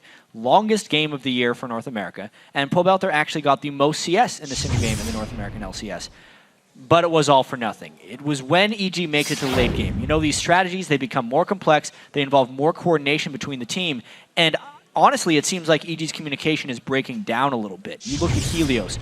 He's a great hope for the team, and they've been able to make a lot of very strong early game plays with him, but the degree of difficulty between early game plays and late game plays, communication-wise, is huge. So by and large, EG is playing much better, but at the end of the day, if they're not getting wins, it doesn't matter. Yeah, it's so unfortunate. Time and again, they're getting this early game lead and can't quite hold on to it. Of course, on the other side of this matchup is TSM. Now, these guys are 2-0 against EG so far this split. Yeah, and they lost today against Dignitas as well, and did not look very good in doing it. Honestly, their bottom lane lost a lot of pressure in that game, despite having the Lucian pick against Kog'Maw, and that subsequently added to them losing pressure, which lost them several dragons. And that being said, TSM is an incredibly consistent team against the bottom 3 teams here. So they should be expecting a victory, but they don't have much confidence after that last loss. Yeah, and they're just playing a lot more slowly this week as well. Yep. So everyone's playing a little slower this week. That's true, and that actually, to figure that might work in the EG, I guess, anti-EG, who can't seem to win the long games anyway. Yep. So maybe we'll see more of the same. Let's check out the starting lineups here. On the blue side, Evil Geniuses.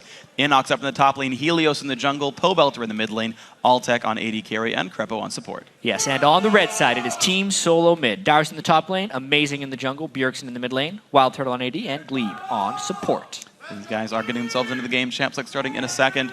And I do want to see how else these guys adapt. We heard Loco Doco talk at the beginning of the day about he comes in to a given week with like 5 or 7 strategies prepared. Yeah, he said 7 strategies in the pregame interview at the today. beginning. I think at the beginning of the week. Yeah, and then he pares them down to the ones that are working in scrims. Says, okay, we've got like 5, and after you see each game, okay, we'll tick that one off. We'll use that one. I want to see what's next for them and how varied the roster is for TSM. And it definitely felt like in their game against Dignitas, they were more trying to take the Dignitas champions away. You think about Jackson, Ziggs in the Soul lane. You generally think is Shifter and Zion Spartan. But that's what they tried doing with Dyrus and Bjergsen, and it didn't work out as well as they had hoped. They're going to hope that the next strategy up is going to work a bit better. Lulu, Yasuo both removed away. Solo mid not allowed to play a Yasuo comp. Lee Sin away from Helios. You got to figure that guy's so good in the champion. Jack's still away from Dyrus, even though Inox would be happy to play it. And you're going to definitely see some new top lane matchups here. Yeah, it is actually Inox's 19th birthday today. Oh, cool. And I said, for his birthday, TSM's not going to ban Kale. And I was joking, and everybody laughed here, but there's a chance they actually might not ban Kale, considering the ban so far, and he would get to play it. That'd be fun. Yeah. Let's see if we can do it. You got a few seconds to deliberate what they end up doing. No. Ah! That would have been fun. Could have been a belated birthday present, but it doesn't happen at all. Gragas instead here. Could be Helios, could be Inox. Seen it now in both roles for him. Drinking age is 19 in Canada. So at least in British Columbia. If he parts. goes back up to Canada with Altec, then happy we had 19th birthday. He can drink with Gragas. There you go. Yeah. Bring him along, put him on the mug maybe. I would not drink out of a cask though, that would be too far for me. Solo mid to make their next few choices. Lee Sin banned away. Elise still the favored pick afterwards on that one. Seems no one's tried that hard to fight Amazing's champion pool. I guess he did actually go down to Jarvan earlier today, but... It's interesting. The teams either go all out to push him onto Jarvan, which he... Lost on. I'm saying he is much improved on, but they still don't really win when he plays Jarvan. This time at least, they're much more heavily banning out Dyrus, I think because they're picking the Gragas away from him. It looks like EG's plan, instead of attacking Amazing's champion pool, was very much trying to attack Dyrus's champion pool. But the cost of that is you allow Amazing onto Elise and Glebe onto Braum. What I think is great about attacking Dyrus' champion pool, does that mean Gragas and Lulu going away? Like, how much times have changed, right? Like, where's the Vladimir from Season 2? Where's all that stuff going back Time from? he played against Gragas. Maybe he'll play some Renekton, who knows? That's probably what he's going to end up going back to. If we're looking at Dyrus right here, he might not be able to sustain with Shyvana against the Gragas. It'll be really interesting, actually, to see which champion he defaults back onto. Well, we just heard him talk about the fact that Gragas beats up on Renekton, like, straight up in the 1v1.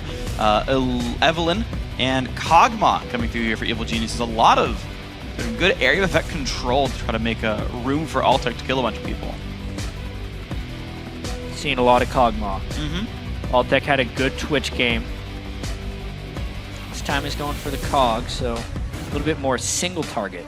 I'd say Cog, especially the spell-based things about Kog'Maw, are really what's catching teams off guard, having not played against it for so long. Yeah. You know, the Bio-Arcane Barrage the teams are thrown in. Altec is a hyper-carry player, but yeah, they need the really good late game just because they aren't that good at closing out games, honestly. Remember that EG's win against Cloud9, I believe it was the team peeling for him on Twitch. That was one of their best upsets as well. So, team is definitely, they know how to play around Altec for sure. TSM to make their next two choices. There is hover on Renekton. The Jinx might come in for wild as well. So another long range, high damage late game AD carry. And all right, Jinx Braum bottom lane. Someone to stand behind Braum for sure. I can see that working. Altec, of course, had the pentakill on Jinx this year in the LCS. Well, Turtle gonna try to match him in this game. No easy task, especially because that TSM bottom lane hasn't necessarily been doing well in the 2v2s. Yeah. But has been doing much better once they transition to team fights. Jinx Braum should be a pretty solid lane, and of course the Morgana is what you pick in with Braum. So the Morgana coming through. Twisted Fate as well for the mid lane, so Pobelter going to be taking that one as the blind pick. We called him earlier in the year a wild card. And I guess to put that one through on everyone else. And Bjergsen gets counterpicked. He's embracing. Darn right. His inner wild card. Interesting, actually. So Bjergsen's a pretty prolific Syndra player. Yep. And we had a lot of discussion yesterday about the Syndra versus Twisted Fate matchup and how, especially with Hai, Xiao was able to destroy him in lane, and then Hai did okay as Syndra against TF, but it still appeared like the matchup was heavily in one favor. I'm very curious to see if Bjergsen decides to go with Syndra here. And here's why. Because Pobelter picked Ryze into Syndra, which to most people is a suicidal matchup, but he did boots first, dodged the majority of the Syndra skill shots, and did great in the lane. And that's most likely what he's going to be doing here. Boots first, Twisted Fate, try and dodge around Bjergsen, and Pobelter is very confident in his ability to lane against Syndra. He freaking sure well is. The funny thing I want to point out, though, is with the Ryze matchup, he went, like Negatron Cloak first, basically, and that's, I mean, I guess you could still do it on TF. It's not like he really needs items for his utility to be there, but we'll see what the build adaptations end up being for these guys. The picks and bans are all filled up. You're going to see Evil Geniuses full of plenty of magic damage on their roster, which seems to be the new way to do things. It's been a really strange week. I definitely feel like, at least after watching a lot of the OGN games, they were earlier on the Gragas train. They were banning Kog'Maw in almost all those games. Twisted Fate's almost a permanent ban. And North America, very quickly this week, is trending back towards those norms. I wonder how quickly the teams all adapt. We're going to see how these guys do in the game. As the game gets underway, let's count the votes over on lolesports.com. And with 82% of the vote, TSM leads Evil Geniuses. Not a surprise to many people. Big percentage. When you also consider how well Evil Geniuses has been playing in the early game, but TSM with that 7 on the record. If you want to change your mind, though, hashtag at EGWin or hashtag at TSM win to the @LOLesports Twitter account. So it will get registered and we'll update that little graph in between some key points in the match. Generally not during the most exciting moments. We'll play it during the down times. Wait for the fight to end. Yeah. Just be like, Kog'Maw's going for the 1v1. Hold on, guys. Twitter vote. Got to make sure we see who you thought was going to win this battle. We'll actually pause the game for that one. Not actually the case here. No. And unfortunately, even though democracy is a great power and you guys can vote who's going to win, it's still up to the players to decide. Yeah. So you guys can just kind of hope that you're right, but it's still up to those guys back there. We're going to see if they're going to do this one. Getting ourselves now into the game. Evil Geniuses looking to make their climb through on Super Week. TSM, not necessarily having the start they wanted. EG definitely not for themselves either. But there's still a day and a half to go for these guys to pull them back up the standings.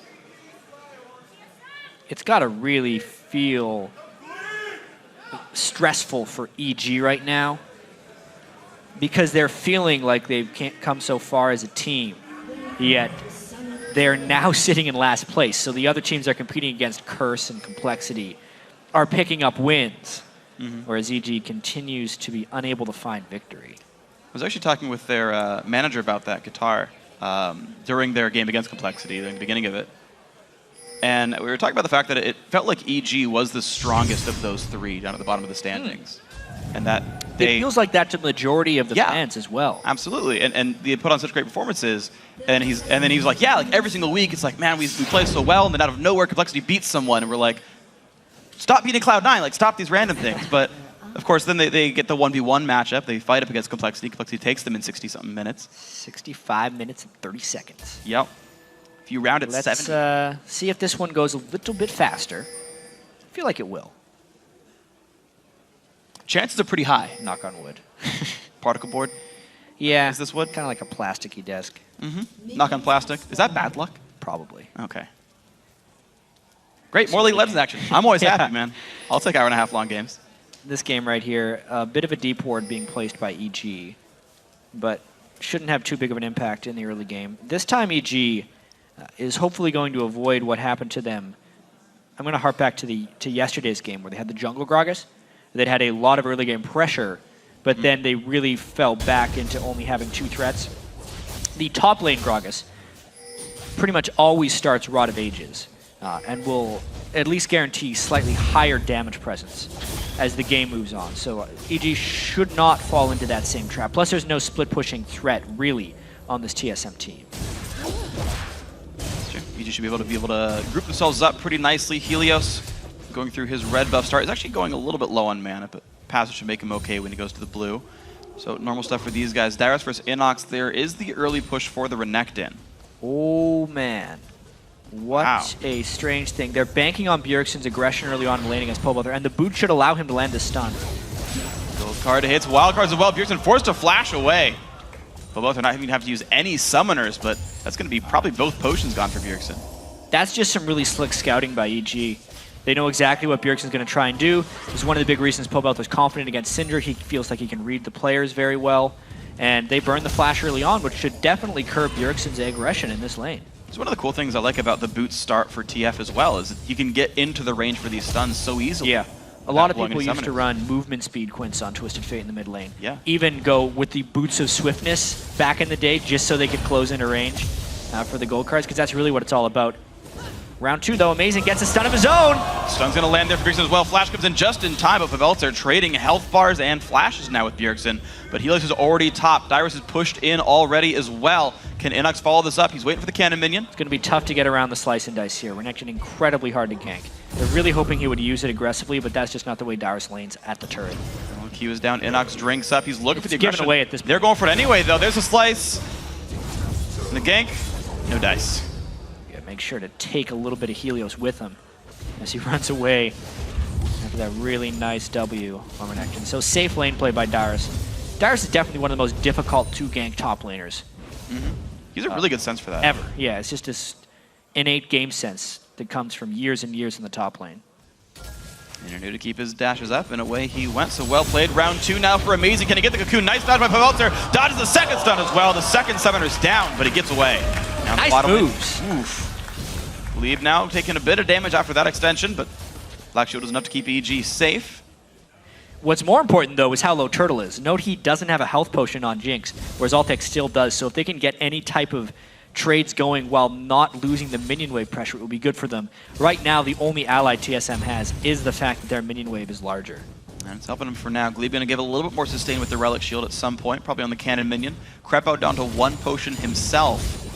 So maybe they can work through his health bar instead of Altec's, just maybe. Glebe will give a little bit of HP back to Wild Turtle for now. So holding fairly close to equal. Bjergsen does have blue trinket for himself, by the way.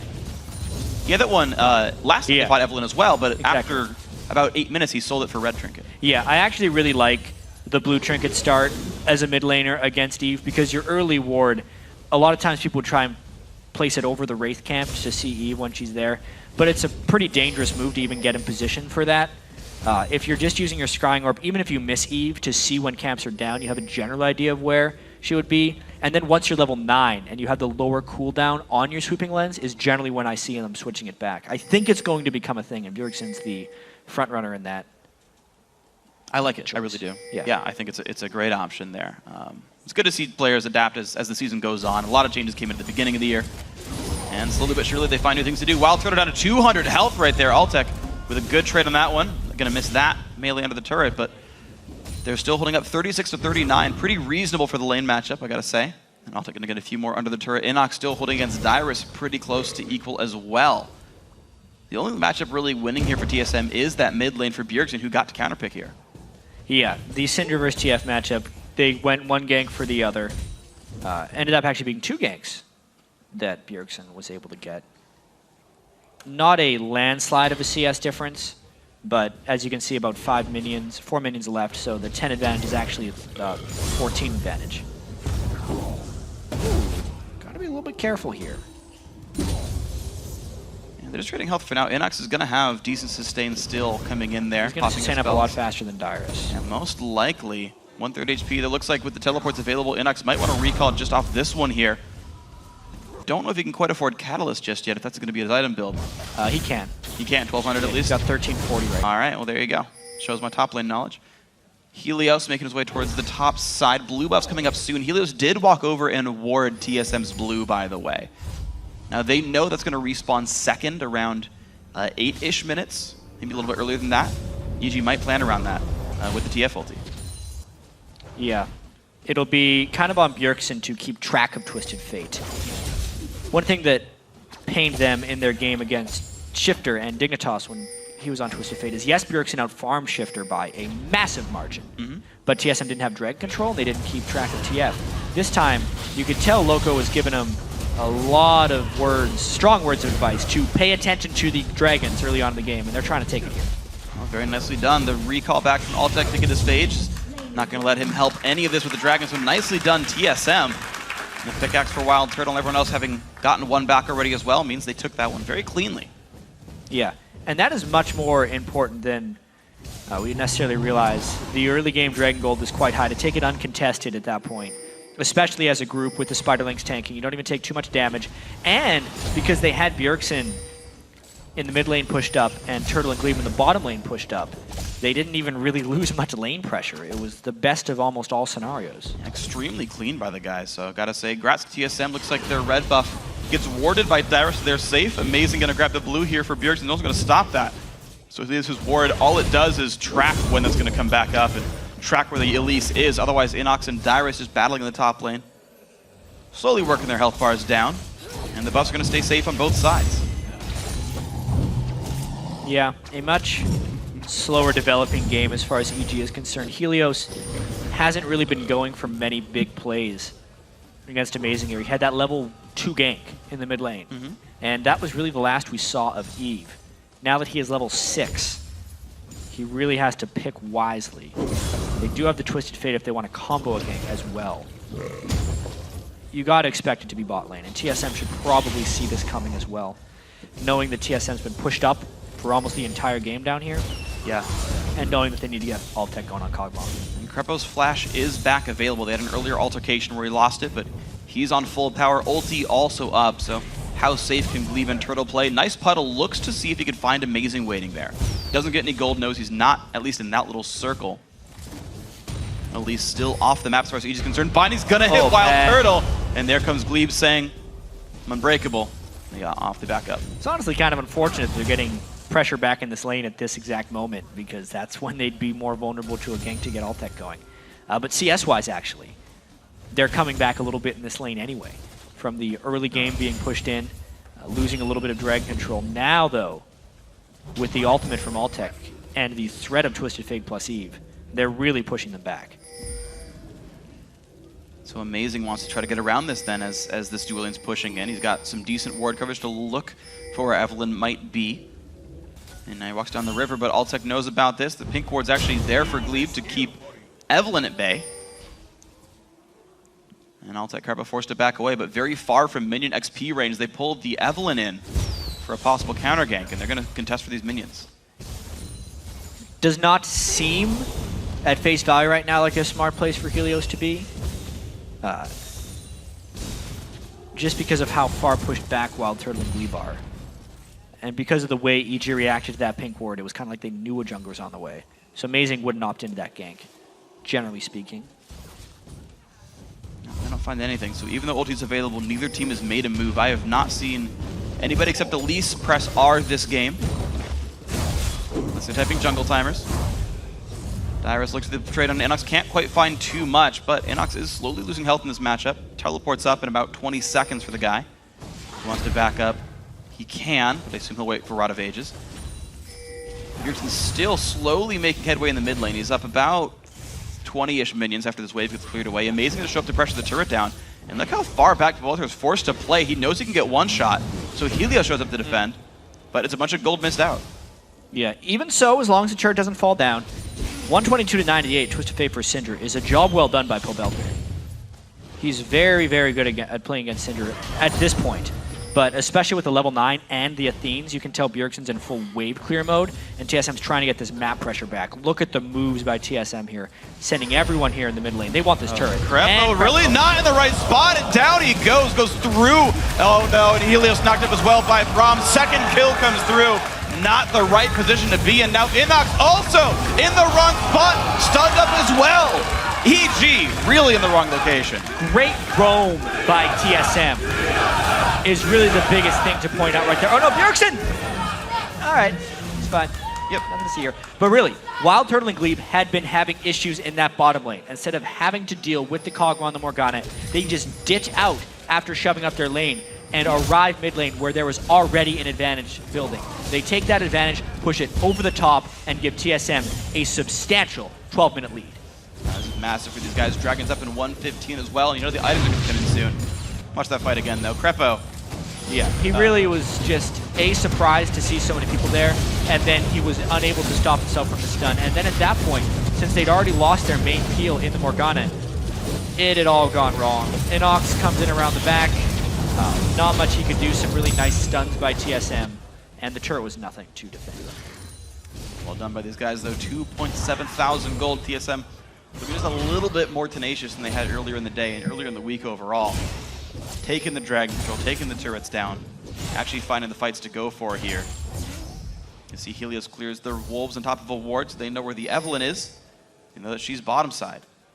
Dragon up in 22 seconds, and TSM, they're in just enough time to put some wards down. Yeah, they have fantastic position right now, actually. Oh, wow. this even more so. Oh, whoa! Cocoon's gonna hit. Amazing can chase him down. And the Baldo is finally gonna take over control of the jungle. Now Crepo's gotta be careful. Has to get out of his own side of the map. Red buff CO plus dragon control now for TSM. Yeah, they really amped up their map pressure this game. Obviously, a lot of it has to do with Bjergsen's presence in the mid lane as Syndra, but it mainly just looks like TSM bouncing back very well from that defeat to Dignitas, where they didn't really seem to do anything. They're taking a lot of initiative to make these moves, and it's paying off. Absolutely is. So there we go. TSM takes out the Dragon. Number 2 here, 14 minutes in. Complete control for these guys now. Almost 4.2 thousand gold ahead. Bjergsen keeps the sweep going, so much better game for these guys. And now, they're looking topside as well. TSM not done. Yeah, they're just going to keep invading Helios at this point. They know his flash is down. He's about to be dead. He is about to be dead. And here comes Dyrus just to make sure. Assist picked up for him. Why not? 1.5 fantasy points for him. And TSM taking everything away. Yeah, that is now Helios dying at red, respawning, running to blue, and dying again. There's not too much a jungler can do to come back from that. Both times, they either haven't had ward control while TSM has entered, or they haven't had the appropriate defenses there. So losing your buffs is one thing. Dying and losing your buffs is a whole other story, and it's just gone from bad to worse here for EG. The only guy who's really doing well in his matchup right now is Altec, and even though he's got the farm, of course, he doesn't have the kill pressure that Wild Turtles had on the map, so the gold's still not great, but the Jinx still being forced away TMLT as well. This is the first good move for EG. Traps come out, and Powelter can't reach more than Glebe here, but that could just be enough. Down to about 800 health, flashing away for that one, and a bottom trip did go down. Twisted Fate ult absorbed in a sense. First big one used does not result in a kill. It's honestly a win for TSM. They burned a heal and a flash amongst all that. And that just means Bjergsen gets to take a few more snacks from the jungle. Oh, they do not want to let Inox go back here, but he's gone. He is away for this one, so minions will be denied, and the turret might just die itself. There's Dyrus and Bjergsen gonna join up. And the two of them plus the wave should be enough to take this turret down, so more gold for TSM. They're in the right places a lot, and even though we had the TF gank come through, you saw Glebe and Turtle get away from that one. So I really have not seen an unwise move from TSM at large yet this game. You're right. TSM is playing really crisply. Every once in a while, it seems like. I'd say TSM's win over CLG was really... All right. But she's dead. Except for Wild Turtle. The caster's curse. TSM's playing great. Oh, that was a binding. I was thinking perfect game earlier. Yeah, it was probably a binding. We'll get that back on the screen to see how quickly he was blown up. Yeah. Oh, the white of death. And then he doesn't even get the white. That's the worst part. I don't think EG could see Wild Turtle. They could just see the white being active. They could. They had a ward in the brush to the right of it, I believe. That's TSM's ward. I think they only saw just saw the white getting hit. They were like, that's a Wild Turtle shooting that thing. I was smart by Crapo. I like that one. It's a very unflashy LCS big play, but I like it a lot. TSM now, no objectives to steal for a while. They've already cleared them away in the last 4 minutes, so they've got to be patient before they get much more here, but heck, they can go back to lanes and kill people, not a big problem. Trinity Force, though, is done for Altec. He's slowly starting on his way to the Ruined King, so he will keep powering up. Maybe EG can wait out and rely on him. We've seen some scary cogs before. Yeah. And Renekton doesn't do too much to Cog. No. Late. If there's... The one thing is, the power of Syndra here, like, there's not a huge front line to stop Syndra from reaching priority targets. It's really going to be heavily on Pobelter once he can get that Zhonya's to try and keep Bjergsen at bay. That'll be a huge... If the gold even gets close. Oh, sure. Because TSM has such a big advantage right here. They're friends. The pink wards are friends. They felt lonely before. Crepo getting cocooned up. The slows, the stuns, damage coming out. Crepo flashes the bind, but it's not going to be enough. Bjergsen finds the kill there. TSM still in control of the bottom jungle. One of those times as a support, you're like, well, I found him. Yep. They're Three guys bottom jungle. Yeah, it doesn't do much to help EG overall, though. Every lane getting pushed back, even the top lane, which is the most surprising thing to me. First pick for EG. Lost that to Dyrus. Yeah, You don't first pick a matchup unless you know. TSM is well being relentless right now. Teleport comes into the turret. All check though in 1 versus 3. Make that a 3 versus 3 coming up in a second. Can they find much? The knockback on a Glebe, amazing. On the other side of the fight now, Wild Turtle forced to run away. The Cog Pass doing some good damage. Eve in there as well, but here comes Dyrus. Here comes Bjergsen as well. Inox gonna get locked up, and down he goes. 2 kills so far to the team. Krepo not quite getting slowed, but Binding not gonna stop too much. TSM in control of the bottom lane. And it's really dangerous to dive in between turrets against a Twisted Fate, but TSM does it exquisitely right there. Blowing up Altec before he can really land any damage and making it into a clean 4v5 where they pick up 2 kills and more. Definitely getting the second turret right here. The damage output from a level 9 or higher Jinx with some attack damage is rather high, and down that one goes 34,000 gold to 26. Pretty big lead here. TSM looking the best they have all week. Yeah, absolutely. Good play right here. I mean, it's 130% attack speed for Jinx when she gets going on that minigun. It's a bit much. Oh, Krepo's rich.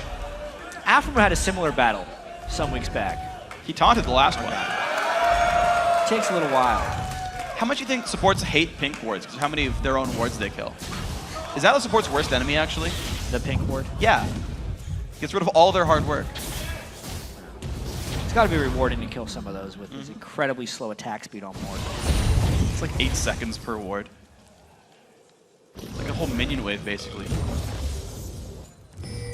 Alright, well, Evil Geniuses look like they have gotten control back of their own jungle. Pobelter gets a blue buff here for himself. One of his first, maybe second. Wild Turtle got a blue buff, why not? And now the Dragon once again controlled for TSM. I believe they're third at this point there. No one even trying to stop them this game. This gold keeps flooding in for TSM. There's not much EG could do to try and stop that. The only thing EG can do right now is try and get something back wherever TSM commits themselves. Because if TSM is ever in the same space as EG, EG is dying. So it's pretty natural here for TSM to start getting Baron control once they can get their waves going. Speaking of Baron control, pink ward down for Wild Turtle. That's going to be pink ward number 1. We'd see that we just saw them buy and place 3 pink wards in the southern jungle, prepping for the Dragon, maybe a red buff steal. They could rebuy those, put them over on the left-hand side instead, and prep those. Of course, vision control, very much a team effort here in the 2014 season. And as Pobelter tries to push up in the top lane, he's got to know he has so little ward coverage that he's very enticing bait right now. Say that. I mean, if Amazing blows his stun early, Pobelter is going to try and port out immediately after. Goodbye. And out it goes. But that is still a TF ulti down. Yep. So TSM already to late game trinkets, 3 sweepers, and the Scrying Orb. I think that's the optimal game plan, actually. Double Sight Stone, against Quadra Eve Sweeper. as well. Yeah. Even more so. It's as much warding as they can get. Amazing. One of the few North American junglers to do Sightstone Elise. It's actually an interesting build for him because he also went Haunting Guys. So it's a mix between utility, Elise, and damage. I know, with boots of mobility. Yeah. It's a strange concoction of items right there. It's because Amazing got so far ahead early, I think. A lot of times you end up going Haunting Guys, but then he just wanted to move fast. So he built the mobility boots. Yeah. I mean, if I was fighting a 3-0-3 Elise, I'd be haunted.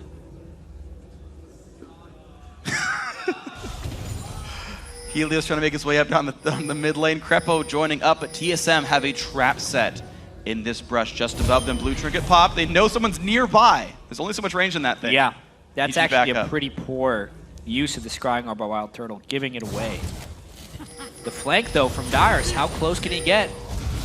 Looking for the way in, can't find the Son of Pobelter, but Helios, yes they can. Enough CC, but nice flash over the wall. Dyrus still follows, and there's nowhere for him to go. Jinx Rocket finds Altec, not too much there, but jungler dead from Evil Geniuses. And does that mean they force around Baron? They already have pink ward control, and there is not too much EG can do to look in there. Pobelter's ultimate is back up, so they would have one look at Twisted Fate. And it would kind of be a last-ditch effort. Already being down 7,000 gold would make a fight in this area really, really dangerous. TF all down, the baiting can continue. Well, 4 pink wards in the Baron area. TF's like, I'm going to go top lane and push. Helios respawning right now, but TSM did have to delay their Baron attempt for now. Inox also split pushing the right-hand side as well. No TP just yet for Dyrus. TSM decide to kill top lane as opposed to rush Baron here. Yeah. Well, it'll be a full value kill if they find the right brush. Oh, he's trying. Flashes. They really might get away. Q, he's not going to dodge it in time. Here's the rest of the damage. Kill picked up by Amazing. 404. Elise has found you. And Inox now's got to be pretty careful. Can he jump the wall away from Dyrus with his body slam? He might just want to keep fighting. And he's going to try actually instead. Keep So that here they go. on the ground for a while. Mid lane outer turret does go down. That's usually the payment for the top lane champion kill. Honestly, that's good for EG. Yeah, EG is doing a pretty good job just moving around the map considering they're so disadvantaged in the teamfight phase. They're trying to withstand this onslaught of roaming by TSM by just doing a full-on split push because TSM very much isn't a split pushing team right now. They're using just a roaming kill squad generally and sticking as a team to kind of neutralize Pobelter's Twisted Fate so that no one could get picked off. It worked very well in the early game because they would just turret dive with their whole team and then where's TF really going to go as long as they don't have lane pressure? And that worked out amazingly early on for TSM. EG's trying to counter that a little bit now, but it's probably too little too late. It might just be not a ton of late game plays available for Evil Geniuses. Historically, they've had a hard time in that part of the map already. You're seeing Helios still. That Wolf Camp is warded a lot by TSM. They've kept up ward control. 3 of their pink wards around Baron have stayed up as well. Just the one by the mid lane right there is the last one to have died. But these guys will be able to replace those before too long. Just depends on who's got to put them down. It's kind of this mini game you got to be thinking to yourself when you have pink wards in front of Baron.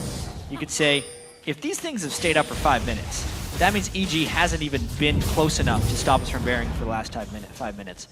Maybe we should just do the Baron at this point. So TSM should be making a move towards that Baron. I was honestly, pretty soon. I was honestly surprised they actually went to kill Pobelter. Yeah. Like it was still like 20 minutes into the game. Is one of the things. This game but is like very accelerated. Infinity Edge Jinx is like gonna kill that thing anyway, right? Elise, everything else. Like I feel like you can just do that one. No coverage whatsoever. TF ulti was used to spot them. But TSM playing it a little bit more steady here. Wave clear still easy for these guys, of course. Glebe did actually go face the mountain. A flank actually by EG, knowing that Dyrus isn't there. They would have needed the binding to land. Maybe right here, Turtle's a little bit vulnerable. Attempt, Wild Turtle half HP. Helios is on him. He's gonna get the kill. Maybe the shield comes in the CC as well. Inox finds 1 kill, and look at that Wild Turtle staying alive so far. 1 for 1 in the fight. Make that 2 for 1. More kills for Wild Turtle, and the TSM health bar is so low, but they stay up. Inox and Altec, Amazing looking to seek down the AD carry. Dyrus in a 1v2, knocked back, but still looks for Crepo. 300 health left on him. Down goes Kog'Maw. Amazing, I believe, is going to survive that, and just barely does. Dyrus rooted up, but it's not going to mean anything. 3-1 in that fight. Wow. That was such a clean start to the fight for EG. And it could have very well been a way to get back in the game. If they win that, they take the dragon, the goal gets incredibly close. It just didn't go as planned. Wild Turtle had some slippery moves, and honestly, it was all about EG's inability to kill Wild Turtle at the start of this one. That's the big reason that fight didn't go their way. He seemed completely dead to rights. Oh, yeah.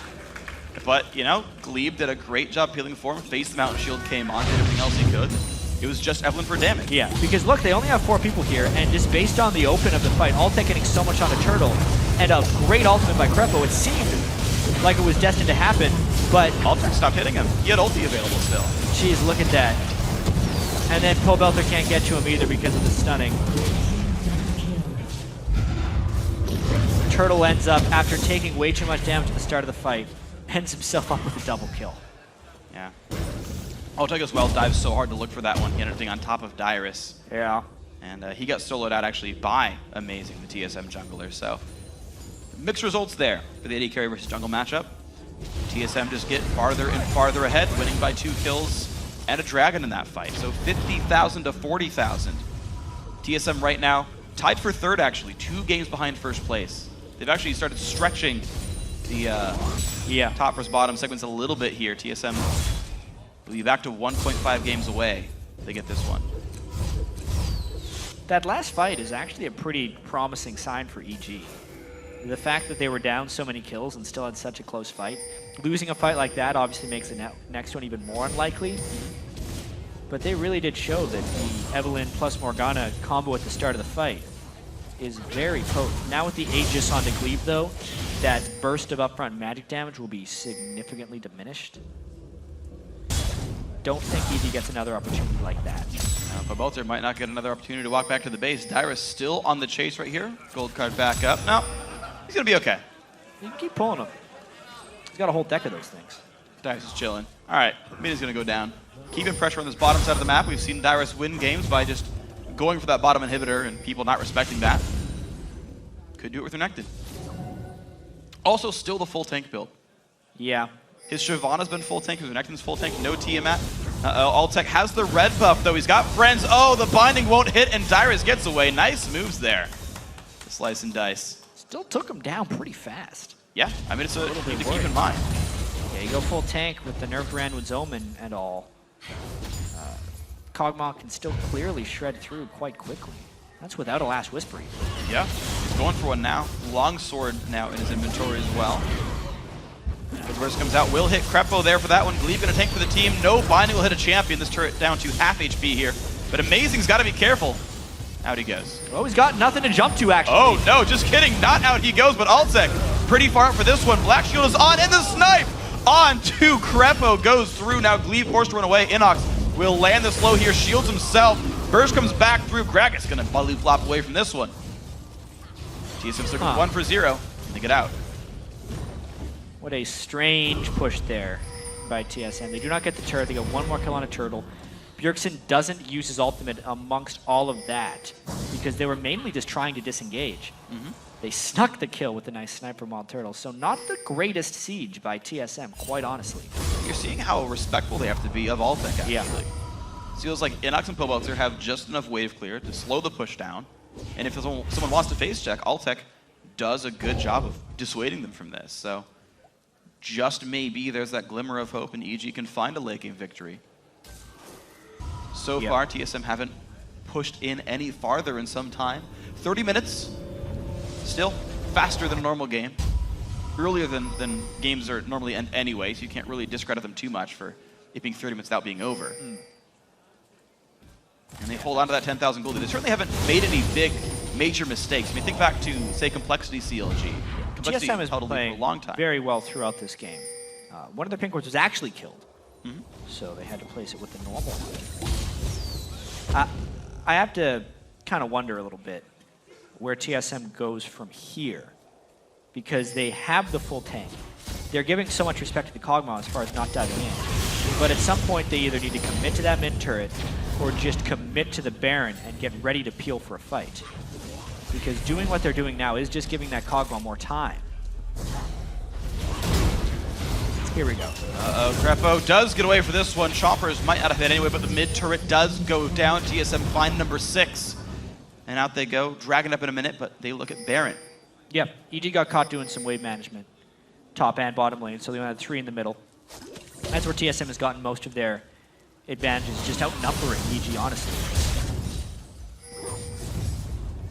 I'm also surprised to see that it's Pobelter the one holding up against Dyrus. They're sending Inox on a low mission to enemy territory here. Yeah. Because he doesn't have TP, he can't go bottom lane right now without giving up Baron control. But it's not the matchup I think they would have sought. It is a little interesting. I mean, Pobelter, he's playing a really interesting game with Dyrus down there. He runs past him often to clear waves, and then we'll just gold card him on there, red card him on the way back. Like, he is so far from home right now. But he doesn't really care because he doesn't think Dyrus can catch him. It looks suicidal, but he's been doing this for a while. Well, He gets done, he'll pull a gold card. Got the Randwins already as well. There's the gold card. Away. The Mercury Treads make it not as effective. But oh my gosh, that one is though. Altec goes no. down right away. A couple ultis burned for that one, but it does mean mid inhibitor turret's under fire. The rest of EG not going to come back in time to defend the turret. The inhibitor also likely to fall. Helios. No Kog'Maw. This fight, I don't know if they have damage. He's going to flank anyway, and here they go. Ulti does almost nothing there for Inox, and now Helios going to go down as well. They tried to fight the 4v5. They lose another one. Krepo also dead. EG giving him some more kills. Pobelter in a bad spot as well. Dyrus, couple hits from the kill. Can't quite find it, but even still, inhibitor goes down. Yeah, the Syndra stun, which we did miss, but I imagine it was just cleaned through, is what really started this, and that's the break that TSM needed. It's really on either not having a black shield and also the build path Krepo went, more teamfight presence, but no Michaela's Crucible, which meant that after it's a strange looking maneuver right there, it looked like a Syndra stun, I imagine. like walked in, I thought. Yeah, it might just be because the replay was so recent, it was a bit of a spectator thing. But even so, all of that happening, and then the flank afterwards from EG. No damage, right? Twisted Fate's off with Renekton. They got a Roa Gragas, jungler who is far behind, and a support. They can't take on a 3v4 regardless of if ultimates are down or not. Very greedy re-engagement there, and so TSM pick up Baron and their 5th Dragon plus the middle inhibitor on the back of all that fight. TSM are so far in control right now. 34 minutes about into this game. And they've just looked clean the whole way through. They found the picks, they've killed off the back lines. Only given up 2 kills all game. And I haven't seen a single move where it's like, ooh, that was a risky push. They haven't, there's no chance for a Baron steal, no chances for Dragon steals. Every invade they go for was warded up or they knew people weren't around. A lot of measured advantage taking. Good bounce back game. They had that disappointing defeat to Dignitas earlier today. TSM really wanted to go 4-0 this week and try and plant themselves at the top of the standings. But currently, they're in that 3-way tie for 3rd. This win will put them half a game ahead, since they will have played one more game than Cloud9 and LMQ, but it will still put them ahead of those teams temporarily in the standings.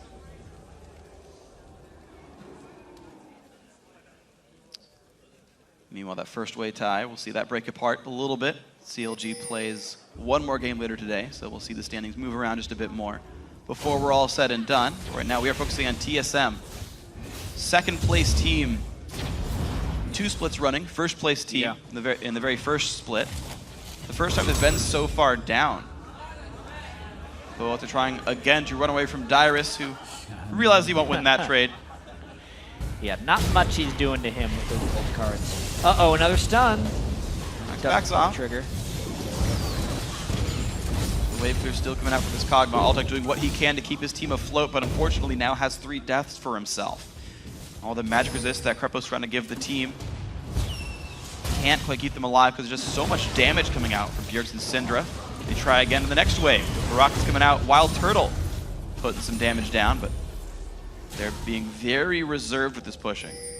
Yeah, I mean, with the amount of tankiness that Dyrus has, you'd think they would more willingly go in, but they are just waiting for Bjergsen to land a stun, or Elise for that matter, and they're going in from there. Amazing is 607. His Elise is fantastic.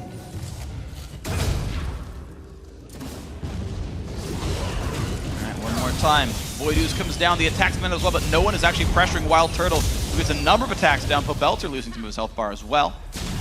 Baron basically gives him 2 more waves of this kind of push, and at this rate of progress, they're gonna break the inhibitor before Baron comes down. Yeah, you can actually see Helios making the long run around. They're gonna try and flank by the time the next push comes in. That will most likely be the final fight. It's good of EG to try and preempt this, but it's gonna be tough.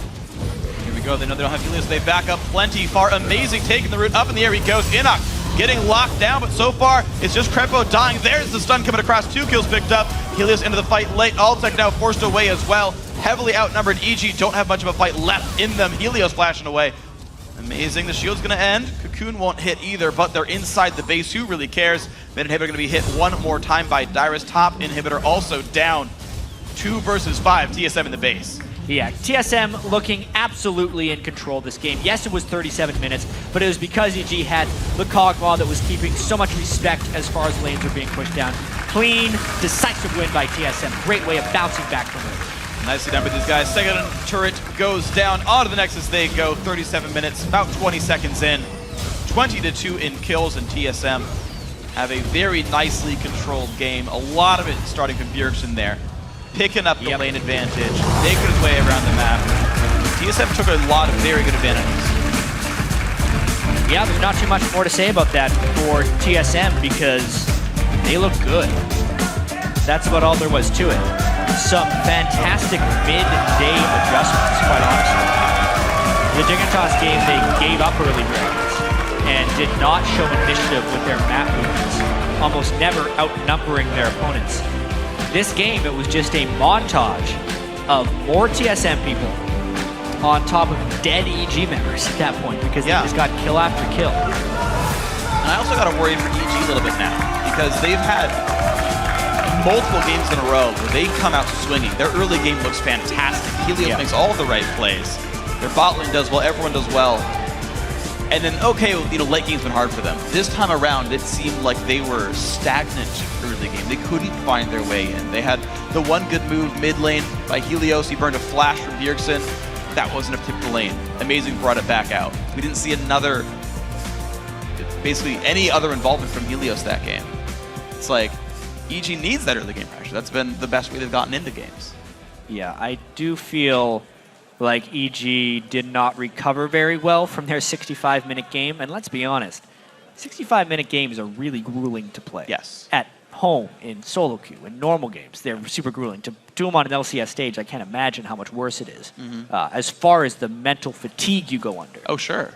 And then to have to then face a better opponent that is undefeated against the bottom three teams this split. And TSM hit them with all they had. And EG really just could not stand up to it. No, it was a just great dominating performance. The TSM you kind of expect to see, like, those are the games the fans would have hoped to see out of TSM the entire way through. Yeah. And to be fair, TSM does remain consistent in the fact that, they're now 8-0 against the teams below them in the standings. I suppose if they're above LMQ and Cloud9, now that doesn't count anymore. But as far as the bottom 3 or bottom 4 goes, that is true for these guys. And yeah, you hope that for the TSM fans out there and the TSM players out there, they keep playing games that look like that. With the confidence, with the motivation to say, we can make these plays properly. This dive's going to work. This rotation's going to work. We're going to outnumber them there.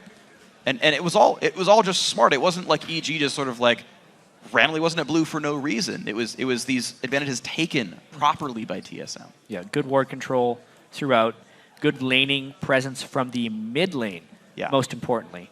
The bottom lane for TSM still has some shoring up to do in the laning phase. When Glebe and Turtle transition into team fights, they're really smooth. I mean, Glebe was 1-0-16 that game. Participated in 17 of the 20 kills. Yeah. But they're losing in CS almost every single game in that laning phase. And that's something they definitely want to improve because of the talent they have down there. Yeah, I mean, we've seen stronger teams punish these guys. You got to make sure that you don't give your opponents a leg up in the matchup. So guys, be sure to share your highlights from the day by tweeting at LOL Esports and using the hashtag LCS Big Plays. There's a bunch of great moves, of course, throughout the week. 16 games, lots of awesome players. They're going to send it over to the guys at the analyst desk for an insider's perspective on that game. Thanks, Freak. We're joined by TSM's Amazing, fresh off a win against EG. Now, I want to ask you something straight off the bat, which is that you got Elise now. That's 7 wins now on Elise with no losses, and this is not to knock your Lee Sin play, but you're 3-2 on Lee Sin. Why do you think it is that teams are letting you have Elise and banning the Lee Sin instead? It seems to me that overall Lee Sin is regarded as a stronger jungler. Overall, he has better early game. He has more playmaker ability. So, and people are usually scared of good Lee Sin, so they will more usually ban it than the Elise, because Elise is just such a standard pick that it always works. It's always somewhat good, but not dominant good.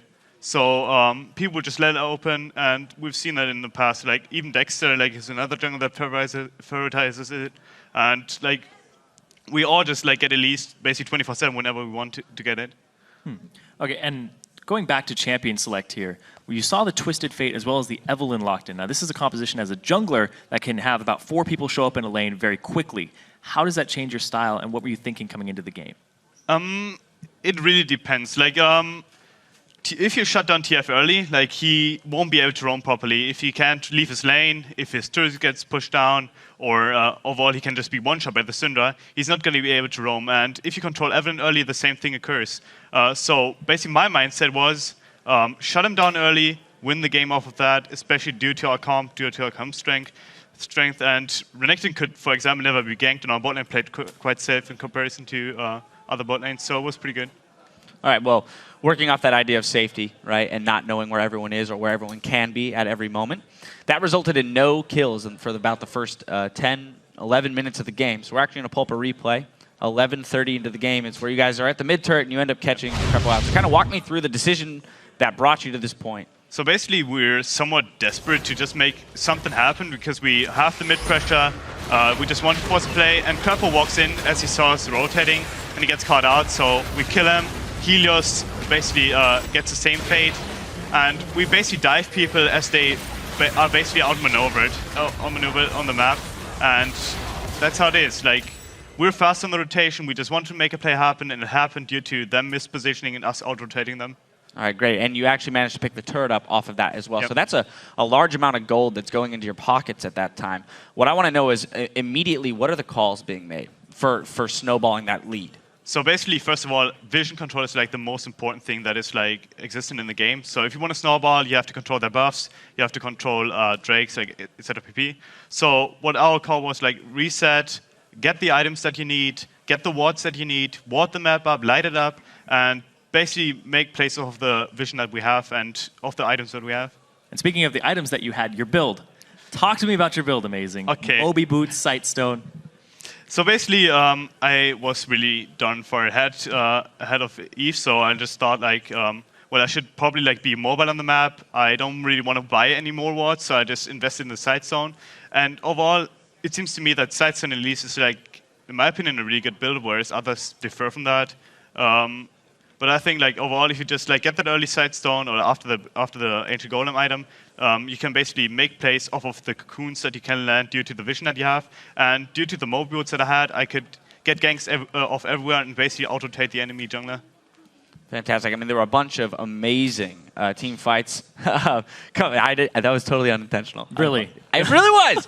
Okay, there was a bunch of team fights that went in your guys' favor following that, which just increased the lead. And what I want to know is what were the steps to close out the game? Because it seemed very methodical. It was not as methodical as it seemed. Like, we were kind of lost because like the thing is that they still were kind of good in team fights. Surprisingly, Kotma did a ton of damage, so we couldn't really push up mid, even though we had Braum like who would cover waves or something like that. But like overall, we just wanted to, in the end, like basically decided to get Nash pressure by warding it up, pink warding it, getting wards in their jungle, like try to catch them out.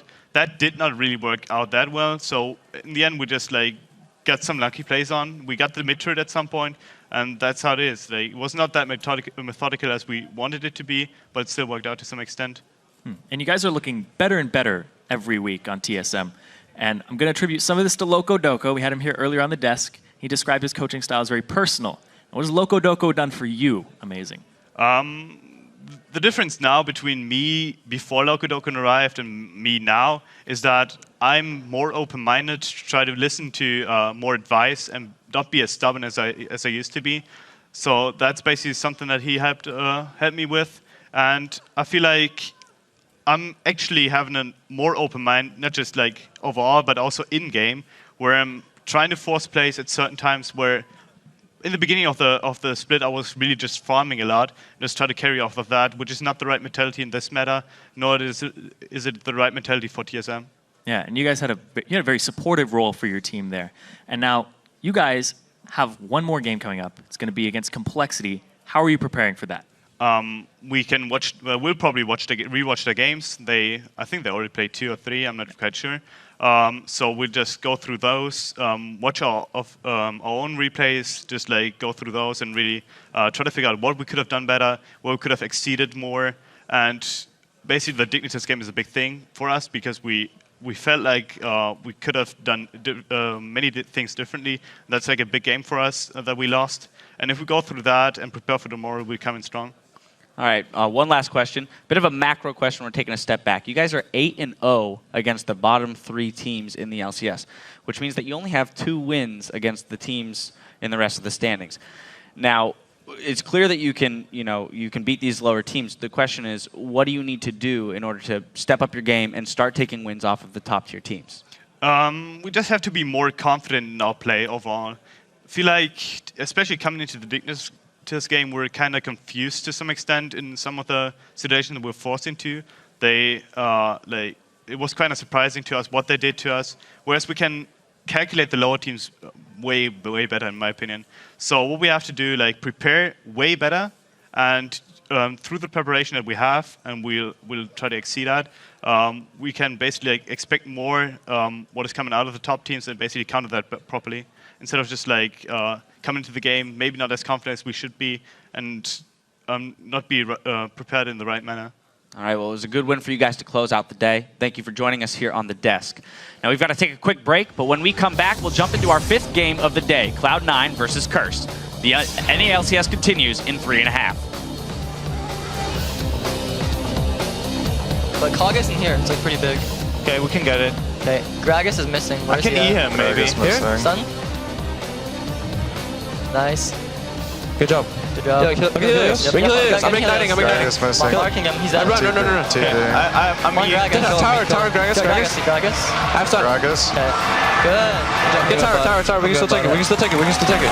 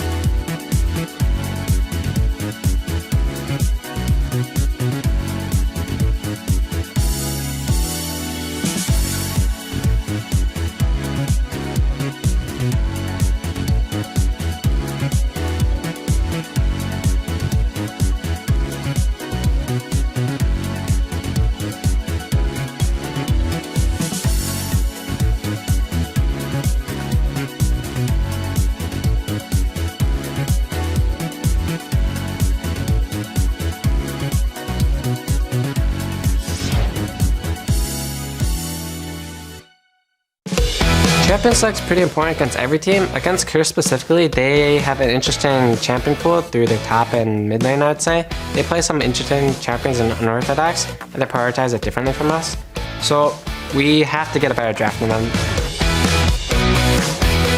Welcome back, everyone. It's time for more North American Superweek action. We're rolling into our next rumble, Cloud9 versus Team Curse.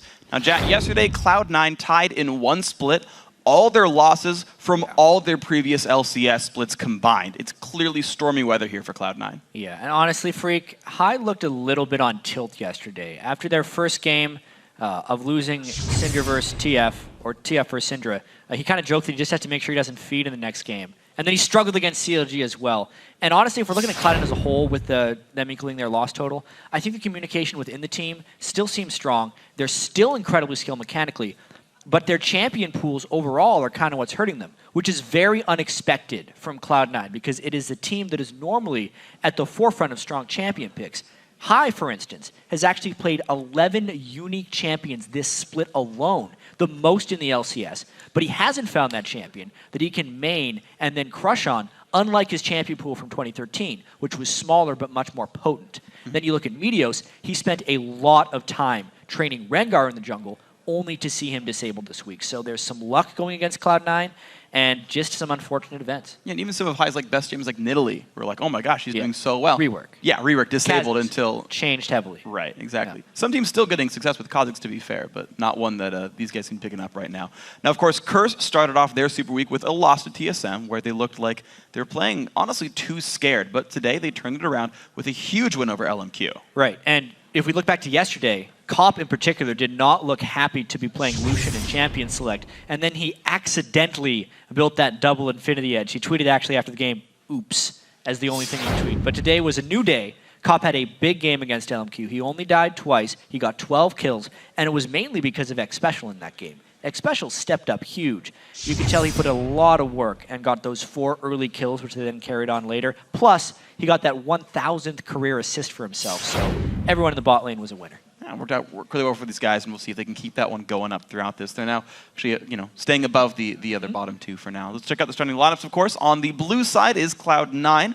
Balls in the top lane, Meteos in the jungle, High in the mid lane, Sneaky on AD carry, and Elimination supporting. And the red side, it is Curse with Quas in the top lane. I will dominate in the jungle. Voyboy in mid, Cop on AD carry, and X Special on support. So as these guys filter into the game, I got to kind of pay attention to the bottom lane here. I know I talked about this with CLG versus C9, but I still feel like C9's bot lane is one of the most respected here. Yes. And Curse, I think, is one that's gotten some of the most flack. They've had, I think, the most roster changes in support of any team I can think of in the LCS, trying to find a combo that works here. We've had, honestly, like sparse success for those two for Cop and X Special here. Yeah, Cop has played with 7 different supports in his LCS career. And last game was the best that Cop and X Special have looked in lane together. Yeah. Quite honestly, their synergy definitely seemed to be coming around. If we think back to the beginning of the split even, they had a lot of games because we were doing all those 2v0, 2v1s, just kind of weird lane swaps, where X Special wasn't even laning with Cop in the games. He was laning with Quas, the other one-syllable player on Curse. And it just didn't work out very well for them as far as building synergy between Cop and X Special. And actually, interesting to note, there's an interview with Aftermoo yesterday after the show that Travis posted up, and he said, yeah, basically he said there's only 3 other duo lanes that I see play solo queue together a lot, and Curse was not among them. It was basically he propped Sneaky Elimination, as well as TSM's duo and Dignitas's. He says he doesn't really see everyone else play, even though he's up there in the challenger scene. And so, maybe there's still some time to go for Cop and X Special, but picks and bans are coming through. Voyboy pretty much never going to get Yasuo again. I feel like they never let him get that one. Braum also removed away. And High, we're going to see how deep his champion pool goes. He's already got 2 champions gone so far. Right. Bans, not too surprising. Braum isn't generally high enough tier 2 first pick, so Cloud9 decides to ban it away because Curse would have taken it on the rebound. Actually, coming into this week, X Special had played Braum something crazy like 6 games in a row, playing it. So it was would have been a no hesitation pick for him. But his Thresh game was fantastic, so yeah, I feel like Curse would be very willing to take that on the way back as well. Lee Sin is up if they want as a first pick. I'm surprised actually they removed Kale. Cloud9 has not shown results in the champion so far, but it's actually Kog'Maw they go for here. So Sneaky maybe set up to carry this game. Yeah, you know what? The not banning Lee Sin, not first picking Lee Sin for Cloud9 was really smart because I Will Dominate hasn't played it to success. Well, many teams would first pick the Lee Sin, including Cloud9, against a different opponent. And in fact, with all the champions available for the jungle Will Dominate, yeah, sure. I mean, they're great, of course, Special. A wonderful player on that one, but no, Ziggs comes through for Voyboy instead. Wow. And you're right, Lee Sin freely available to C9 whenever they want it. Yep. Plus, High could pick his mid laner of choice because he knows what his main adversaries are going to be. Ziggs in the mid lane and Lee Sin in the jungle. Ziggs isn't exactly the type of mid laner that you say, oh, he picked Ziggs. I'm going to counter it with this. Yeah. Like, oh, he picked Ziggs. I'm going to get pushed in very heavily. Sure, but it's more the fact that 6 mid laners are gone from the pools right now. If you count Lulu as still an occasional mid right here. So I know he's played 11 unique ones, but if he's settled on something, he might not be getting it right now. Lee Sin does come through for Meteos. They're happy to wait on their top lane picks right now. It's going to be the Nami support to hold up against pretty much any matchup, and she's good against both the other 2 conventional big supports here. Really trying to limit Curse's laning options. Would be very surprised if we didn't see a Thresh from X Special. Yeah. With the success on it last game. And they should probably save the last pick. Oh, wow. I'm about to be very surprised. Really? Yeah. I am also surprised. It's against Kog'Maw, generally. Yeah. I mean, that's the reason here. They want to be able to get the Solar Flare on Kog'Maw to lock him down very well. No, it's pretty hard for Nami to stop Leona engages. No Black Shields, no Flays to stop the Zenith Blade. So you can bubble late, but the stun's going to land basically by that time. So I do want to see how this matchup goes up. Speaking of Aphromoo again, actually, he said that basically supports outside of the ones that are banned and picked recently, like Leona is pretty much outside there. Like they're situational at best. Maybe you can play them. Special says, you know what? This is the situation for Leona. Maybe get his opinions on the champion afterwards. X Special was a big-time Leona player during last split. He had a lot of really big Leona plays. Yeah. Kept his support pool very small back then, but still effective. Speaking of effective, though, Orianna's going to come through and the Renekton top lane. So some early game pressure is here for Cloud9, and Hai is also able to keep Sneaky alive. So a lot of abilities to just make the AD carry big. Very CLG-esque comp, if that makes sense. Yep. Not current CLG. No. We should probably stop calling it a CLG-esque comp, 2013 because they don't do it CLG. anymore yet. 2013 CLG comp. Maybe a Gragas out of Curse right here. Match their next in the top lane. Quas did play it last match. But there is heavy discussion going from X Special right now. Yeah. He did say a couple games ago, he's like, you know, my shot needs to step up a little bit. He's the guy, he's the voice. Here for Curse. Try to bring them up into those playoff spots. He wants to go to Worlds. Make it his 4th consecutive Worlds appearance, I believe. If he can bring the team. That would be a tall task. Speaking of tall tasks, Jax against Renekton. Not easy at all, especially when you consider they don't have any enhanced the Jax metrics on their team right now. No shields or speed ups for him to have better success. They're really just going for a stall split push in that case. They're gonna hope Dominic can maybe set him up. We have seen a couple of Jax's hold up. Dyrus did it just yesterday on Jax. Quas can hope for something similar here against Balls, who we've known as a very great Renekton player.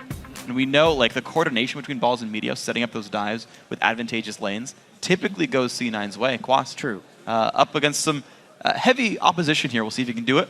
Now while we're in the calm before the storm, let's see who you guys voted to win. According to LOLesports.com, 83% of you are giving this game to Cloud9. Definitely seems like they had a strong drafting phase. You can update the vote throughout the game, though, tweeting at LOLesports. Use that hashtag, C9win or CRSwin. Or if you forget that, just look at the team tri-codes at the top of the screen. Call them tri-codes, even though some of them only have 2 letters, because the most letters they have is 3. True. And yeah, just hashtag whatever it is at the top of the screen. On average. Yeah. It's what on average? 2 point? Probably like 2.75 in the North American LCS. I think we have two two-syllable teams. And then there's EG, Cloud9. Oh yeah, EGC9, so that's 75%. And then we got SK, what? Is there only one in Europe? Copenhagen Wolves. All right, 75% all around the LCS. No, they're GMB. Don't give me that. Oh! They were GG actually back in spring 2013. We made them change it. Decided that GMG looked cooler. Now, guys, of course, getting ourselves into the game with this one. TSM. What? Not TSM. Sorry, we just started talking about names and I got confused. Cloud9, of course, still 2 games behind first right now. They have the chance with the rest of the games still in the schedule to catch their way back up, actually, in the first place time if they want to go for it. Start of the week, 1 game back. Here's a chance to close that gap a little bit here. Curse, they are in playoff position. As long as they keep at least 6th place, then they've still got that chance for the run, but I know they're not happy with the record right now. Unfortunately, 4-0 the dream for Super Week is not possible for either of these teams. Nor is 0-4 the dream. That helps as well. That's good. Maybe everyone 2-2 the dream. Is that still possible? I believe so. Well, North American LCS has had its only 2 1-1 all across the board weeks the past 2 weeks. Could we have our first ever everyone 2-2? That'd be awesome. A lot of streaks to go. Okay, I'm going to see Curse start with a couple of line of scrimmage wards there, but they're all hovering towards the top side of the map right here. Not everyone's showing, though. Yeah, this could be a big splattering. But Lidos gets out of there. I was just informed EG cannot go 2-2. Worst birthday ever for Inox, unfortunately. All right, early invades don't turn into too much, just some deep wards. Curse win as a group of 5. Big Special also looking for a ward to look for lane matches, but Balls is already well past that spot. We'll get his way up into that solo lane up there to start things out. Cloud9 gonna go for the default setup. Looks like Curse, the same situation, so 2-on-2 lane's gonna happen. Corki Leona, very dangerous lane. I think this is actually a matchup that you can win up against Cognami. By the way, Cognami, one of the scariest duo lanes. I think she's probably the best support for Kog'Maw. Yeah, just abusing that range of Kog'Maw with the Nami attack damage and slow boost. Incredibly dangerous. But at the same time, I think all the way back to Season 2, Leona Corki was one of the most devastating kill lanes possible. Actually got scarier. Corki's Q has more range now and has an AD ratio. Yeah. There's actually more damage in that lane now. You know who's been around that long? X Special and Cop. Yep. They fought each other actually in the Season 2 regionals. Way back now. Yep. But that does not do much to help them. Not necessarily. Special getting taken half means they're pretty much trapped in their turret until level 2 or 3. It'll be about keeping health up now. One thing I noticed actually, you speak about them being at half HP. Cloud9 does have the early lane push. You actually saw Sneaky leave the leash towards the blue buff really early on. And so Cop and Special were actually later to lane, and it let them get the early push, let them get the level advantage. And it made Cloud9 look very good. So Dominate going to try to get a second buff as well. He started blue buff. He's safe for this one. Jungle's going to be okay. But already you've got the dual lane advantage there. The Kog'Maw starting out nicely. That's never a good thing to fight against. No, you can see an interesting trend in the bottom lanes. I mean, it's been like this for quite some time, but it is the early pushing in the bottom lane, having a lot of say on how the early lane goes. And that is a team-wide thing, because that push can be delayed if you're defending your jungler longer, if your jungler wants a better pull, if you're warding against late invades, and there is a little bit of a mini mind game amongst all that. Of course, with the range support versus melee support, it's much easier for Elimination and Sneaky to shove that lane.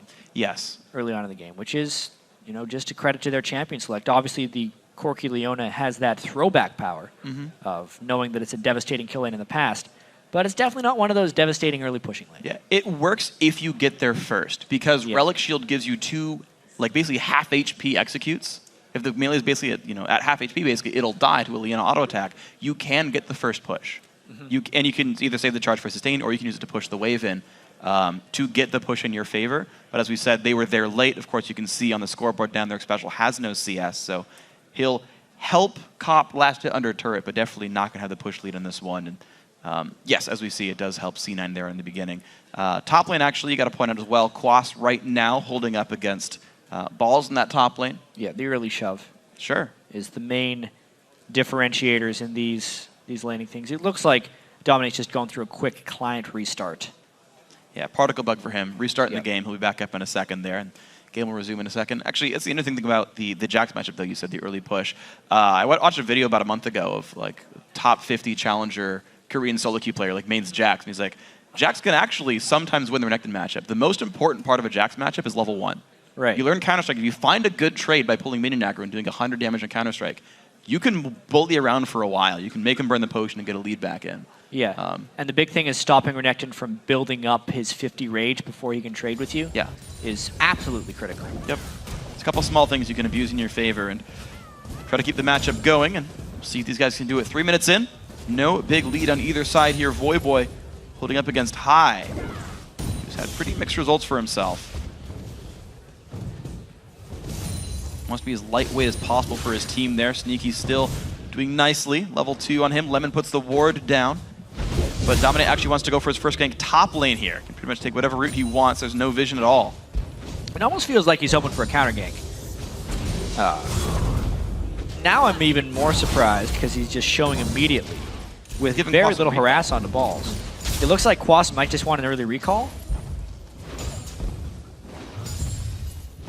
Yeah, it's the 3 minute, basically push the third or fourth wave in and then go for the item advantage. This should allow him another item here. So. Exactly. He was sitting on 660 gold, so he get the item and the ward.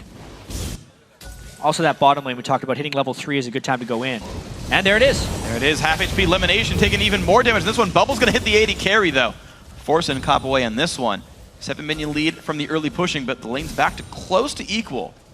Lemon slinks back into the brush. Yeah, but even so, the amount of CS they lost to turret was pretty high. Absolutely. Leona not the best at helping keep CS at turret. It's a very swingy support matchup. That's why a lot of pro supports have swayed away from Leona, because while she does have tremendous engage potential, she doesn't have nearly the flexibility that the other supports have to really swing with the dynamicness of games if you're not ahead. Leona kind of needs to be ahead. Very true. And fighting under turret as well, one of the difficulties about this is even if you do go in, even if they're under your turret, you're going to pull minion aggro. As soon as you go in, you're going to take a whole bunch of extra damage from your opponent's minion waves. Makes it hard sometimes if you're getting pushed in. Dominate does get around the wards, looking for this flank on High, who's on the very opposite side of the lane. Voyboy goes in, pops the ghost, the W there as well. Cocoon's gonna hit, High doesn't flash it. Finally does now, but they're diving out of the turret anyway. First blood goes through. Nicely done, Dominate and Voyboy. Nice little bounce back, and the double speed summoners really gaining popularity. Yeah. A lot of Twisted Fates doing it, and speaking of which, bottom lane. Oh, damage comes through, Sneaky down about 400 health. Bubble always goes for Cop there. Notice the choices there for elimination, but damage does come through, forced to be healed up by this Nami. The mid lane gank is very, very important. Burning the flash heal and still getting a kill is not something you get that often. Only one summoner burned on Void, meaning he still has his flash. Right. Punishing lane. Looks like Balls did get to recall himself, though, to match that top lane. Double Dorns on both these guys. And that lane's actually going Quas's way as well. So I gotta give a lot of props to Curse so far, or I guess both of their solo lanes doing exceptionally here. Dominate's really made himself known on the map. Meteos, we haven't even seen him yet. Meteos does generally like to get up to his Spirit of the Other Lizard as quickly and reliably as possible and then go aggressive on Lee Sin, so he's in the process of doing that. But yeah, I absolutely agree. Dominate has had a lot of ganking pressure. And because of his successful gank, has more gold than Meteos. Right, of course. Spirit Stone done is going to actually increase his jungle speed as well, but it won't make him a good duelist. Meteos on double longsword is going to have a lot of damage available to him. If he can find something to do. Almost level 6 right here, before 7 minutes. That is a quick clip. He's been just farming, not hiding by any lanes at all. And once he is level 6, if he were to stay in his jungle, his experience curve would diminish greatly. But being level 6 now kind of means that after he hands off this blue buff to High, it's gank presence time for Meteos. And if he's not doing that, he's really not playing efficiently. And we'll see if they can play for that second round of buffs then. He's going to be a bit more powerful than Dominate at that stage of the game. Ruby Crystal now coming in for the Elise. And we'll see if Cloud9 can do something now, because this would be the time I would think Meteos would get to make a play here. Has his ultimate, has the item advantage, do something with this. That was kind of the old Cloud9 way in 2013. Yeah. Was get a bunch of farm, be ahead of them in levels, use that to make plays in these guys. Whereas other junglers would look really hard to find ganks, link into lanes, get themselves shown a whole bunch. And that's going to be the test right here. High is holding up, did die, keeps with him 2 CS here. Yeah, another quick particle bug for High here. So that's just another client restart, should be a pretty quick move. And yeah, to get back to Meteos, the big thing that was enabling him to do that back in the day, though, was that generally High was always pushed up in lane. He was picking those big-time wave clear, scary people like He played Kennen sometimes. His Zed was very, very strong. Rise was strong. These guys that were really hard to duel. Jace could clear the waves very well. Yeah. But now on Orianna against Ziggs, it's not like he has this wave clear advantage. So when Meteos goes to make a big play, the first respondent to the chaos in the enemy jungle is the enemy. And that's not exactly what Meteos needs if he's trying to make plays. That's true, actually. And you're seeing these players get better and better and better over time. I mean, you got to imagine the level of skill has gone up so substantially over the last year. And, trying to stay ahead of the curve as well, being able to just push your lanes all the time, be the dominant players no matter what, and not get punished for it. That's not an easy possibility for these guys. I mean, there's so much parity in the North American LCS among all these teams, right? Anyone can beat anyone. We see that all the time. And so, yeah, Cloud9 kind of needs their a new fallback pattern. Like now, what is the way in which you win games? Because it's not just win lane, snowball ahead, okay, close because you've got more gold than the guys. And so far, it still looks like they're playing a lot of that sort of passive style. Oh, we'll win in the laning phase. We'll just kind of team fight later on. Whereas a lot of teams that are very successful, we saw TSM just 20 minutes ago, kept forcing the issue, kept finding the advantages, making them happen. Yeah, the biggest point, and I saw Scar talking about this earlier as well, is it's not that everyone in the North American LCS is just amazing and that's why it's so close. Teams have very defined strengths and weaknesses right now. And Cloud9's, some of their weaknesses is their champion pools aren't meshing with the type of play that they like to embody. And it's something that they still have time to work on. Very clearly, though, High's champions are not there for this Super Week. You look at his solo queue rank, he's still incredibly high. He's in the top 20 of Challenger very easily, playing all these different champions. But as far as mastery over certain champions, he's got some work. Absolutely. I mean, the game just plays differently in a competitive situation compared to just solo queue. You've got to pay much more attention to, oh, it's 7 minutes. What kind of things can my champion do right now? Speaking of 7 minutes, that's a lot of people in Dragon Pit, but Lemon Nation did not have level 6 to swipe the tidal wave over top of them. So Curse just walked right out. Special dodges the bubble, and they are safe. They even got to recall Cop to buy an item, and he's still holding up in CS down here in the lane. So all down the line, Curse making great plays around the map. Quas still holding in this Renekton versus Jax matchup. All Dominant had to do was push a wave one time, and Quas is holding the lane. We've seen a remarkable amount of uncontested 7 to 8 minute dragons with standard lanes this week in the North American LCS. Yes. I don't actually think that's a trend that's going to stick through many weeks, but it's something the teams are definitely able to pull off this week. Well, Cloud9 looking for their play right here. Smite is back up both these guys. Meteos grabs the red, gets out. There is the buff steal that they were looking for in this one. And it's going to be successful. Meteos, Sneaky and Lemon still trying to play aggressively down here. They're taking some time before that first cog item comes through. We haven't looked at the top lane, but Quas is at 71 CS, Balls is 71 CS, which is great for the Jax matchup. That does have a little bit to do with Dominate helping the shove early so he could get that early item advantage, and Quas is trying to maintain that ever so small edge. Everybody gets a turn. Who wants their own particles to look flashy and pretty? So, Curse right now, 1,100 gold up. Dragon. And because of the dragon. Sure, yeah. I mean, Dragon's like 90% of that right there. But the top lane kill, of course, mid lane kill, the gank early on was great. They got the summoners burned as well. Interestingly, didn't see Dominate revisit that lane against a zero summoner Orianna. I found that kind of interesting. Right. But High managed to stay safe. They did play around the 8 minute dragon successfully. I believe they got that after their blue buff, if I remember properly, on the respawn there. So overall, I mean, Curse are making very good choices as a team. You did see C9 look for something aggressive, right? They went for that red buff steal. It didn't turn into a fight, so it didn't look aggressive for long. But you've seen both these teams say, this is something that we can go for. We can contest. We're stronger on this side of the map. And just very quickly it got seeded. Problem is when Curse makes those choices, they're dragons, not red buffs. Yeah. It is at least a response to a move, which is something Cloud9 needs to make sure they're doing when they've been getting in trouble a lot this year. Kind of in their loss against Complexity. Complexity was just doing a bunch of stuff, and they weren't necessarily responding. At least they're making slight responses. You do enough Dragon for red buff trades, though, and you are going to lose. Yeah, absolutely. And right now, 1,000 gold is the loss here for C9. High still to hold the mid lane there. Quick recall back for everybody else involved. And the first set of items going through for Sneaky, also going for Triforce first. So these same build for these AD carries. Meteos, higher level jungler here, level 7 for himself, is just chain farming. It's a very interesting choice for a champ like Lee Sin. You think it'd be, you know, oh, I'll be a Master Yi, I'll be a Pharaoh Flare jungler. I can go ahead and farm the camps all the time. Lee Sin, normally one of those early bullies who gets to do things early on, make all the flashy plays. You heard Amazing talk about that. Yeah. Lee Sin's so respected because he can play make, whereas, you know, in Elise just sort of standard, she's kind of always pretty good. The Meteos hasn't gone for those flashy plays. Yeah, he's still going to be able to, though. You can see now with his Lizard Elder completed and his Pink Ward. That's kind of the next move that he should hopefully make. If he fails to make plays beyond this point, he's lost a lot of the potential. He's already lost a decent part of it. That's the Leona, though. A lot of stuns. Sneaky's going to flash, but it might not be enough. One more attack, and that is it. Nicely done there. Special landing the ultimate and everything else. Sneaky's now out of summoners.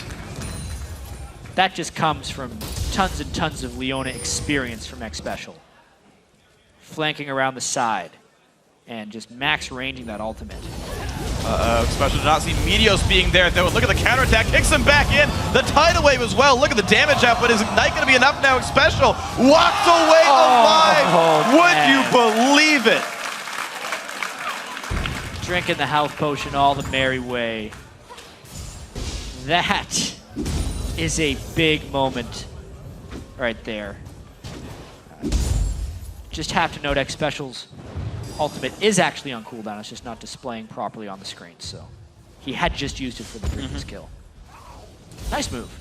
Absolutely phenomenal. So, Curse, 1,500 gold lead now. This is a number that keeps growing for these guys. They've not suckered themselves into any bad plays at all.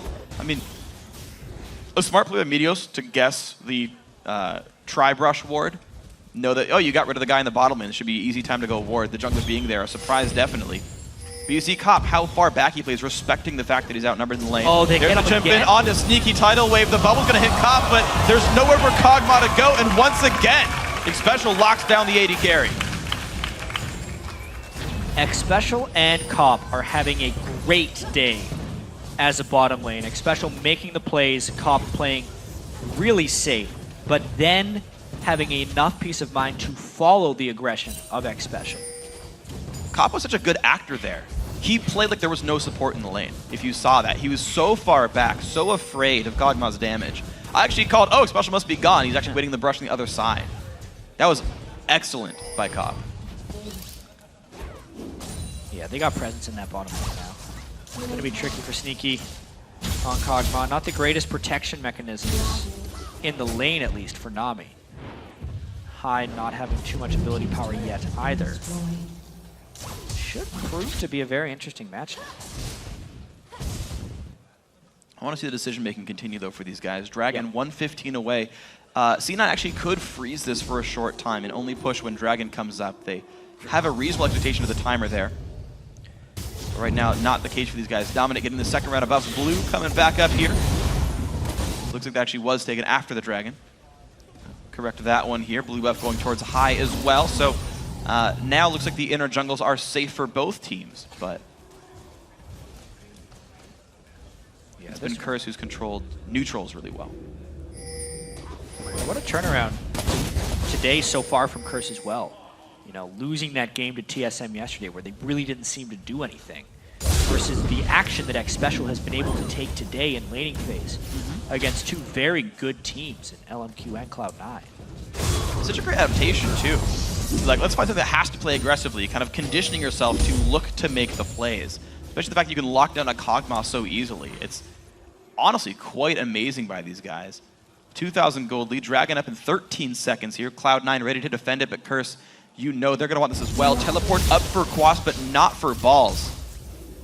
That's a big advantage that Curse can use. Quas fighting pretty well against balls right here. W max second, which is usual for Jax against melee versus melee matchups. Yep. Oftentimes against range matchups, we see Jax go with a Q max first. Not today. So there's the pink ward for Dominate. Doesn't spot the ward just to the left, but I mean, with the teleport advantage. Oh, sure. You would expect them to go very early. They just have to be careful that Meteos doesn't get an opportunity to steal this. Looks like they're not even going for it. They know they're going to get outnumbered. Ball still has a minute to go on his own teleport there. Dragon even levels up for him in time, so a little bit more gold goes through, and there's the smite dominate, making that 2 dragons now in a row, 14 minutes in. This is eerily similar to TSM's game. They got their second dragon around the same time, actually. Seems like they've absorbed the powers. They combined as one. And it's this aggressive team making a lot of plays.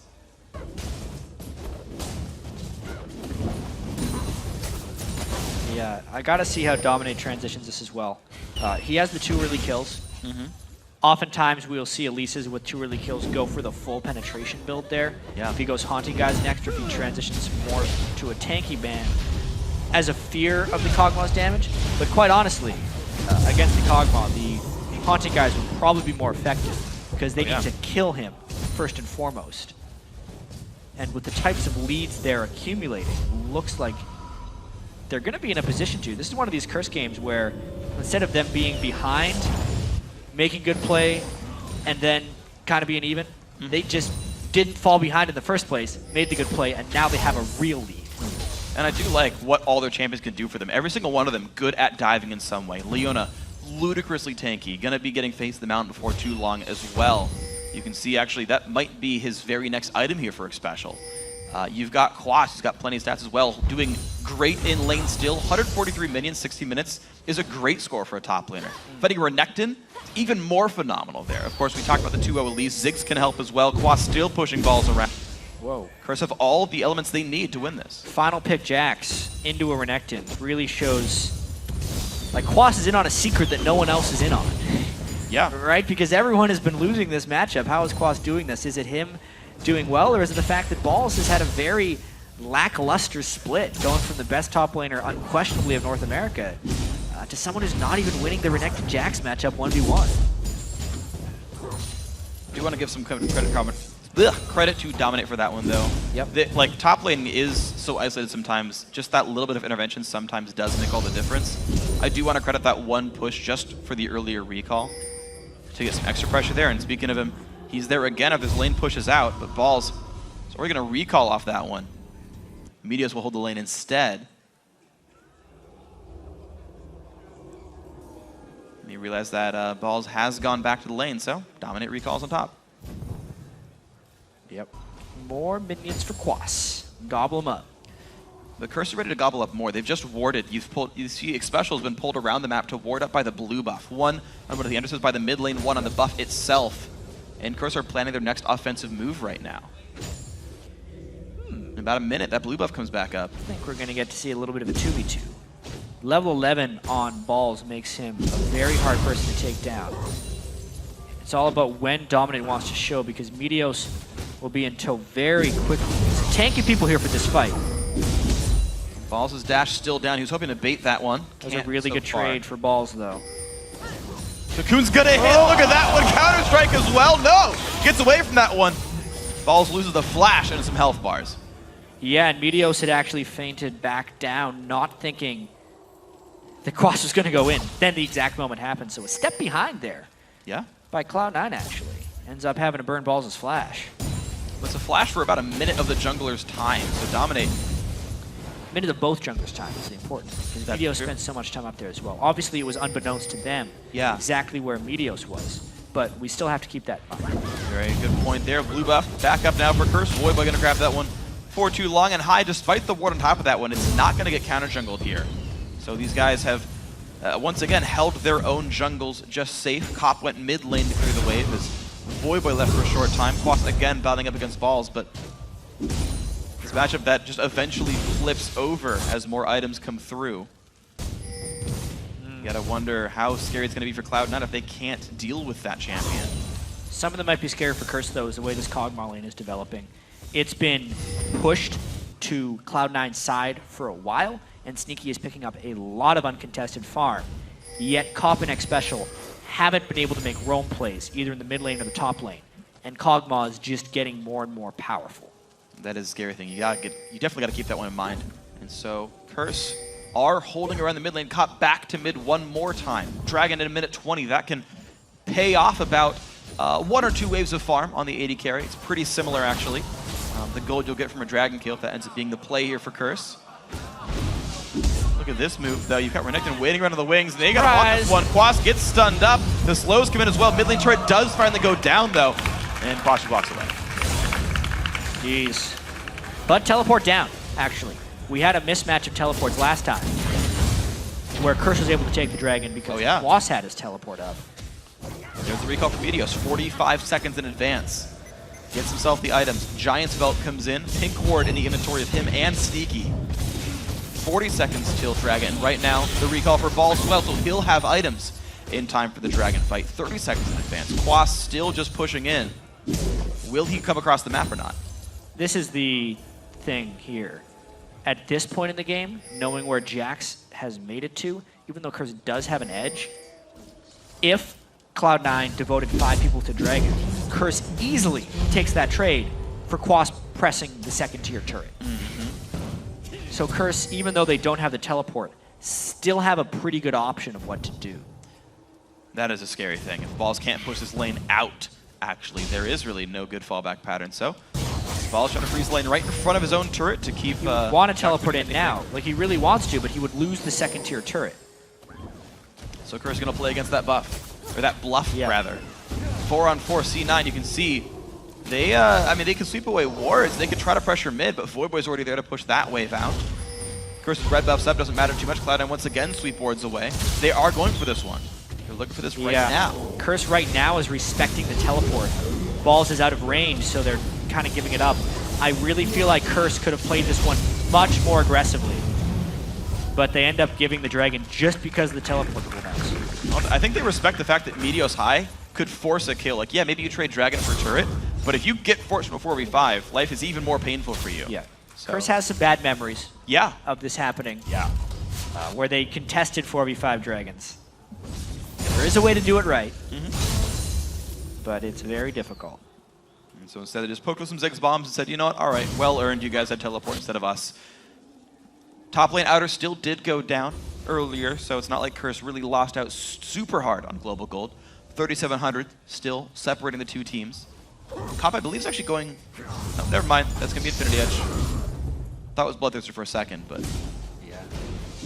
I'm waiting for Corky's to go Bloodthirster. Trinity Force plus Bloodthirster would give a lot of survivability to a Corky. Close to 700 health, basically, by endgame. So Cop's going to actually move himself top lane now instead. Looks like they'll send Quas to split push the bottom lane there. They know Baron is a very real possibility with the Blade of the Ruin King Jax and Elise. Corky's got some pretty good damage as well. So the standard gameplay of split push your teleport bot lane, try to set up Baron. Curse playing this pretty much by the book. Not a lot of kills, but they've still done a good job of wresting advantages across the map. All 3 outer turrets are gone. And once again, Renekton will be trying to face Jax, but now 20 minions down. And a Phage here for Quas. This match is only getting better. Yeah. Cloud9 had the experience against LMQ with a Cog Mundo in the late game. They eventually got strong enough. But I don't know if the same is true with this guy in the bottom lane. Wow, look at the damage. Quas could maybe dive this one. 500 health on Balls, has to flash the wall, and Quas just goes for it. Look at that, the 1v1 Quas taking control of the matchup. Wow. That is really bad news for Cloud9 when their Renekton cannot even stall off a Jax. Getting the red buff really messed with Balls' ability to analyze that fight, but geez, he got completely destroyed. And at this point, they're just kind of waiting for him to teleport back. If Cloud9 sent someone down, they would forfeit the Baron, so they just have to let him go free. Look at that, bottom tier 2 goes down, so everything really going Curse's way. He even stole the white over there a second ago. Yeah, and honestly, what was Balls doing out there? Quas had a red buff and full attack speed stacks. The Baron game is real. Ooh, good flash by Sneaky, but now can he get out? Ziggs bomb hits, but not too much. Elsic Special actually gets exploded on the backside as W missed, so the buff timed out. And that's a lot of damage you can put through when Leona's Eclipse is gone. Ouch. Yeah. The fear of Kog'Maw, just a Trinity Force and a Bilgewater Cutlass. You can see why Kog'Maw gets banned so much in Korea and why he is getting picked so much here in North America. When you've only bought health so far. Yeah, Ruby Sightstone. Yep. Targon's Brace as well, a couple hundred, so it's a bunch of damage that comes through for these guys. Cop gonna keep pressure on this top lane right here. The battle against Sneaky has got to be one. I don't feel like either person wants to fight hardcore. It's just, hey, I can sometimes outrange you, so I'm gonna poke you. Yeah. But Cop to give up map control in a game like this would be really potentially the beginning of disaster for Curse. And Cloud9, of course, don't want to snowball the game any worse than it is. Yeah. They got to figure they can still hold on. Immediately, X Special built that Chain Vest as well, because he knows what his job's going to be. Frozen Heart being completed by Owl Dominate will help them even more as far as diving on to Sneaky. One thing that they've kind of lost track of because they killed him early is High's Orianna. Being at nearly 300 CS 25 minutes in with the death cap is a threat they cannot underestimate since they're so tunneled onto the power of Kog'Maw right now. Last thing they want is the team to get ripped apart by a shockwave. Sure. Yeah, we haven't gotten to see much from Voyboy and High. Like, there was a 6-minute gank in the mid lane, and that was it. They've just been steadily farming 300 CS. First one to 300 is High. For what it's worth, the Orianna, one of the champs actually that Link said was still in his pool yesterday, is doing all right for the guy. And Kerr's going to continue to respect that champion here. What they don't respect, though, is this red buff here. Going to go in. Quas looks to clear that one away. Almost. Sneaky got a little one. Dominate. The Q's going to land. Actually, they could get some damage here. Slows come out from Meteos. But back out they go. Dragon 1 minute away, and already Curse getting control. Quas was thinking about trying to do something sneaky there. He was behind Cloud9, but the team could not funnel through for a fight. And it's a tricky situation here for Curse because they did have those early game advantages, but this is one of those situations where they don't necessarily have the crispness of closing. But they probably had this pink board thinking for a while. It's exactly where you go next. Sneaky's backing. It does not look like Cloud9 is stopping this one. That is a Baron gone. Wow, Cloud9 unable to make any plays to contest much of anything except for a dragon the one time, and Curse claimed themselves the 3-man Baron with Quas in base and Voyboy in mid. Before 27 minutes, no one even gave him a second look. Such perfect timing too, because the dragon's coming up in 10 seconds, Freak. So they can take both these objectives, get the huge spike in gold, go back and shop, and then really start attacking Cloud9. This is exactly the way Curse wants the game to progress. Yeah, there's no way if you're C9 right now, you fight the Baroned up Curse with a gold lead for a dragon 27 minutes in. So more gold coming through. These guys trying to make their way up the standings. They always knew they could do it. The start of the season, Curse had so many close games with the top teams. Nearly won games, and they would keep making that one dumb mistake, throwing it away, and failing to recover. Curse, a couple weeks ago, had a dumb mistake but pulled it back in, and it was like, this is the glimmer of hope. Curse can finally close things out late CLG. game. Yeah, right? And now they're in complete control against Cloud9, who got almost every champion they ever wanted. Kog'Maw for Sneaky, Meteos on Lee Sin, High on Orianna, and Curse control it every step of the way.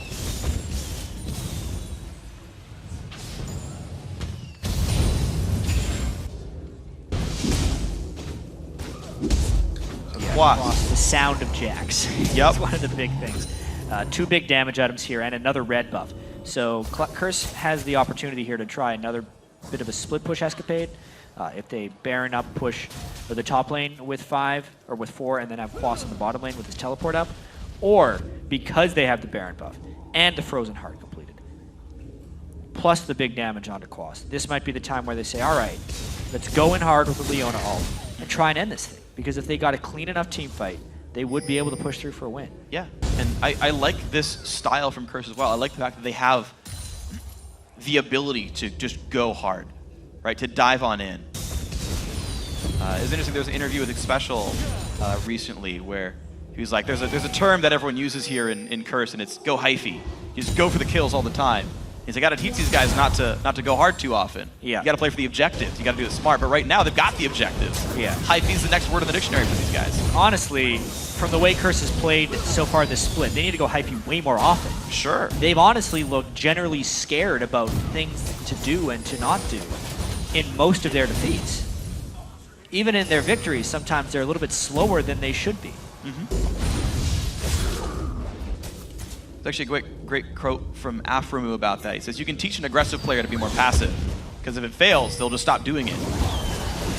Curse tempering their aggression properly might be what's happening right here. 30 minutes in, looking to break the second tier of turrets. 1 for 3 so far. It also, that quote also sounds like a great excuse to die turret down all the time. Be Sure. like, I was just playing aggressive. I'll know Testing not my to do it limits. when it matters. Don't worry. That's my main excuse. Then you do it when it matters. Like, whoopsie. Yep. Well, we've seen LMQ fall victim to that, I think, more than any other team. The most willing to be aggressive sometimes doesn't quite work out. Curse trying to do the right balance here. Yeah, they're a little bit out of sync here. I mean, they're trying to get all 3 waves pushing at the same time, but this is ticking their Baron buff off. I will dominate as your guy you send to go split push a wave. Not ideal. He can come from a flank attack, potentially. Voyboy at least has his ultimate up again. Yeah. Well, they are wearing down the mana bar of elimination, the health bars of Cloud9, though. So many poke rockets come out from the Yordle combo, Ziggs and Corki. They're slowly pushing C9 back and away. Blue buff plus Baron buff. Voyboy does not have mana issues. There's round number 5 for the tier 2 turret. Very tempered in their aggression, but this should be going down right now. Yeah, getting the outers. At this rate, since they're not getting team fights, you would think that the Baron buff would expire and they'd go for the inhibitor turrets on the next cycle of the Baron buff. But they do have a lot of dive potential with X Special. And Baron buff is up. No longer there. As the Baron buff is expired. Yep, Baron buff has timed out. 2 minutes 40-ish until the respawn there. Sneaky had to give up tier 2 top turret. He was out of mana, had to go back to the base, and that was part of the resources that Cloud9 was slowly losing.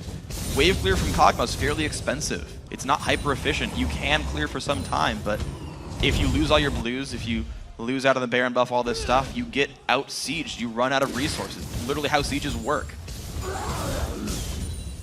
And Curse played that one exactly right. So that Baron buff got them some more turrets down. Push the gold lead farther. Dragon up in 145. Baron soon to follow. And down the line, gold leads for every single player in the team. Yeah. And a huge gold lead in the game. They're 10,000 gold up on Cloud9. Curse have never beaten C9 in my recollection. That was the pregame interview we said. Special was like, we've never taken these guys out ever in the history of competitive League of Legends. Wow. And they're looking to do that. I mean, Superweek's a big week of firsts. Double to 500 kills, Special 1,000 assists. 5-man push up the mid lane by Cloud9 though. This is easily going to give them a turret. Well, the first turret of the game for Cloud9 at 32 minutes. Another rare sight for these guys. There's Quas in the bottom lane pushing up, and the major objectives coming up. We see a lot of teams. Baron number 1 means get control, make sure the turrets are gone. Set up for the next one. Baron number 2 is the death knell a lot of the time. Checklist. Things to be able to do during the game. Also, as far as teams that are behind in games, we've definitely seeing longer games this week. True. 4.10 patch may have a fairly large impact on this. And kind of here's why. AD carries being much stronger late game gives a lot of these teams an idea that if we just stall it out and play passively, Kog'Maw will get strong enough and we can make things happen. It might be what Cloud9 is thinking right now.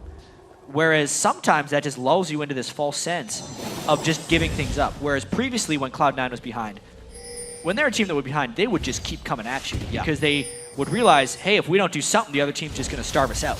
And right now, Cloud9 is the team kind of getting starved out because they think they have this Kog'Maw as their late game insurance. But based on the dive potential of Curse, that is putting a lot of weight on Sneaky's shoulders. Yeah, and there's honestly so much weight coming in from the Frozen Heart Elise. The steal not going to happen. Dragon goes in, and by the way, Baron's up in 13 seconds. Now the spite's down. Maybe they wait a little bit for this one. Aside from just trying to give gold to Sneaky, he's still got a lot of room to go. Only just now starting on Infinity Edge, while Cop's already got 3 completed items. High clears his blue buff on top of a ward. Voyboy does not get the steal. High walks out. But you can see, they're on top of pink wards. They know vision control's already there for Curse. He didn't want to waste auto attacks on the pink ward because he knew we needed the blue buff down as soon as possible. Actually, a really smart move there by High. Limited amount of time till they show up and try to kill you. Quas, look at that, getting his own ward control over this bottom jungle. He will now know if someone tries to stop him here. He can easily split safely. Dominant, though, losing a lot of HP right now. 1/3 health. Sneaky has to flash away. That's huge. And heal. If they try and team fight, he is just a sitting duck for X Special to pin down. He can't even look generic special without getting killed. This is pretty bad for Cloud9 Freak. Yeah, it is. And that's the thing, you know? An aggressive team, Xpecial playing one of his best days of League of Legends we've seen in quite some time. Cop as well, to be completely fair on this one. Curse looking to make this a 2-0 day for the guys. Need some good competition. Another recall for High. They know, though, Baron on the table. Everyone's got to keep in mind that top side of the river. There's a lot of gold waiting to be picked up in a buff that could mean multiple turrets. If someone can get this, maybe Cloud9 gets that miracle team fight. They're holding the disadvantage at 10,000 flat. It's just staying 10K. The later that goes, the less 10K matters as builds fill out and get completed. There's still some time to go. Cop going for lifesteal item next. Yeah. Not a big deal anyway. At this point, he's hit the cap. Probably. Yeah, most likely. BT would still work pretty well, to be fair. Both could work. I'm actually surprised not to see Zerkree's done on him, though. A little bit of a low value on attack speed. Help him kill off a Renekton, maybe, but whatever. Top lane actually outer will go Cloud9's way, so Curse, maybe you just got to be a little bit concerned about not being too scared. You talk about late game insurance. Oh, don't worry, we've got a Kog'Maw. Maybe do the same for Jax, right? Don't worry, Quas is winning. Just eventually the split push will work. Make sure that's not the case here for these guys. Void by putting huge damage. Wow, look at that turret down to half HP right now. Quas not going to be dissuaded at all. Balls goes in, though, pretty much by himself. Here comes Meteos, here comes Tidal Wave. Can they get enough? Voidboy's got to be real careful. Flashing away, now Quas getting chased. Bubble misses, Shockwave flashed away safely. Meteos takes Quas back in, though, in the middle of the team, but Baron's being hit, by the way. Quas goes down, but so does Baron. Worth it, types Quas in all chat. Yep. 1 kill for a Baron. And now the answer for Cloud9 has got to be, what can we do while Quas is dead? They're pushing as quickly as possible up the mid lane, trying desperately to get some of this gold back. 5v4, full health. Kog'Maw is there. Summoner spells halfway back up. Tier 2 is going to go down. Can they make that inhibitor as well? 35 seconds. They have a cannon minion, but Voidboy has wave clear, so maybe not so much. The trade went equal in gold. We're still at a 10,000 gold difference. The difference, though, is a 4-person Baron buff worth about 5,000 in combat stats. Yeah. So Curse has Baron on 4 people. Quas the only person without it, but Cloud9's going to get 2 whole turrets out of this exchange. Quas can actually teleport in to help out this mid lane push. Curse got there in time. I don't think it's going to happen, though. They're going to get back pretty quick. Might be the case. The red buff also up in the southern jungle. Curse still going to look forward. This turret's very low on HP. Special is going to tank it, and Cop's going to deal the damage there. Dominant waits around. He can toss out stuns. 1 hit, and they do get it. Cop in the last possible second gets away. Valkyrie even proccing Trinity Force for him to make sure it went down nicely. And now the inhibitor's available. Quas is getting very large as well. 383 CS on Jax. And counting. Curse. 15,000 gold or more on 2 people. I can't believe the 4,000 gold lead in the top lane. They have the same kill score, but global gold plus minions is more than a full item advantage. Yeah, this is definitely not been Balls' day. No. Or week even. No. His KO game, he got heavily punished. His Mundo game was great. Yes. Against LMQ. But outside of that, not a matchup he should have lost early on. Curse go back to the 1-3-1, though. It was Zig sent to the bottom lane. But they realize, again, mid-inhibitor, there's no turret there anymore. They can just apply pressure and likely get their way in. Quas' split push makes plenty of sense. He's still got TP. He can walk across the map as well. Randuin's and soon to be a Banshee's Veil done on him, so he's tanky enough to make plays and not get punished too much. Cloud9 stuck inside their base. Wards over the wall to watch for the rotations of Curse, who also try to get some vision across and see where Cloud9 goes. Here's the wave. There's the blue buff steal one more time. Voidboy, plenty of mana to spend. So we kind of got to answer the question as well, why is this game going so long? Yeah. And a lot of it just has to do with Cloud9 banking on the fact that Kog'Maw can make it late, but also the respect that Curse has to give Kog'Maw because he does so much damage, almost regardless of how tanky you become. If you're not getting your business done very quickly, while you're diving that base, Kog'Maw would be able to clean up as far behind as he is. So Curse needs to be very certain that they land the right type of lockdown before engaging. With the Baron buff, now is as good a time as ever to go in, but that's why it's taking so long. They're still trying. Rocket's gonna hit Sneaky, who lifesteals it back up pretty easily. Zig's ulti doesn't do much for this one. And that makes things much more dangerous. You know, they've thrown the Zig's ult not on top of some Leona lockdown. The summoner spells are alive on Sneaky, so even if they do try a Solar Flare, he can flash to the side of it and then kill X Special again like he did for one of the few kills that Cloud9 picked up this game. Wow. And they gotta be careful not to give any more. You got a game like this. If you lose that next fight, the momentum just completely shifts, and Curse unwilling to have that happen. They've actually grown their gold lead, though. It's 11,500. They've taken away everything. Dragon back up as well, and they can keep pushing that one forward. Cop now at 4 items. He will not have any more offensive advantage over Sneaky the rest of this game. Sneaky will only catch up from here on out. Yeah. Corki not the late game monster. Jax is very good late game, but if somehow Sneaky can avoid the crowd control of Leona and all the damage coming out from Ziggs, he is that monster. All right. Ward's going away. Dominate. Get rid of the dragon. It's more of like a neutral ward. Watches champions all the time. It's gonna go down. Taking his time. Yeah. I don't know. Curse is got it. Scaring me a little bit here. Yeah, honestly. Xpecial criticized his own shot calling after their previous game. I mean, we even just compared to the TSM game we just saw where TSM was all Yeah, and it just closed it out. Yep. It just fought people and away their opponents went. Yeah, with the 14,000 gold lead, I mean, things have been going somewhat smoothly, but slower than they should be. Definitely. If we're looking at Curse trying to make their entrance into the conversation for top teams in North America. They beat LMQ earlier in a good game. I mean, think about teams in a similar predicament. Evil Geniuses have had a historically horrible time trying to close games out. And almost every single time, it actually slips away from them. Something happens horribly wrong, and they lose a game they had in their hands.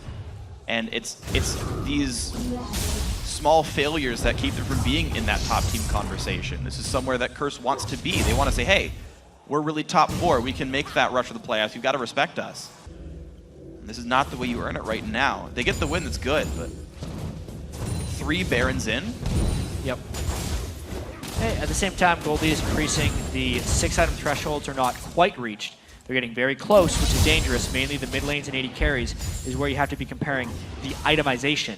And it's not very advantageous for Curse right now in those 2 positions. Where they hold their edge is in the Jax, the third big threat that will need to make the difference. At least Xpecial has a lot of room to grow. They've actually done a pretty good job of allowing him to get those stacks through on his face of the mountain. Yeah. Like Dignitas, I think, does a horrible job of letting Kiwi Kid get the gold. I see him like get wave cleared in front of, and he's like, guys. Speaking of which, using that support item, I have seen so many supports that I've even played with just use it whenever they can in lane, so they'll use it on the ranged minions. Oh, meaning man. They're sharing only 15 gold most of the time. Use it on the melee minions, but most importantly, use it on the cannon minions. Yep. You pretty much never want to proc it on a ranged minion, because it's the worst thing you can do, efficiency-wise. Quick pro tip. Your first 4 minions should be 2 melees and then 2 cannons. Don't use your 4th charge when it comes back up. A cannon comes up before your 5th charge would First be there. 2 melees of the wave if you can. Sure. Or the second wave if it's a second wave push you need. Some actually will save would that make it so you can't get the next cannon? No, because as soon as you do the first charge, it starts going. So you've got a minute to use your second charge. As long as you use the first charge on the first wave. Yes, absolutely the first charge on the first wave. I see some guys save it for sustain. Some will save it to get level 2 on the second wave sooner because you have to wait until the second wave to get it. There's a lot of little tricks you can do, but 2 melees, 2 cannons, keep that in mind. Baron, number 3 here, complete control once again for Curse. So then have a few wards in the western jungle, but not enough for the Baron pit. The 44-minute Baron, all the Curse fantasy team owners gonna be happy. Yeah. How many points can a team actually score? 11 plus turrets. 19 dragons, and 7 barons. Be a lot. The way Curse is playing, we're headed in that direction. Yes, their gold lead is still increasing, but their aggressiveness has really been non-existent. obviously Cloud9 hasn't given them many opportunities to be aggressive. They've turtled very successfully. Orianna, one of the hardest teams to push against, to be completely fair. Very difficult to go in on her. Cop is on a short-range AD carry. It is actually extremely hard to outplay Orianna on Corki. Valkyrie moves so slowly and so deliberately, you can catch him with a shockwave. You have no way of hitting a turret outside of 550 range. Yeah. Voyboy is actually, interesting enough, their best sieger, and he has Lich Bane to that effect. He's got Distortion as well to flash out of shockwaves more frequently. There are ways for Curse to get in on this. I'm actually surprised they haven't done more bullied split past. to me. Yeah, that for one, and also just bullying past the fact that the mid turret's down. You just walk forward and eventually you get in. Yeah, well, Quas has got a full item build now. So they got max items pretty much on 3 people. It is go time. We know Quas can beat balls heavily in duels. Maybe not with the Thornmail now, but it seems like he should be able to. He's wearing all 3 buffs and a GA. You've got a Trinity Force pocket. He can ignore him and kill this turret. And he goes, he did pull aggro, though the Counter-Strike hit balls, but he's going to go for it anyway. Does not take much damage from the mostly tank Renekton. Ward hops away from high, but that's Orianna on the wrong side of the map, meaning Curse could go in on a 4v3 top side. That doesn't happen. They're still pensive. No engage there, despite the fact that, to be honest, Flash with an ulti would work there. Yeah, they can wait this one out, though, to wait until Quas wins. And there we go. Turret goes down. Now does he try to face up against balls? Not so much here. Still respecting the Thornmail on this one.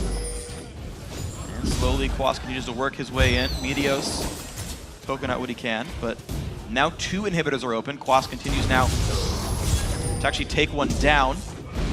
I don't know what Balls has left to do. His ultimate's already been burned. If they don't send backup, the inhibitor's going down. Quas regenerating rather rapidly as well from the Baron buff. Balls at a 1,000 health. Randu has popped as well. Balls' ulti is down as well. Sneaky will join the fight, and that does push him away.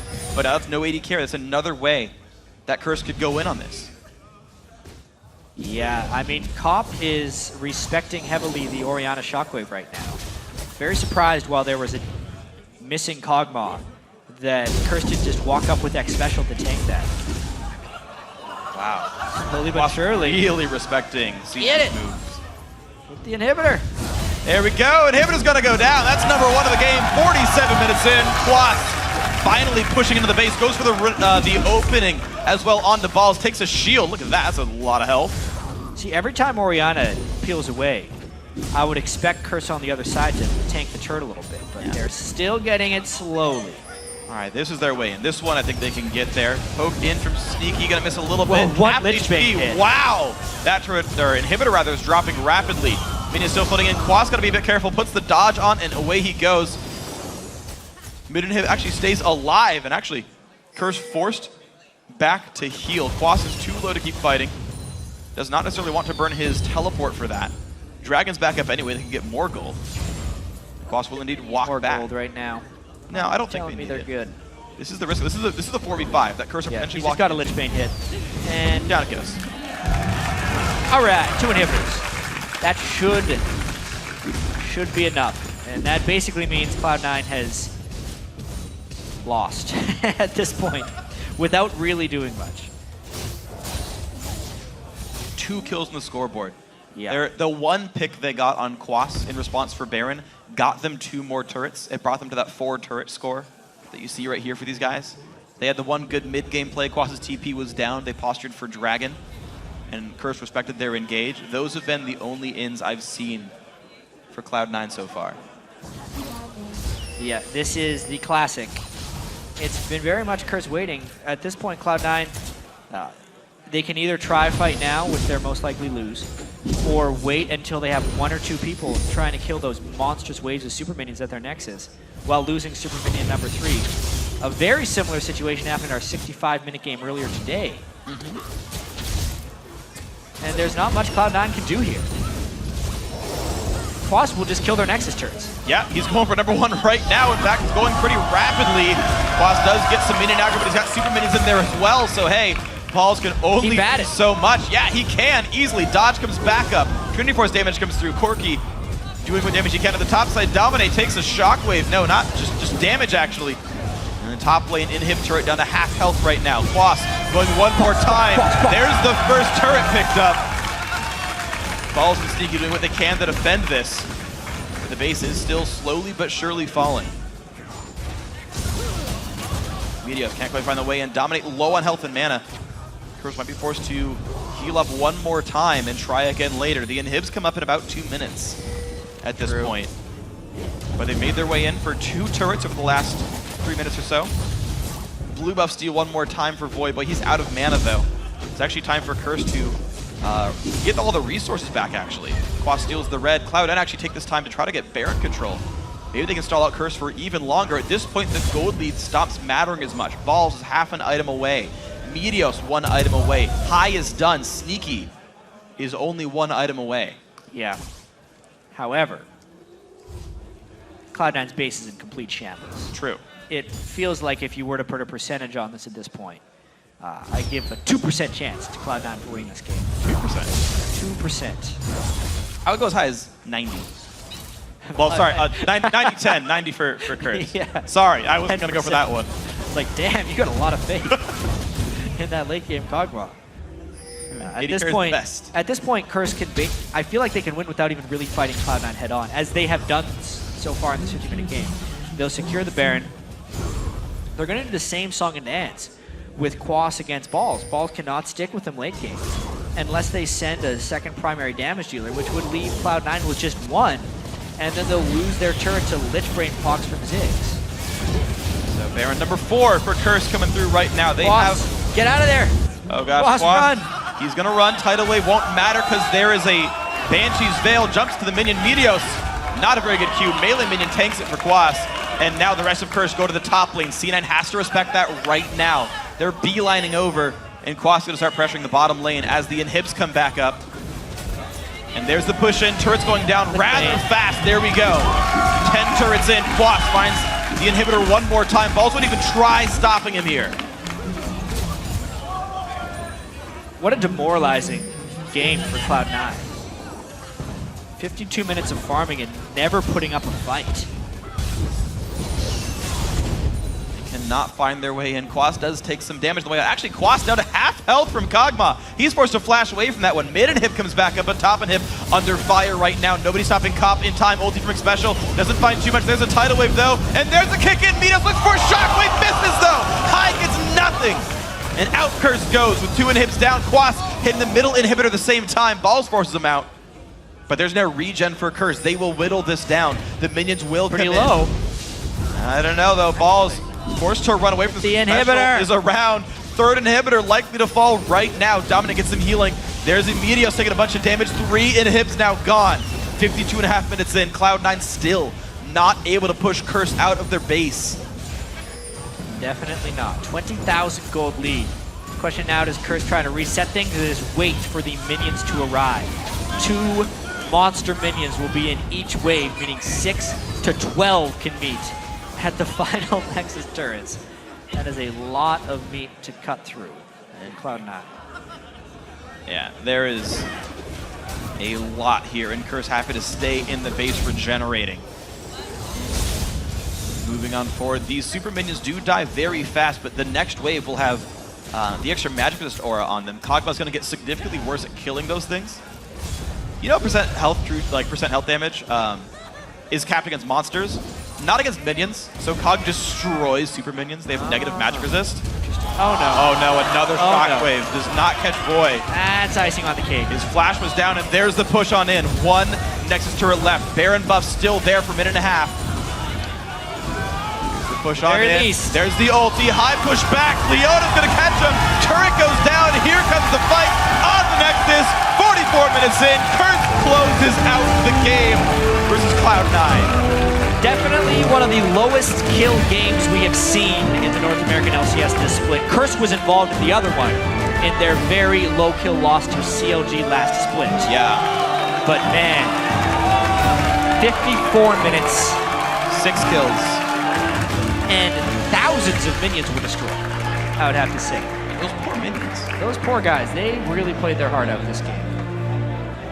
What a demoralizing loss for Cloud9 and Cloud9 fans alike, because they did not do a thing that game. 2 kills and only 4 deaths, meaning their opposition was a very, very weak wall that would just get pushed back at any moment and never quite defend what they needed it to. I wonder, last death compared to game ending, the time there. This is probably a record. Probably. Yeah. I'm willing to say right now that is absolutely record for the LCS. Death compared to I time haven't end. even checked, but I've seen all the LCS games, so it is a fact now. It is now a fact. Chat has said it. The crystal I don't ball. even know how many minutes it is, but it's a lot. Yeah, it's many minutes. Yeah, and that is very troubling. Cloud9 this split have been a team that I've looked so much more passive than I'm used to. Yeah. They wanted to reinvent themselves. Beginning of 2014, spring split, had a slightly weak start to the season and said, yeah, you know what? We're trying to play more aggressively. It's a bit of a reinvention of the style. It'll take us some time.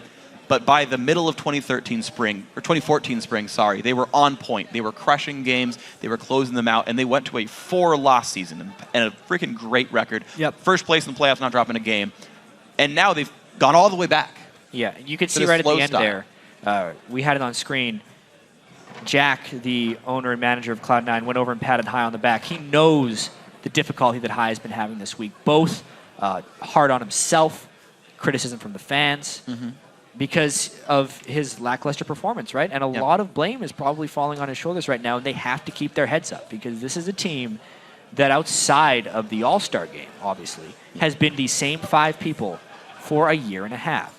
They have went through a lot together. However, they went through a lot of victory together. True. Their defeats have often been short-lived on the international stage.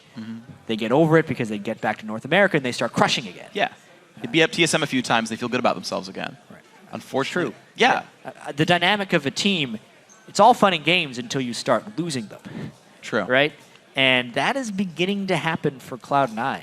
Absolutely. And they haven't bounced back the way that they expected themselves to at all. No, not at all. No. And they're still looking for the way they get themselves back in. A team that prides themselves on adaptation. That was one of the things we saw from those guys. 4.10 came out. They didn't seem to find something new that worked for them. They played COG like everyone else, and Sneaky's been great, I think, by and large. You think he's the best individual performer on that team. And you think, oh, 4.10, AD carries got better, Sneaky can do it. And that's not enough for these guys right now. No. So they're still looking for what it's going to be. Now, Curse on the other side, though, I got to say, slow, and that's still a criticism, but hey, you still beat Cloud9. You're still 2-1 so far in Superweek. Yeah. Right? Way better than your standings would indicate. Looking good as a team. At least better. Making good plays, controlling the map at the very least. Yeah, every event in the LCS always has 2 sides to it, right? Sure. So it's like we have the Cloud9 team that has been struggling, and now we have this Curse team that is reaching the level that the other guys are being on. And yeah. They won 2 slow games today, but they were still victories. Other teams haven't been closing out games. Even though Curse is taking their time with it, they still get the wins. Curse are 1 game behind 5th now. I think they're 1 game behind 5th. They're closing that gap now between the bottom and top here. So we'll see if these guys can make their way in. I mean, the joke with Curse is forever 4th. They're closing in on that mark right now. Yeah. LMQ on an 0-2 week. Cloud9 on a 1-2 week. Maybe they can get themselves back into that conversation. Certainly going to be the attempt for these Curse guys. They're going to throw it over to Dash and Zyrene at the analyst desk for a post-game interview with the winners. Thanks, Freak. And don't worry, I got your back. It's been 17 minutes and 30 seconds from the last kill to the end of the game. Now, I want to welcome 2 guys to the desk who had a very good day on the Rift, Quas and Dominate. Congratulations, first of all, on 2 victories. That puts you to 2-1 on Superweek, on what some people would argue is the toughest schedule, playing 4 of the top 5 teams. How does that feel? Quas? Yeah, we knew it was a really tough schedule for this weekend. So we're just prepared to play our game, focused every single game, and it's going well so far. And we still have stuff to work on, but it's going better than usual, I guess. And just to follow up with you, Dominate, what does that do momentum-wise for a team when you are performing so well against tough teams in a Super Week? It definitely makes us feel like we can pull out the 3-1 for Super Week, and really the whole goal is getting into that playoff spot and trying to perform well in playoffs because that's where everything's on the line. So we're just really looking forward towards that. All right, and now we're going to go back into the game. Champion select here. Dominate. You guys ended up banning the Kayle versus Cloud9, who typically do blue side ban, and Balls played Kayle for the first time yesterday and didn't have a good performance on that. What was the reasoning behind banning Kayle against Cloud9? We just wanted to ban Kayle against Cloud9 because it's one of the only OPs left at that point. There's really nothing else up that they could pick that could win the game. And even though Balls didn't have a particularly good performance on it yesterday, it's still a champion that you have to just fear and you have to respect intervention. It's just such an overpowered ultimate, and it can really like swing the course of a game. And with our last ban, they hadn't banned it so far, so we figured that they might be looking for it for a first pick because they most likely practiced it coming into Superweek, considering that they played it yesterday. So we just thought that it would be a solid ban and just kind of even out all the picks. And you guys did end up going up against Meteos' Lee Sin, which was 7-1 until today, and now you guys made it 7-2. So you think that could have been a ban instead, but you guys actually took it out. I personally wanted to play against it coming into the game. I wanted to play Lee Sin to Lee Sin. That was kind of what we discussed, and that's a matchup that I just feel comfortable in, and I like playing that matchup. So we just knew going into it that we wanted them to pick Lee Sin. We thought they would first pick it. We actually wanted, I think, probably the Kog'Maw, but they ended up first picking it. Everyone just knows that Kog'Maw is a super highly contested pick.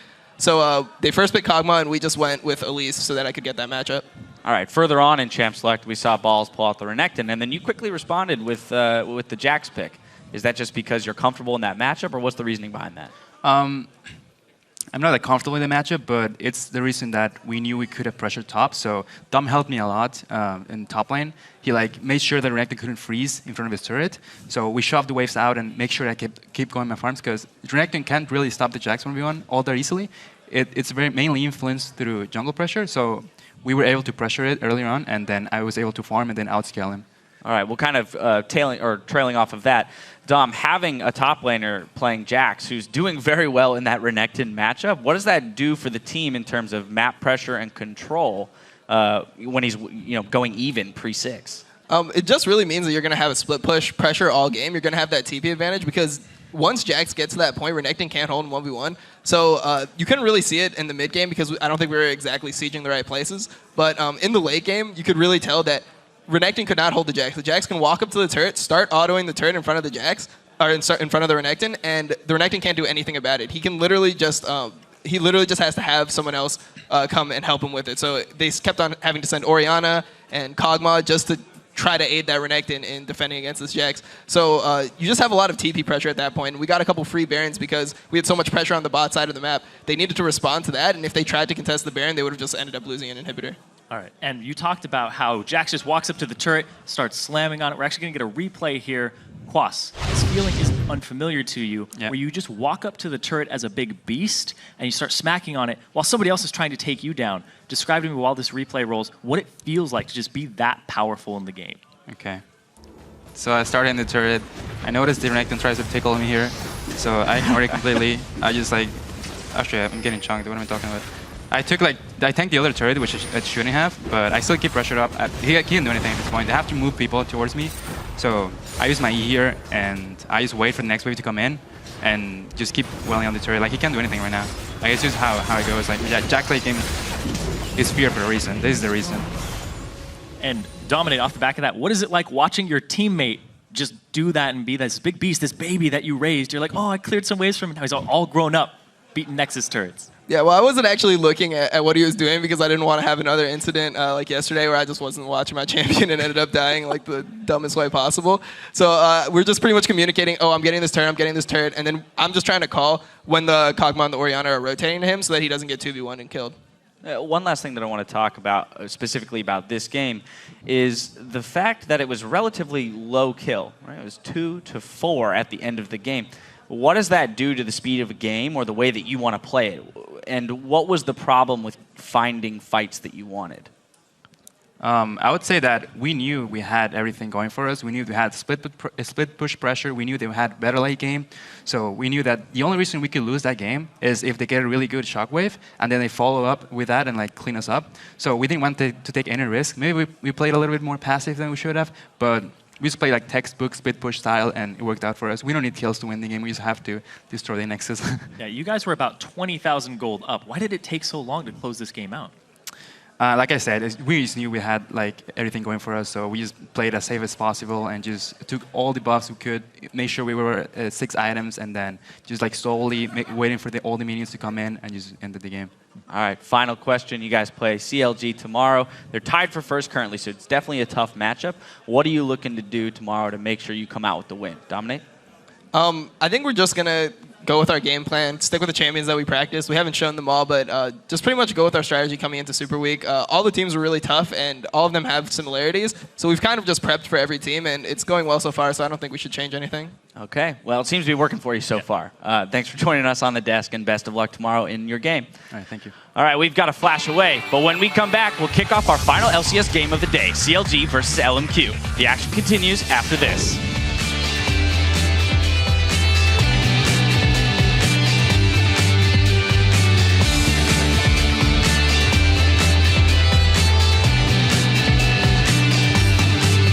Yeah, are we allowed to sit like hotshot during the games with like our knees up? Can we sit like him?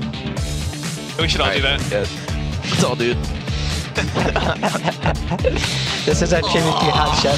Respecting the fact that he's outnumbered in the lane. Oh, they There's get the him chip in again. on the sneaky tidal wave. The bubble's gonna hit Cop, but there's nowhere for Kog'Maw to go. Now Quas getting chased. Bubble misses Shockwave. Flashed away safely. Mito takes Quas back in though. In the middle of the team, but Baron's being hit by the way. Quas goes down, but so does Baron. Push on in. There's the ulti. High push back. Leona's gonna catch him. Turret goes down. Here comes the fight on Nexus.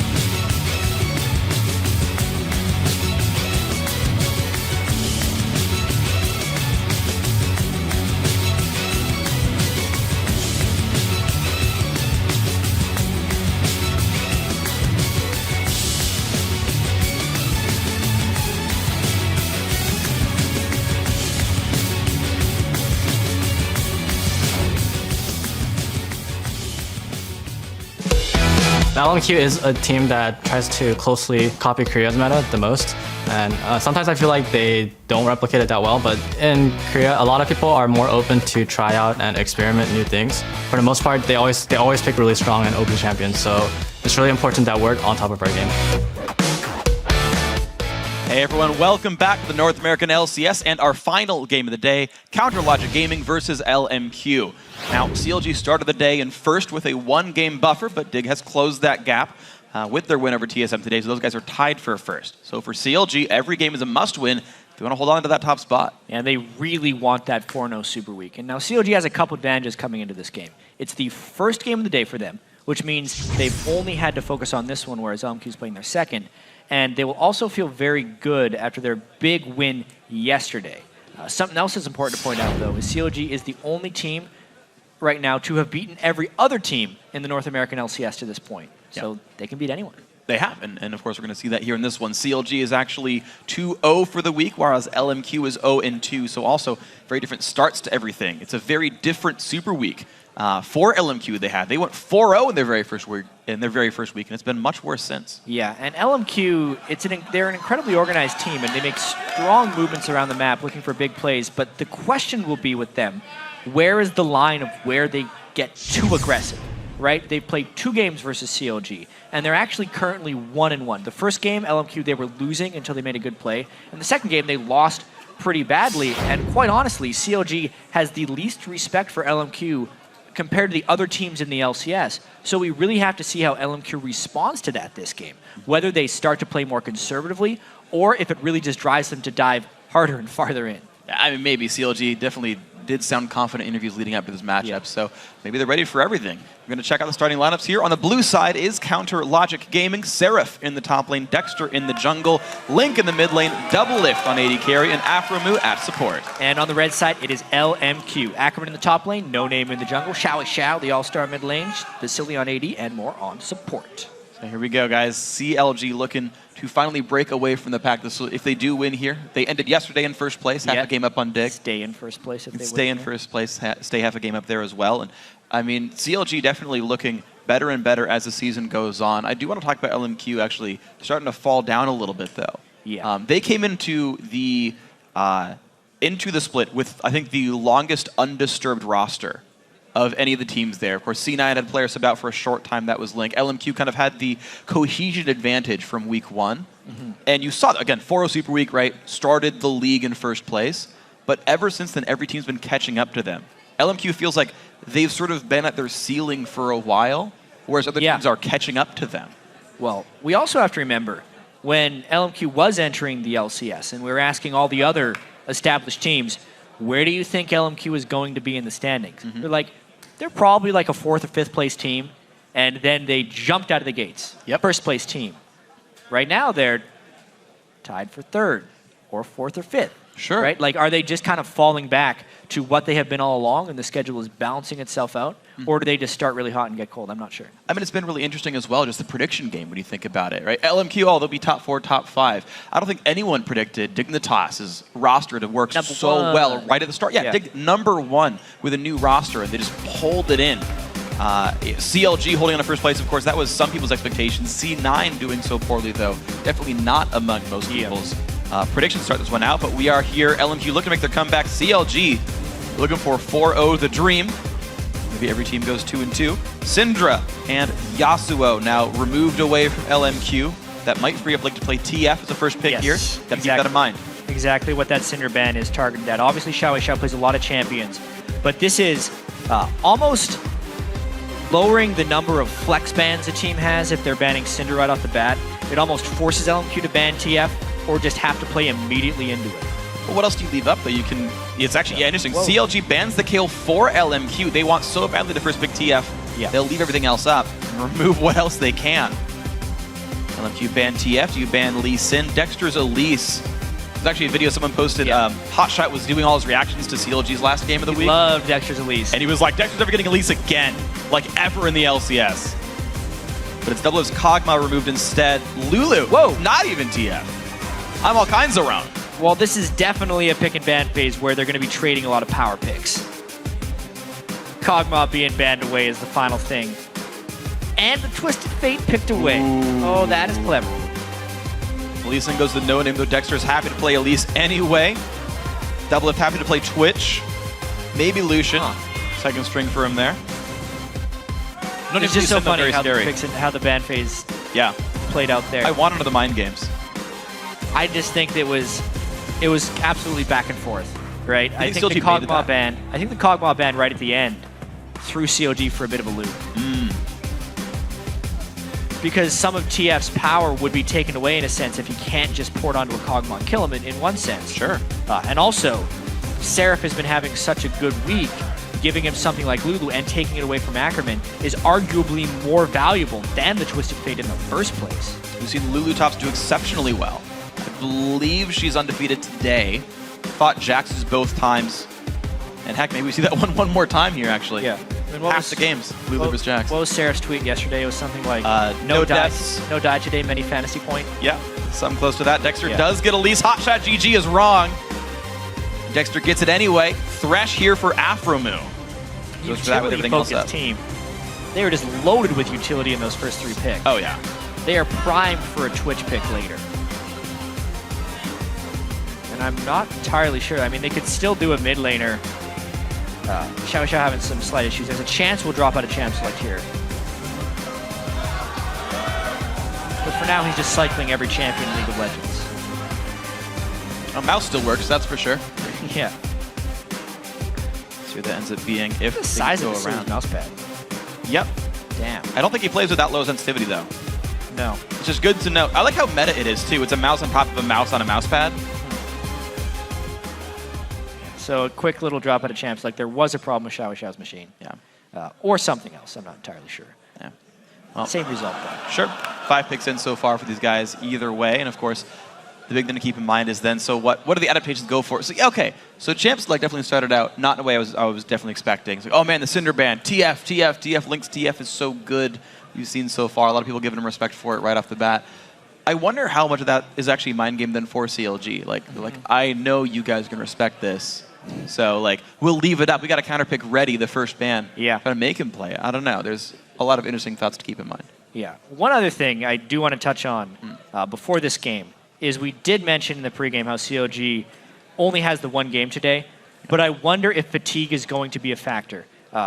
Interesting thing they did this morning. The team went to Anime Expo this morning. Yeah. Last chance they would have been able to go to it, obviously. They really wanted to go. However, they made it back to watch the LMQ game, right? They obviously would have done their preparation last night. But honestly, waiting in line, going around to all this stuff, then sitting through this incredibly long day of LCS, right? We're 6 hours and 45 minutes into the broadcast or something like that after 5 games, right? So they expected to play much earlier than this. You got to wonder if they're going to be a little bit tired. Obviously, they were playing League in the green rooms beforehand, trying to warm up. It will be a factor whether the trip in the morning makes them more relaxed and ready to play, kind of refreshed because they got to do something fun before the game, a little break of the monotony of playing every single week in the LCS, or if it shows us a bit of a lack of preparation. It'll be interesting to see. Yeah, I mean, that's kind of the thing is Superweek, you kind of just, it's all about how well do you prepare before anyway, right? 4 games across 3 days, definitely a lot of effort and time to do that. And a lot of times, and again, talking about the Loco Doco point, for example, it's like, yeah, we come into a week with strats prepared. Once Superweek starts, it's like, well, whatever was there at the time, we got to run with that because there's no time to make any more audibles. Yeah. I know one of the weaknesses of CLG earlier on was that they would come into the game with a plan and then do something else when the game started.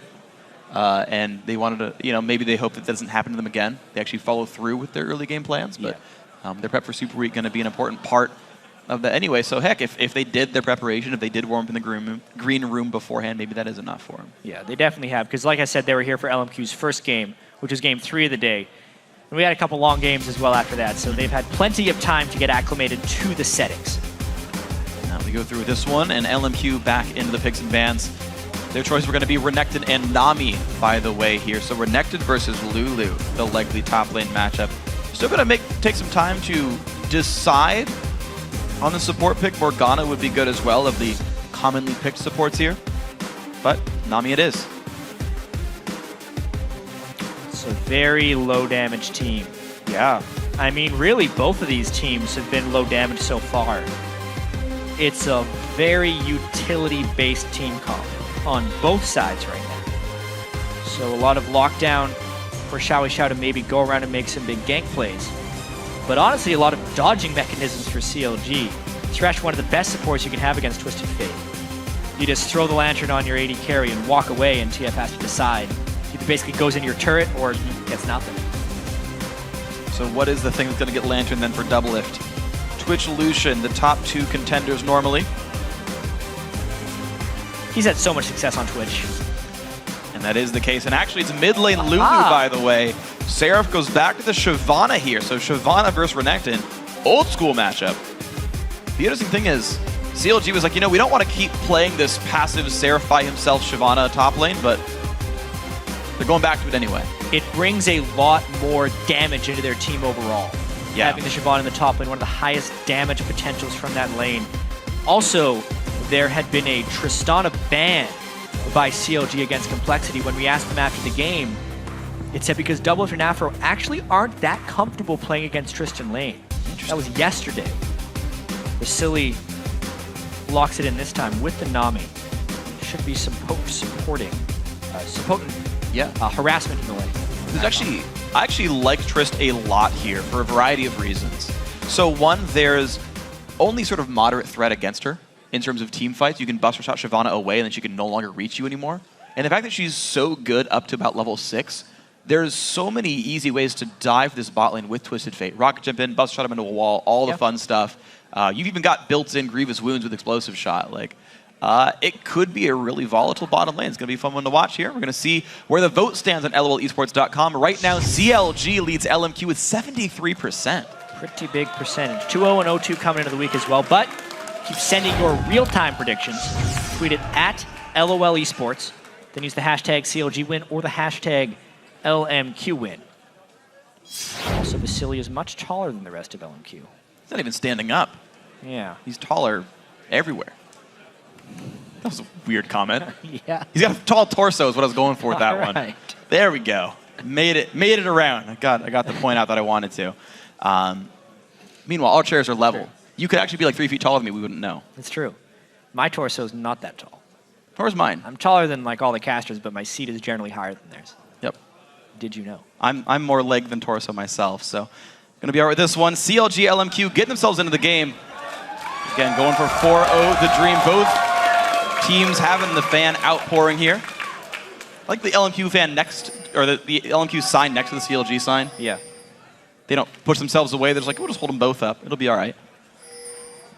But here we go. Counterlogic Gaming, the ability to retain control of first place with this win. Dignitas would have to 2-0 tomorrow to wrest control of that. Doublelift is watching for No Name. 0 for 1 on those Lee Sin Qs. Oh! All right. Follow it. Oh, he could have followed it. That would have been foolish. But cool. Early wards coming out. Both teams fairly defensive with this. They actually already have Vasily's down in the bottom river. To watch for those late invades. And he's going to stand here and just stay as bait for a short time. Dexter with the early sweeper. We've seen a couple of teams do this now. Early sweeper on the jungler. And Dexter gets 10 gold for his troubles. Early gold lead CLG. Will they keep it? 1 CS on Dexter. Some should say junglers should give farm to their solo laners. Could have given 5 gold to Link or something. No, they might be thinking of a late invade here. They got a ward actually on Dexter. Hoping to make some early plays onto No Name's Lee Sin actually. They're actually in position for a lane swap as well. Haven't seen a lane swap from CLG in a real long time. Afro, Xiao see each other. Here's the rest of CLG. They didn't actually show their AD carry, but they did show the support. So these guys know about the matchup. Moore going to go early, put a ward down on the other team's red buff. He knows that this game is played. CLG will get their own red. No Name not too far behind in his quest for the blue. Yeah, Seraph's got a TP down in the bottom lane now, and it's the lane swap. So first lane swap of the day. Mm-hmm. One of very few we see in this patch as well. Dragon was normally enough to keep teams from doing it. Yeah, I mean, the Nami-Tristana matchup, as far as the amount of harassment it can put out early on in the game, is most likely too much for Doublelift and Aframu to handle in that lane. Twitch shorter range, lower base damage with the nerf. Afromu as well, no sustain. It is for the best, actually, that COG does this. And now they can play with their... Afro predicts the juke. Xiao Xiao doesn't do it. The mind games. One level ahead, Xiao Xiao. And the lanes are getting frozen, by the way. Vasily has not learned a skill point yet. Nothing in explosive shot, nothing in anything. I wouldn't expect him to put points in his explosive shot for a while. Yeah. Explosive shot is a great harassment tool in lane, which is why you end up skilling it, but it's literally just farm lanes. When we saw Kopp in a 1v2 as Tristana, he didn't buy explosive shot until, I think it was level 5 or level 7. Took him a while. Yeah. No real need for it. Rapid fire, really worth maxing by around level 10, I think. You can start getting into fights by then, and the damage you get from that spell is quite nice. Ackerman and No Name looking for their play on the mid lane here. They each take separate routes around. Just in case one side wasn't warded. There we go, Link. Gold card's gonna hit him. And just a little bit of damage, and out goes Ackerman. Actually, it's Xiao getting hit up by Dexter now. A little bit of damage back and forth. 3-on-3 down to the mid lane. Jungler's top lane is now actually Afromu there as well. And here comes more. The 4v4 brawl. Seraph has to get away. Two-man play there from Afro. The gold card hits Dexter. 100 health on him. Can they get a flash Q? They look for it, and he finds it. No Name picks up first blood, and now Link is cut off. The bubble hits. Another kill goes to Ackerman. Beautiful play, LMQ. What a start for LMQ, and boy do they need that after starting Superweek 0-2. Not only are they the team with the AD carry in the bottom lane, which is more likely to get Dragon control, they also get the 2 kills out of the 4v4 in the mid lane.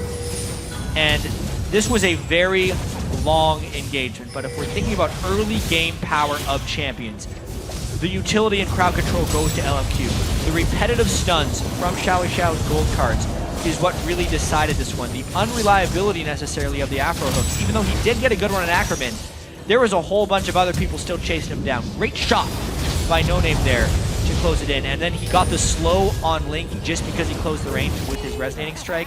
Could not have went better. That was beautiful stuff. I even like the fact that all the Spiderlings had been killed by AoE, so Dexter's Spiderlings couldn't block the flash Q. All these little things actually came into effect on this one, and LMQ set a 1,200 gold ahead because of all this. Beautiful stuff by these guys. Double longsword already out for No Name. That's the kind of early game Lee Sin aggression you like to see. And multi-wards as well. Oh yeah. That might even be the more important thing because of the roaming we're going to be seeing in these 2v0 lanes. After rejoining his lane mate now of Double Lift. Uses his charge. No longer has the ability to get rid of the cannon minion. But he goes in just to make sure the gold comes in before he upgrades items afterwards.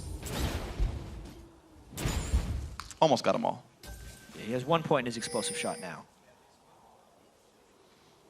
Ackerman level 3 looking to make his way down to the bot lane alongside Vasily and everyone else. He has actually not shown up top lane yet.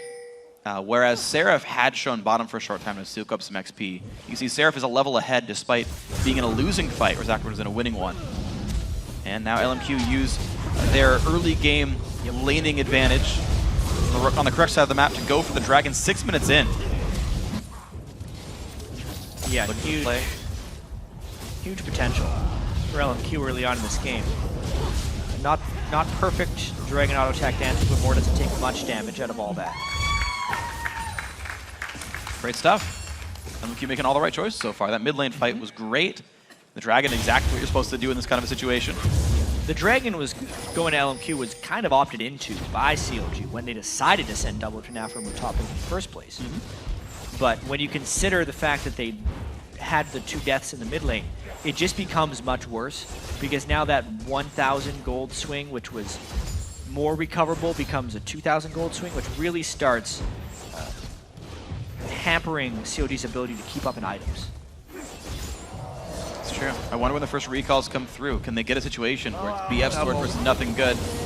Whee! That fish went flying. Did you know there's a fish at the end of the W? I do now. I think it's only for that skin though.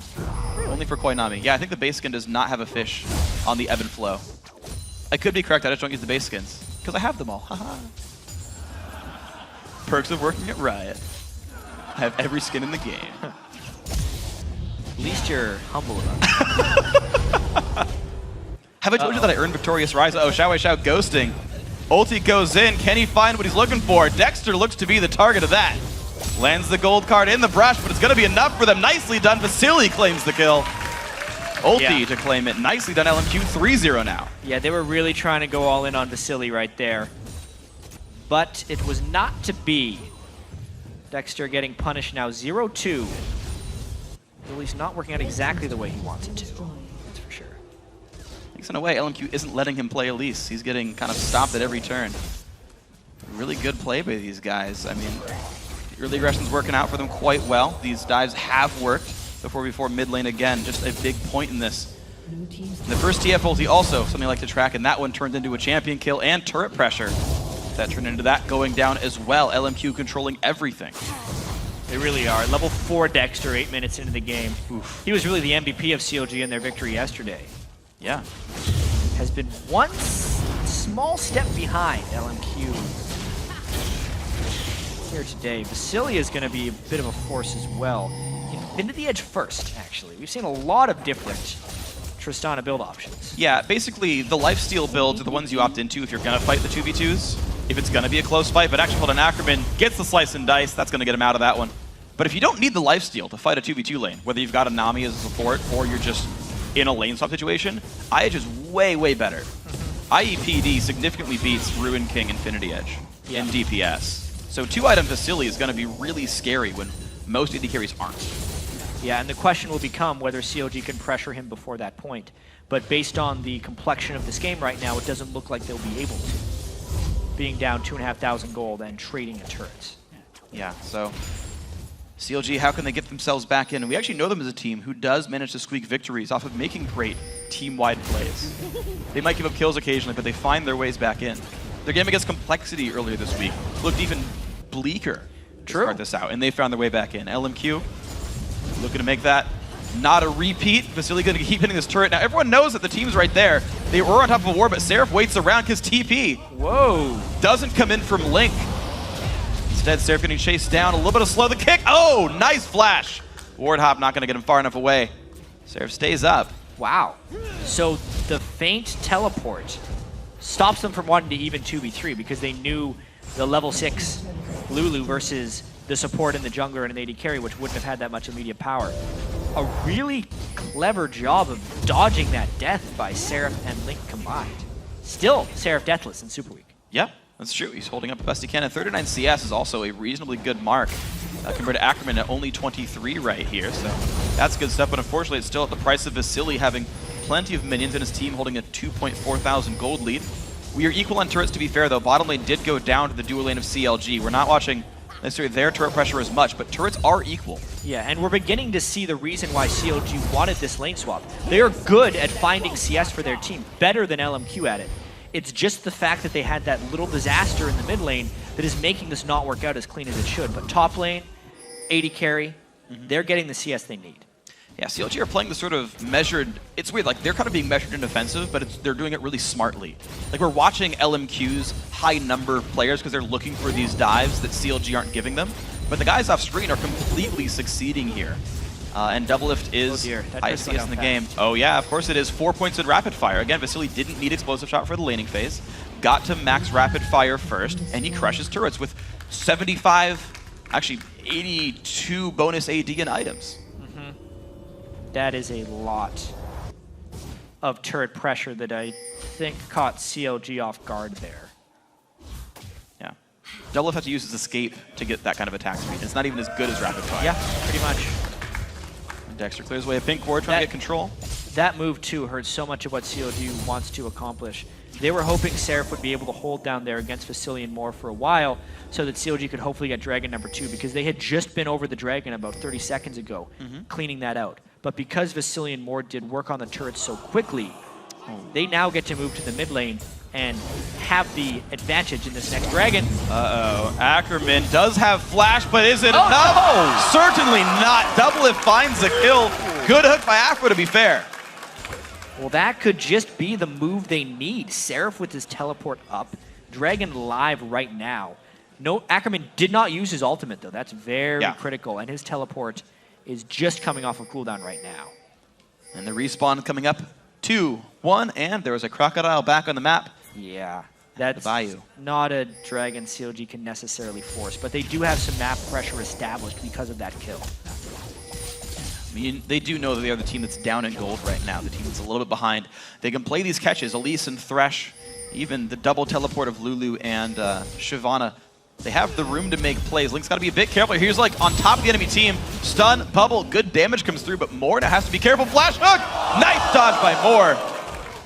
Close one. Yeah, because he didn't necessarily do a sideways flash there. He flashed directly pretty much at the line of the hook. Really close to still getting hit by Afro. Yeah, just far down enough, so nicely done there.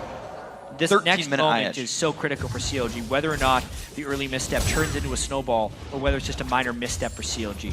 So going to be all be about how they play around this Dragon.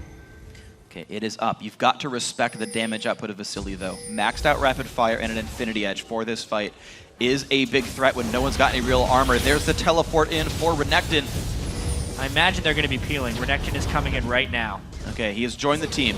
Dragon, very low. Dexter in the air, not a good thing. Takes a tidal wave in.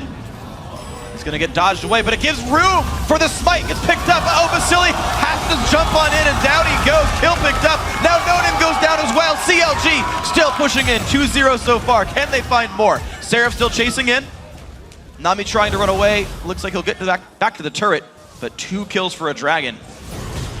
Because the Dragon went to LMQ, the game is still in their advantage, but it will depend on whether they can hold this turn or not, since CLG suffered no casualties during that engagement. Problem is, Xiao Xiao's got a blue buff and an Athene's from his great laning phase. He wave clears so easily. CLG get 2 kills and walk back to their own lanes. Seraph cannot steal his red buff away. Well, he's going to really try. Wants to. This is a large risk. He does not have flash. He has a lantern. Does get away with the red buff, actually. That worked out. Wow. Double if, take notes.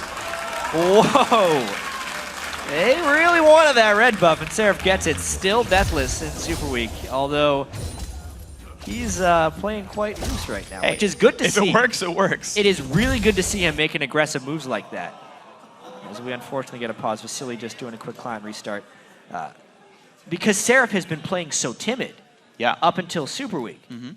But the fact that he has a deathless Superweek and he is taking a lot of risks shows immense improvement for Seraph. And the risks are paying off is the important thing. There are teams that take all kinds of risks and they blow up in their faces.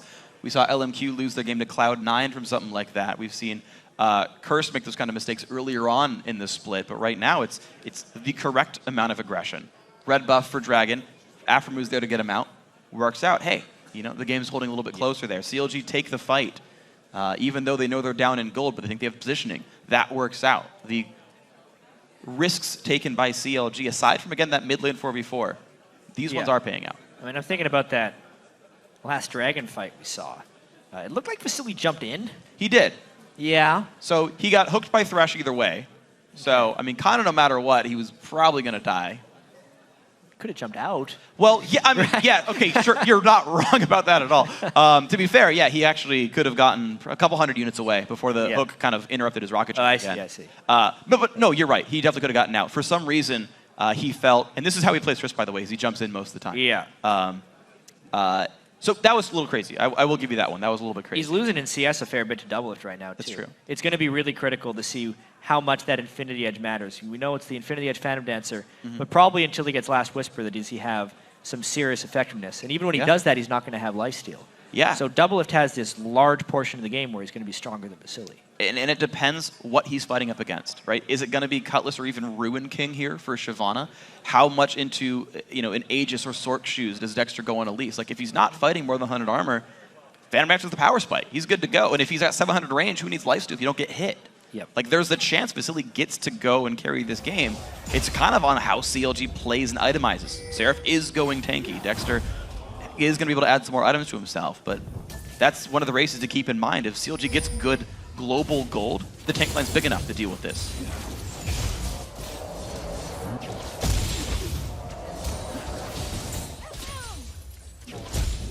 Mid lane still holding equal right here. Athene's basically for both these guys. Link's got plenty of cash. There's the recall back.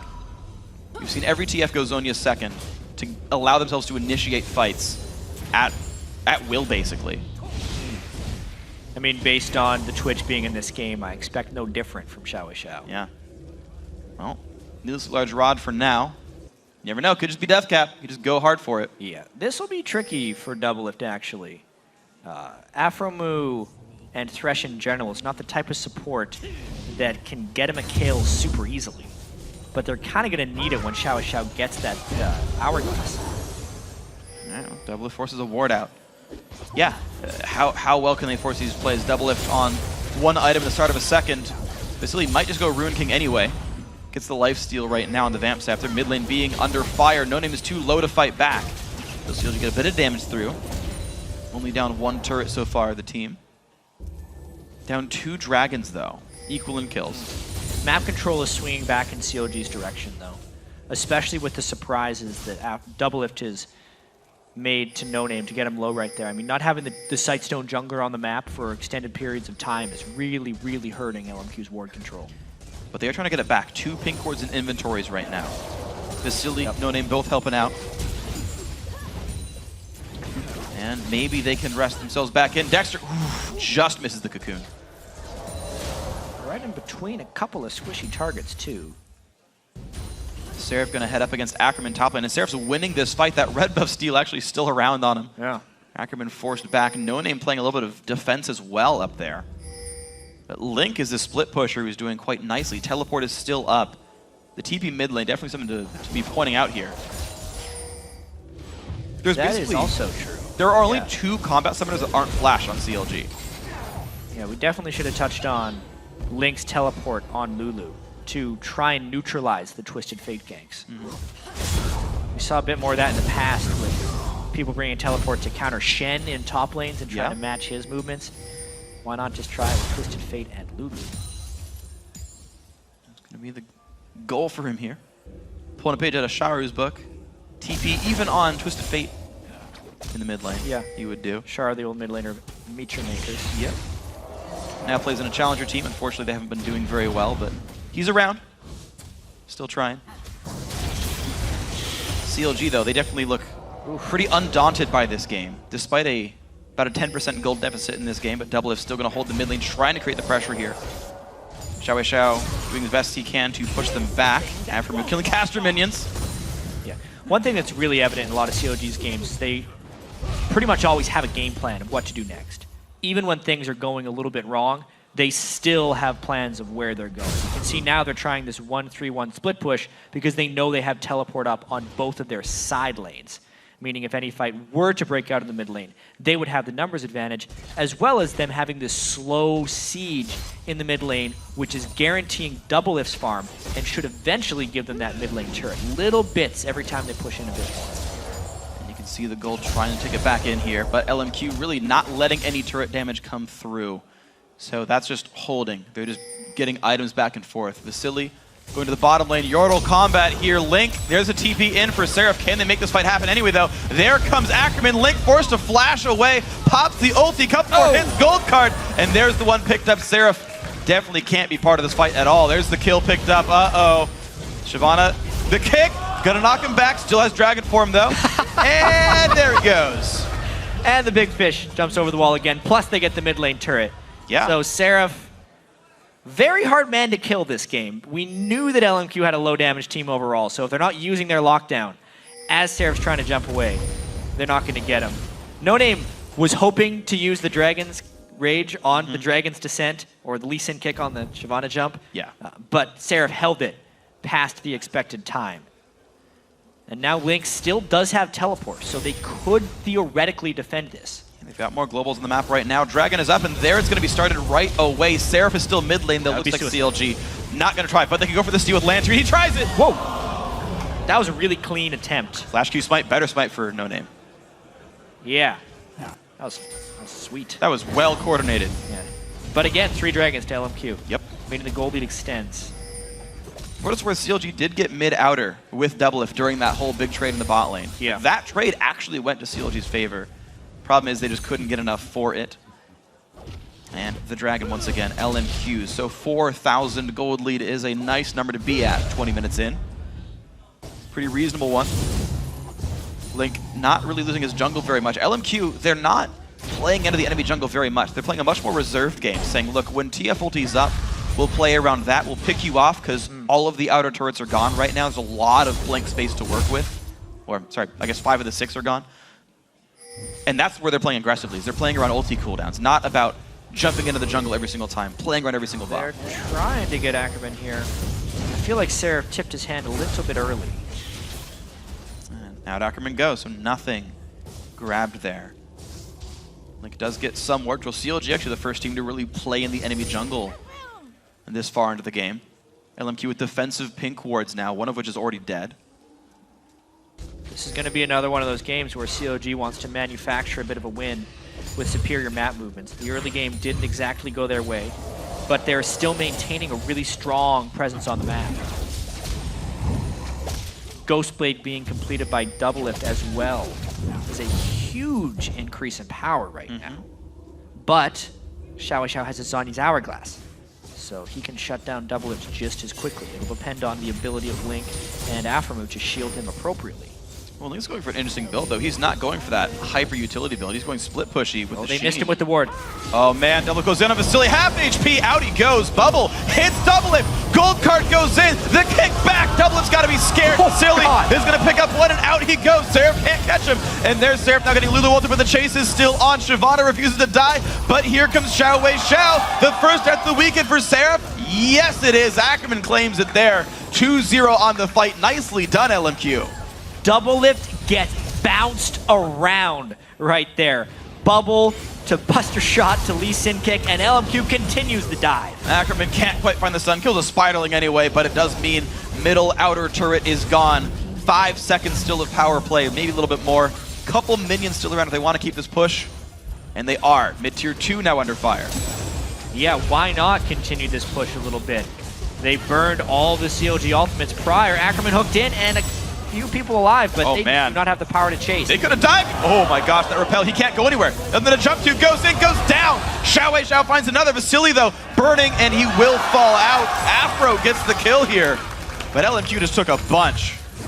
They took so many advantages, and that really just compounds on top of their earlier gold lead from the Dragons.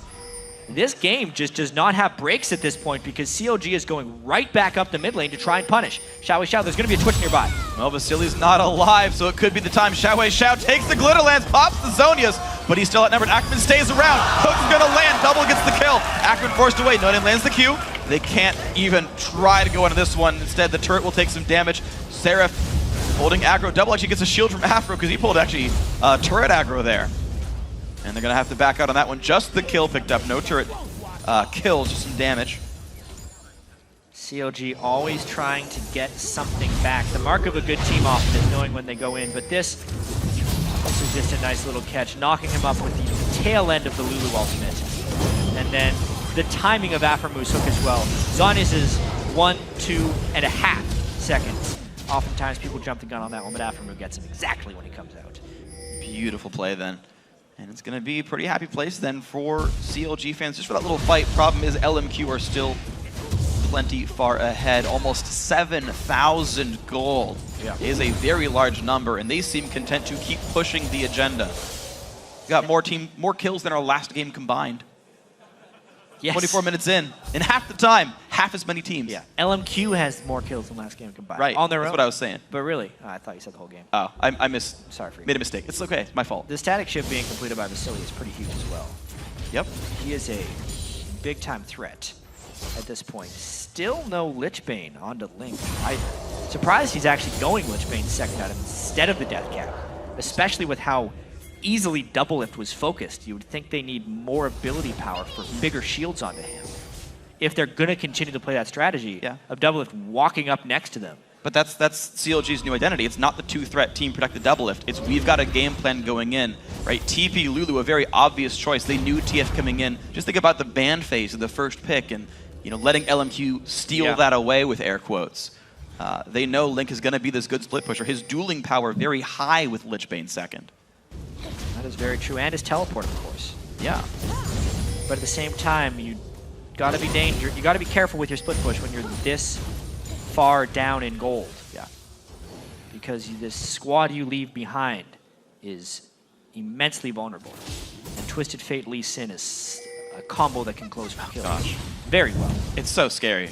It's ludicrously scary. Double gonna look for the attempt. Ghost actually burned by Xiao.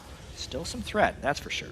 Absolutely is. He's going Lich Bane now himself. Actually, it's Sheen plus part of a death cap, so splitting his build up a little bit. Sheen has great burst at this part in the game. About 70 to 80 bonus damage. This dragon, it's going to be dicey if CLG wants this one. LMQ very confidently wanting to force this, knowing they have a big 5v5 advantage.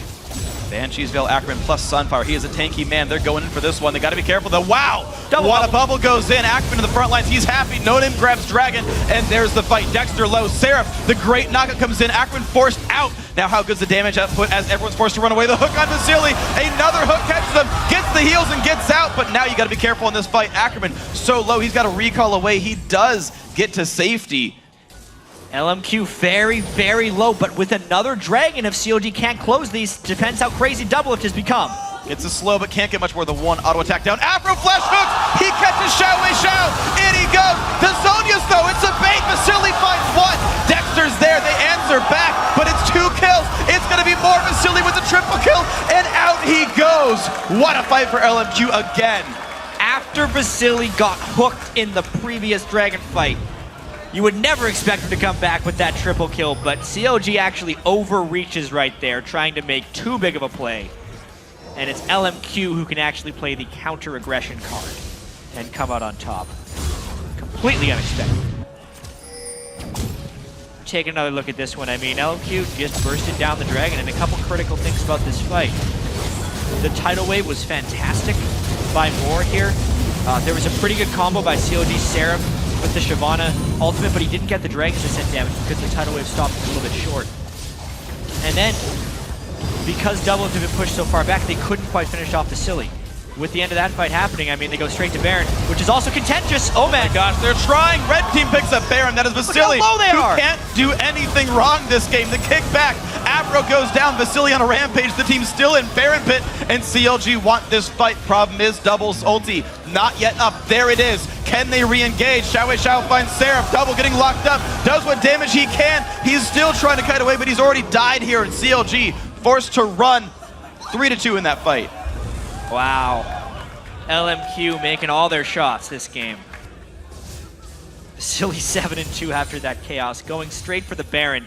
A very risky move, as we saw with how low they became. It was actually Vasily's auto attack that ended up picking up this Baron because it was just a burst of damage. So most likely LMQ were the ones to get it. But man, just look at this. They pull off the combo again with Seraph. But then, it was just a 5-on-3, right? Doublelift had died in the previous fight. He was so far behind. LMQ just kind of waiting it out, remembering that the Baron will regen them up ever so slightly, waiting for the right moment and the right cooldowns. Flashing into stun Doublelift and just never giving him a chance to open up fire on the LMQ team. A really well-played fight by LMQ. Yeah. CLG was so close to winning that anyway, though. And I attribute actually a good part of that to the difference in item builds, actually. The fact that Moore had his Mikhail's Crucible in the prior fight, the Dragon fight that he got hooked in, and saved Vasily there, kept him kind of afloat. Afro's still without that item. If he had had it, if he had had the ability to give like one more cleanse or one more shield to Doublelift, he was spraying and praying the entire team, life-stealing them with Ruin King. Right. He was buying time until Rat-a-tat-tat was up. Doublelift actually almost won that, despite everything. It was actually closer than it looked. It was, oh my gosh, Ackerman. What? All right, Yomu's up, gonna dash around. Breaks the Banshee's Veil, now the slow. Saves that one, but here comes Xiao to turn it around, but the rest of CLG is there. LMQ opt into basically a 2 versus 5, but they find a kill anyway, and the team is now rejoining them. Dexter forced to run, Bubble won't quite land. Seraph over the wall, here's the kick back, and they find Dexter with that one, and the chase in for Vasily. Tidal Wave forcing Aframu away. He's gonna hook to a minion or something, can't quite find it. Another kill now goes to Vasily, another 3-1 fight. And whatever item advantage Doublelift had gotten early with the Blade of the Ruin King Ghostblade build is long gone because Vasily is on a rampage right now with that Infinity Edge build. But added to the fact that Xiao has powered up and Doublelift is just exploding. Yeah, it is hard for him to get into these fights. The rat-a-tat-tat not meaning much when you're dead. It's the best form of CC, and even Mikhail's won't save you from that one. Bottom inhibitor now under fire, surely to fall down. Respawns are coming though.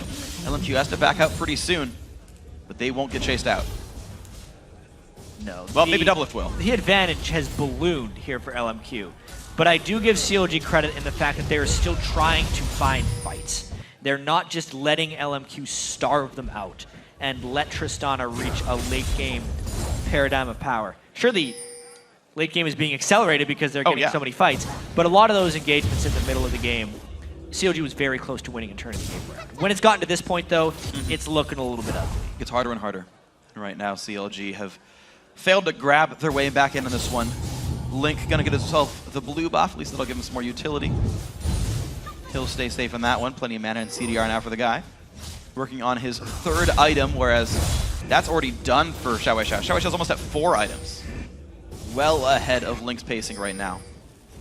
Yeah, and with the Lich Bane coming next, it'll be death to whoever he teleports to, most likely Doublelift.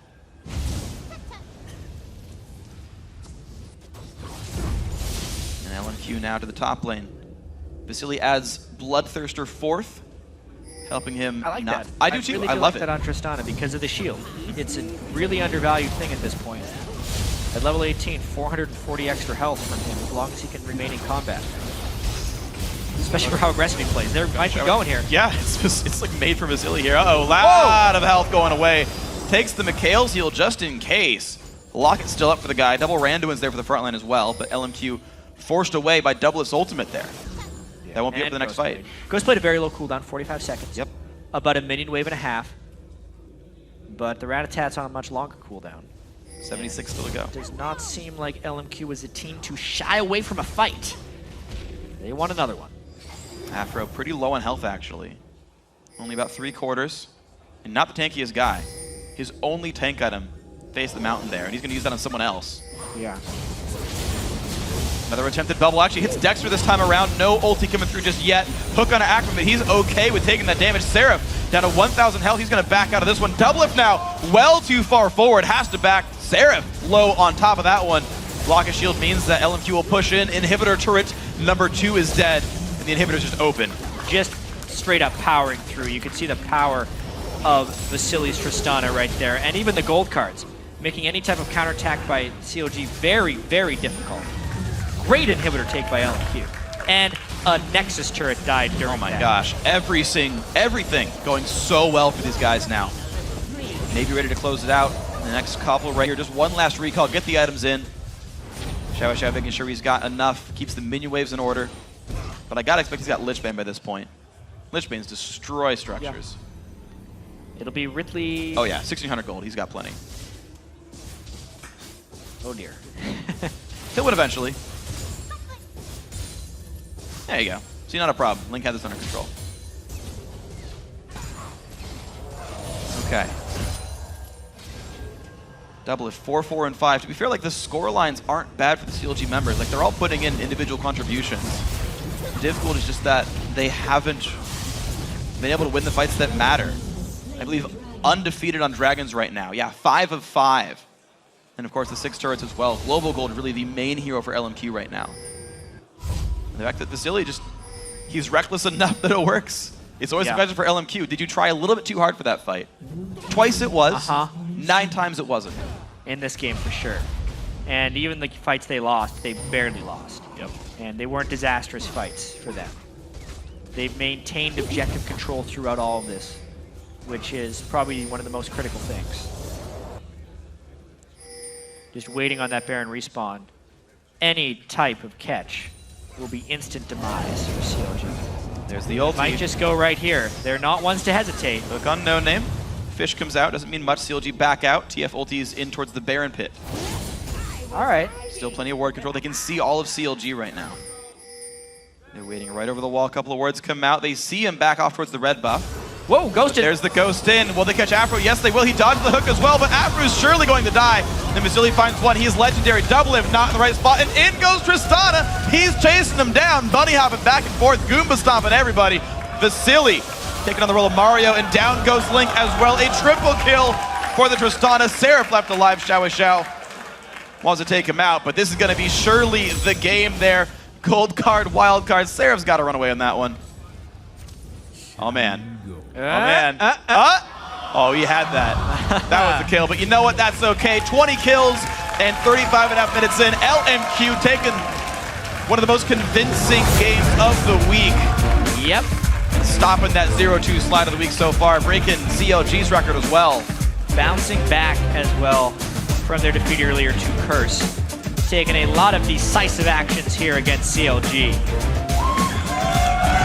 Big plays across the board for them. The dream of 4-0 this Super Week is gone as well. CLG falling, they're now 2-1 on the week. Hoping to bounce back tomorrow. It was a close game. This was a really, really well-played game. Do not let the 20 kills to 9 at the end fool you into saying this was a LMQ stomp, because there were very, very close fights in the middle of the game. And knowing the way CLG can play if they were to have gotten the lead. They could have controlled that. They could have controlled that game as well. Double nearly took those fights down. You saw how hard he was trying to make those plays. He would stealth, get whimsied and help picks by the Lulu. He's like, go, catch somebody out. And LMQ managed to play together enough. The double teleport on both sides. TF plus summoners, or just 2 summoners there. You gotta play so careful around the map to not get caught out.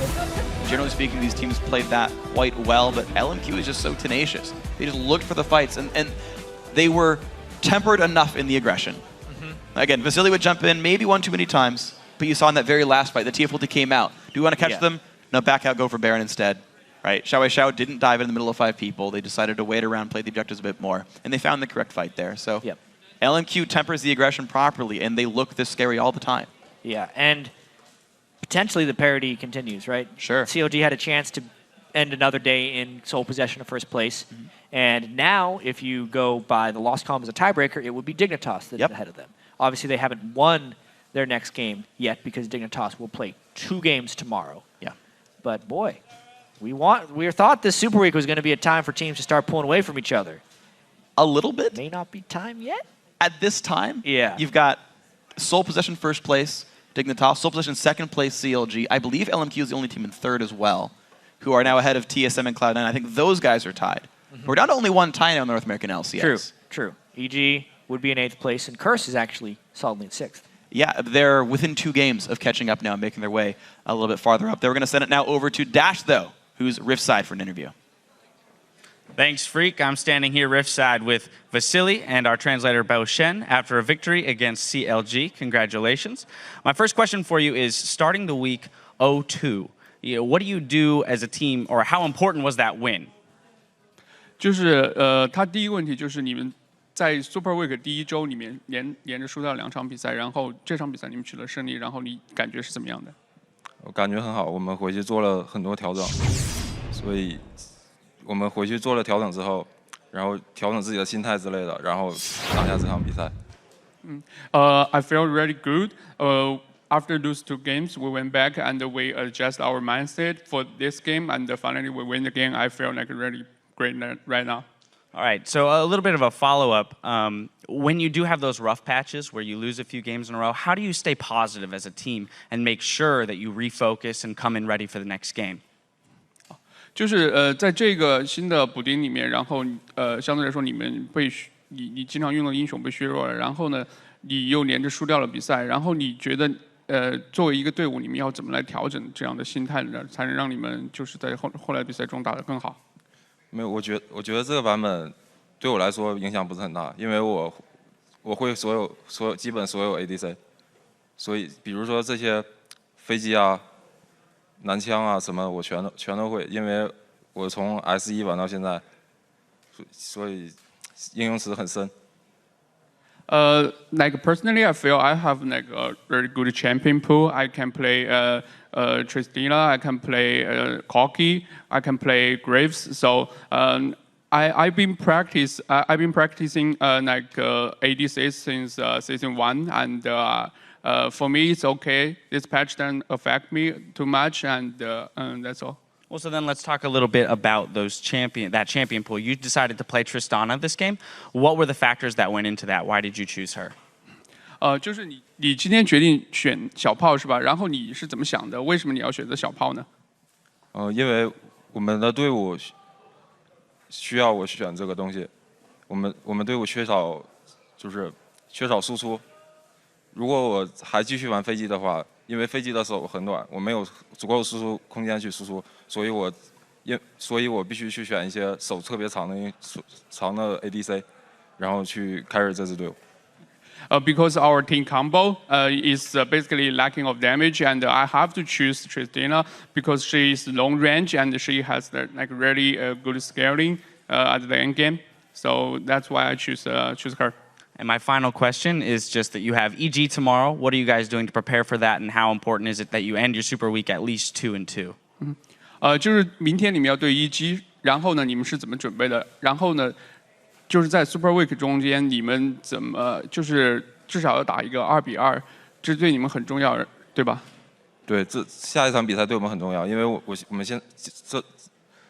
连输了2盘比赛，现在这周是1-2，所以明天对我们就是前几名的名次很重要。明天这场比赛。So tomorrow's game is very crucial for us because we lost 2 games and now it's 1-2, and tomorrow is very crucial for us to stay at the top tier of the LCS. All right, well, best of luck to you tomorrow in that game. Bo-Shen, I'd like to thank you for helping us out in this interview. And we're going to send it right back up to Freak and Jat at the desk to close out the day. Thank you very much, Dash. Now, guys, it's been a full day of action and a couple of upsets to shake up the standings here. Yeah, and it's actually an interesting fact here. The average game time in Week 7 is the longest it has ever been in the NALCS, clocking at 43 minutes and 51 seconds on average this week. So thanks for sticking with us if you've been here the whole time. It's been a whole bunch of fun for us as well, of course. Now let's check out how the teams are lined up. First place, Sole Possession, Dignitas, 11-5. Yeah, and a half game back in second, it is CLG. LMQ and TSM share third as well with 10 wins and 7 losses, with Cloud9 actually being in sole possession of 5th. Wow, then in 6th place, it's Curse, who is starting to pull away from Complexity in 7th. And in last place, it's Evil Geniuses here with 4 wins. For the first time in a while, we have more ties in the caster desk than in the standings finally. We're going to be back here tomorrow with another big day of 5 games, starting with Curse versus CLG. Yeah, and after that, Complexity will battle it out with Dignitas, followed by LMQ taking on Evil Geniuses. And then it's TSM versus Complexity. Of course, we'll conclude our day with Dignitas squaring off against Cloud9. A whole bunch of fun and more shakeups in the standings to be coming up in the future. The action gets underway Sunday, noon Pacific time, 9 p.m. Central European Summer Time. Now for myself, Jat, Riv, Kobe, Dash, Zyrene, and the entire live broadcast crew, thanks for watching, and we'll see you mañana.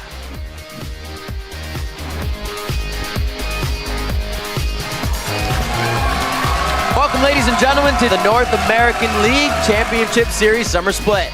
We've got an action-packed day of games coming your way. Now we're gearing up for a huge first match. One last game for Skarner. The last initiation, TSM wants to throw in. They're going for broke. A great ultimate by Crumbs. They're able to lock down amazing. He goes down. Bjergsen's going gold for just a few before he goes into the coffin as well.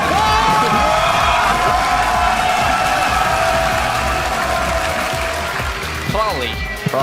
I am looking for probably. A lot of flashes to re-engage there, at least one. Helios dive! There's too many minions! He gets the Dragon's Rage! He goes in for another one! Helios with the plays into the Dragon Pit! Complexity is gonna shut down Evil Geniuses!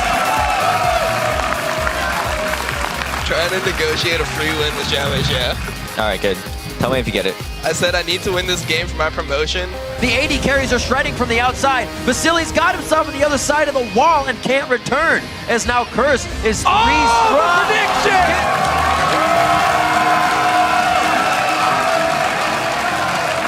Wave to camera.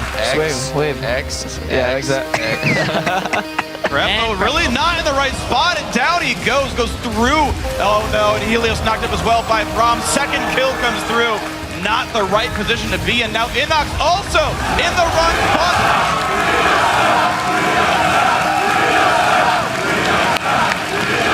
Yeah, are we allowed to sit like hotshot during the games with like our knees up? Can we sit like him? We should all do that. Good. Let's all do it. This is actually hot shot. Now Quas getting chased. Bubble misses. Shockwave flashed away safely. Mito takes Quas back in though. In the middle of the team, but Baron's being hit by the way. Quas goes down, but so does Baron. CAG 捞住！一波了，一波了，GG。Nice。小心啊，我3杀。来，我站你屁股后面了。5杀5杀。他在哪里？他的队友在哪